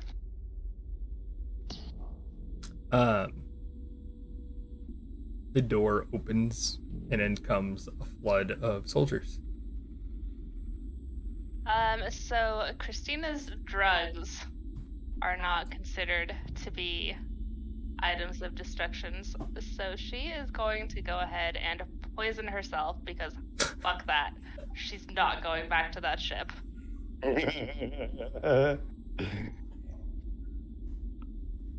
There we go. Suck it! I want you to actually roll for me. Roll 3D. I know you do. I do. Roll 3d6. I love it. You grab a grip of pills and go to throw them. Throw them back. No, I think she's got like an injectable thing of like, Cocktail. yeah.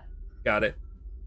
And then hold on, I got my one more, from my hope. Uh-oh. Oofta. I got a brink. I got a brink. You do have a break. Never before have I thought that I would work so hard to kill myself. Pulling out all the stops. So, Oh, that's exciting. I just read your brink. uh-huh. I don't want to know what it is. So Kristina Rosario just has this firm understanding that sometimes lethal force is the only thing that's going to work. And while usually that lethal force is used on somebody else, Today always. that person is hurt. Uh-huh. All right, go ahead and re-roll your 3d6. This one. I wish you luck. Oh my god, the dice are like, no, you're going back to that fucking ship. You do Wow. it. No, you take the full cocktail, and you go limp. Makes you lethargic and they're just They- like, They're just like, you? Trevor, Andrew, Spencer. Andrew's gonna try to make a break for it and see if there's Well- a run. do we get a chance to, or do we Yeah, blow Andrew- out some candles? Oh, you're right. Because Yeah, of I the don't first know. failure. Good pull. Well, we're gonna pick up. Well, you're right. Many We'll pick up. failures. We're about to pick up the next scene with. Thank you. We extinguish a candle as Kristina is lifted up bodily and placed within a cryopod. You see this happening as the other soldiers are coming in around you. This much is true. The world is dark. So dark. Kristina, what is the truth?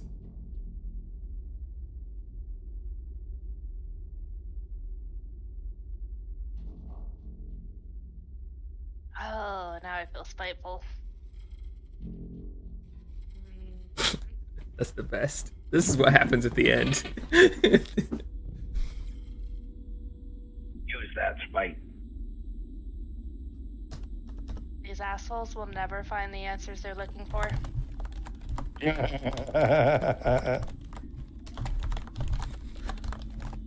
right. Man, I don't even get one. You don't, but you know who does?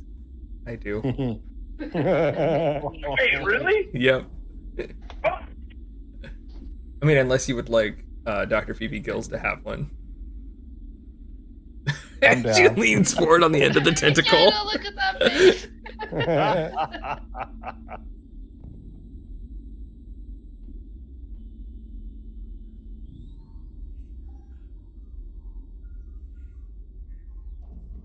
I took a lethal cocktail I don't get about. Yeah, right.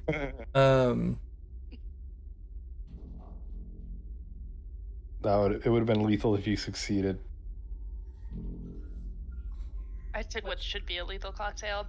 I am larger than the average person. So strong. Significantly larger. Bigger than the average bear.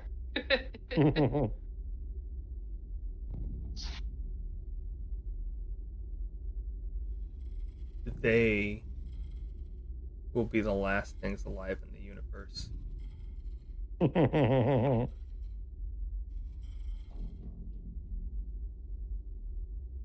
What's known as Kristina is lifted up and thrown into a cryopod, and Andrew makes a break for it. Two truths? 2 truths for 2 candles. Oh, so gross. Andrew, you go to force your way past the soldiers. Roll 2 dice.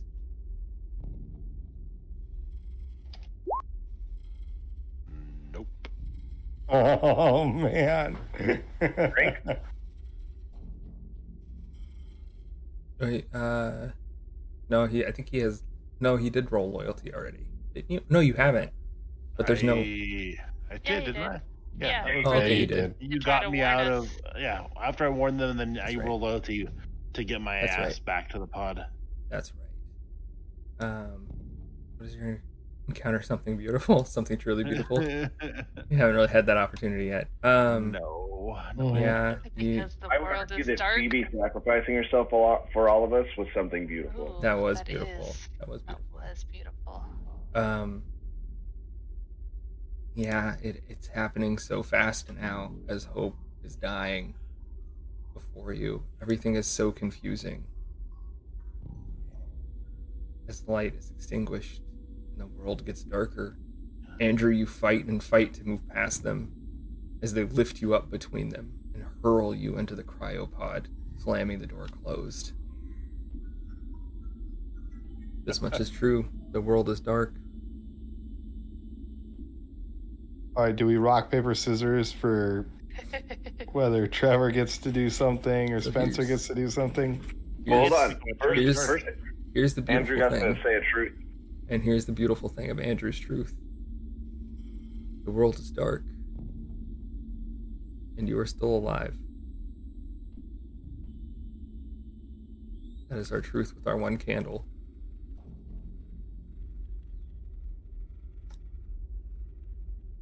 As you see Andrew thrown into a cryopod. Spencer, Trevor. It's all so damned confusing. And what do you do? Who gets to act? Whichever one of you wants to. Let's roll D100s, and whoever gets higher gets to act. I mean, one of you could do something for Oh, the man, benefit of mine's both low. of you. You know, you could be like, we do this thing. I have an idea. Do you have an idea? Do I have an idea? Uh-huh. I mean, kinda. It's not a very good one. My idea is also not good, but in a good way. Let's roll. I rolled, and it was pretty low It was a for our race 21. to 100. 85. All right. All right, Trevor. I guess if you wanted, you could succeed. I'm gonna let Spencer go. Oh, Oh. yes. Okay. Spencer, eyes. So as oh shoot, what's his name? Andrew. Andrew, thank you. Andrew runs, and most of the guards are distracted with this fleeing person. Spencer is going to grab a grenade from the belt of one of the military officers, and he's going to pull the pin, look at Trevor, and release the spoon. Roll 1d6. 1d6. Oh my god. A 6.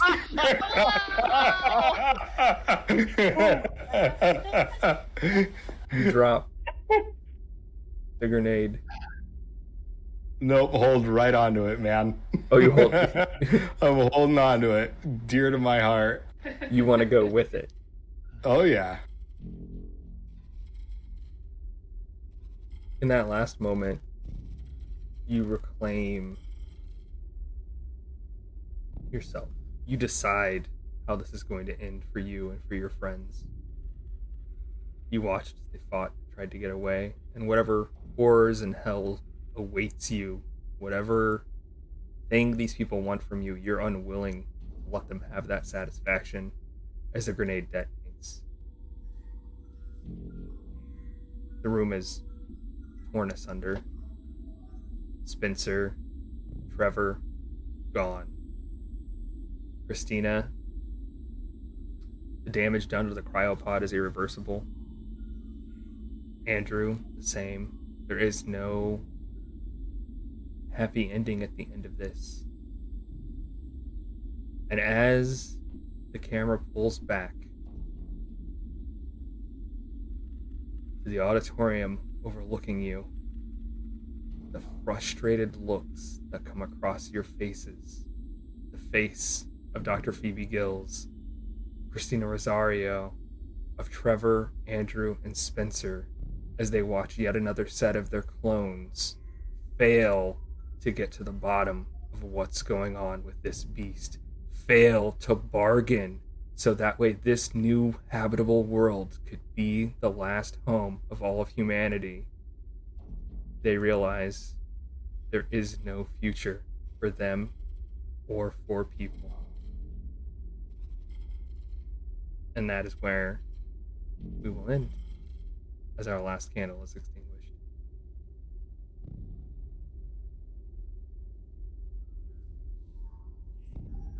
I got mine. There we go. Thanks, Kyle. Thank you. Thank you, Kyle. That was really cool. That was some nightmare fuel. Yeah, well. That was the best ending, man. I'm glad you Oh my win. god, nobody is happy. I'm glad The world is fucking dark. Bro, that was not. So it was us watching clones the whole time. Yeah, and that was Josh. that was That's Josh. Yeah. Uh-huh. That was fun. Freaking Josh, man. Oh, that was We're really the cool. assholes that will never get the answers we were looking for. I'm not gonna lie, that was probably the most meta version of this game I've ever played. Oh, well, you guys created that. That's fun. Very cool. Yeah, that was a lot of This fun. is great. I forgot to have you all make recordings for yourself earlier in this process. That was a mistake on my part. Let's remember that for next time. Worries. Yeah, but that was a blast. Thank you, everybody. Thank you for staying up so late to do this. Yeah, this is fun. This is fun. I would love to do this again when we can do it all in person. In person. Yes. Not It in is the an woods, extreme. Not in the woods. No, at somebody's house where we could turn the lights on and have a beer afterwards. I It seems like I a good want. idea. I feel like this game is perfect for like or like winter type stereo, so you can start it a little earlier when the sun sets at like 5 p.m. and you get started right around then, and Yeah. Yeah, but that's a long time from now. That's true. I'm just thinking. If I remember, I'm probably gonna try to run it for some folks. Yeah. It's super good. Yeah, I love this game, man. I'm about ready to run one myself. You should do that. I love. Yeah, it's such a good like narrative experience. I feel with everybody. And thank you, Dr. Phoebe Gills, for being the sacrifice for everyone. Sure. that was Absolutely. I thought I was dead. I can't believe you rolled a 6 on that freaking last roll, man. Just like, fuck you. Yep. Going out on my own. I got my ending. Yep. And then it turns out that Andrew finally witnessed something beautiful. I don't know if I agree with that, but sure, we'll go with there. So Spencer's Brink. So you're aware. That was so Trevor, good. Spencer's Brink was that they saw him reroute all of the power from the second floor, so that way you all could live just a little longer. Yeah. Oh yeah. Yikes. So good. So that was at the very beginning, and then you guys all built the like where my people are and everything else. Oh, good. Yeah. It's like, oh no. Well, yeah. What was everybody's Brink, real quick? And that's what Kyle wrote for me. Yes. God, Yeah. Kyle's so devious. I sent him the gif of don't with like from Michael from The Office. Oh, yeah. he was about to spill the beans. That makes a lot more sense now. Yeah. Oh, it came out so good. Yeah, I did. Mine so good. that Amy wrote for me, right? Yeah. Was I have seen you in your haste to save someone attempt to use lethal force and kill an innocent, and then extort the other security officers involved to keep quiet. I think that was actually. That was I think me. that was Dexter. Yeah, Dexter wrote Yeah, for that you. was me. Oh, Dexter wrote that one. Yeah. Okay. That was Yeah, really it good. oh, that's right. Yeah, it was good. I The liked one, it. good. Oh, I wrote Amy's.